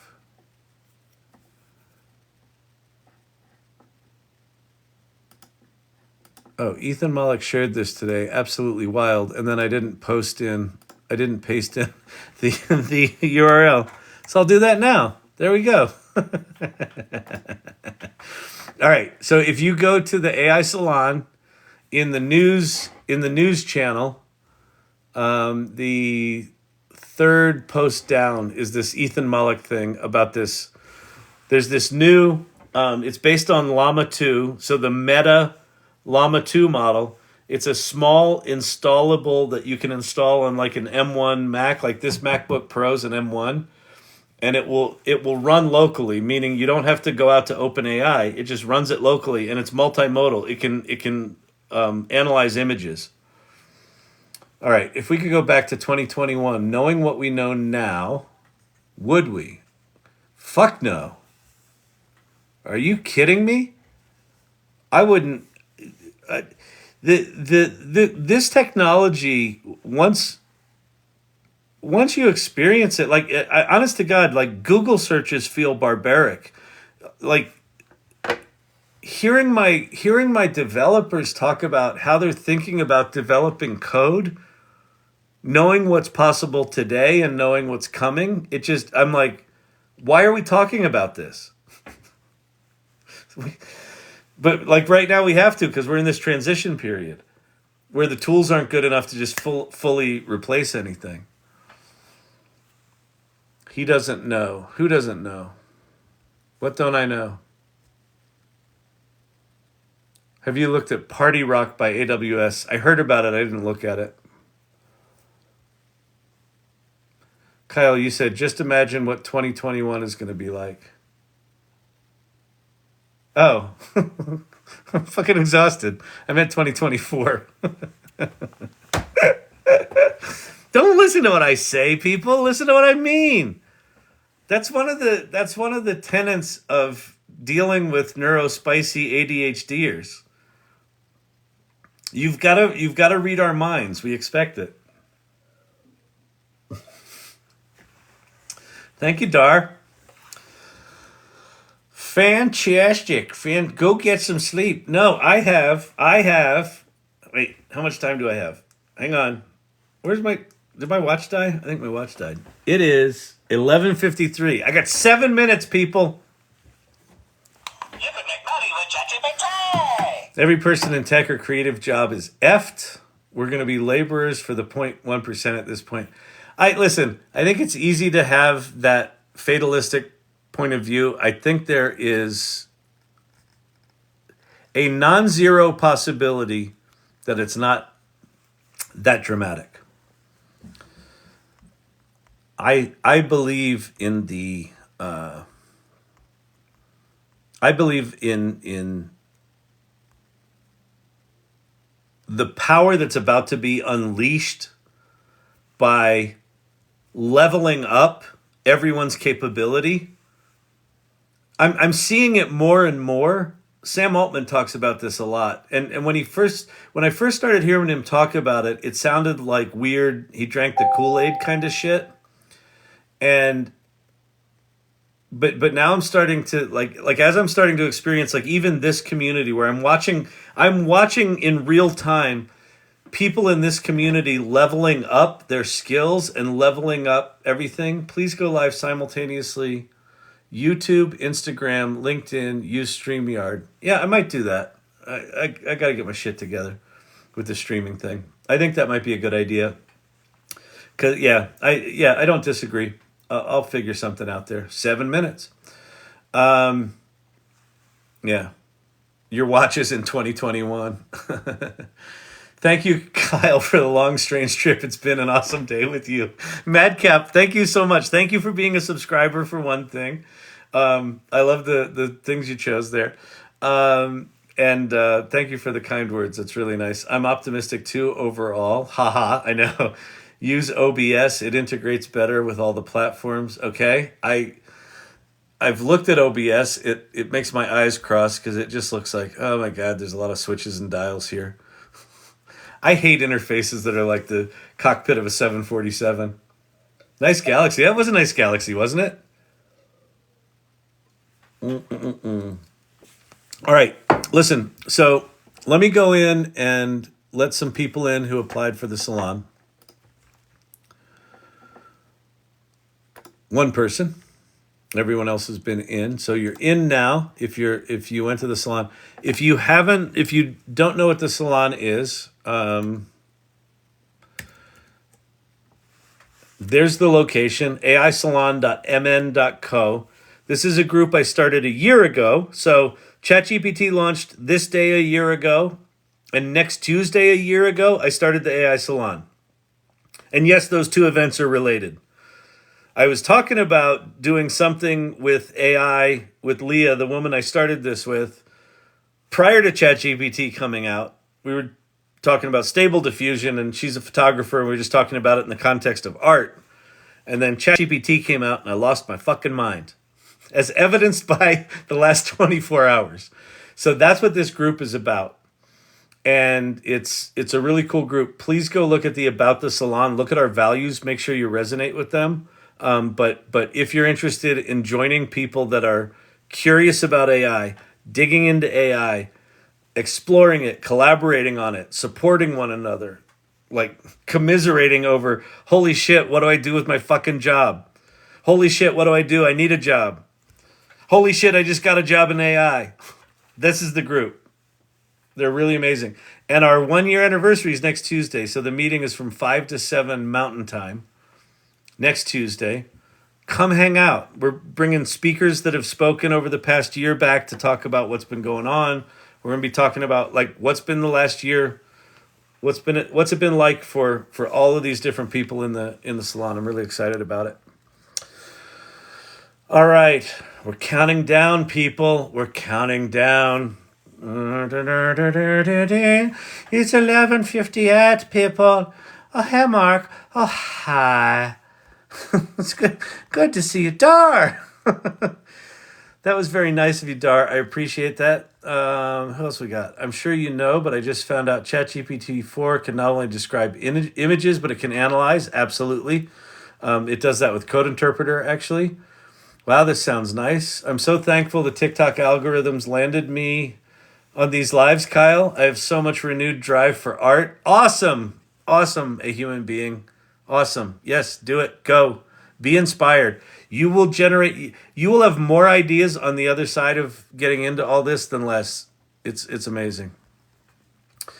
Thanks for everything you do, Kyle. Quick take, Jake. Thank you so much. Let me thank first. I gotta give a big shout out to the mods. So the irregulars that are in here that mod, Tobias, all these people that mod, Be Not Afraid.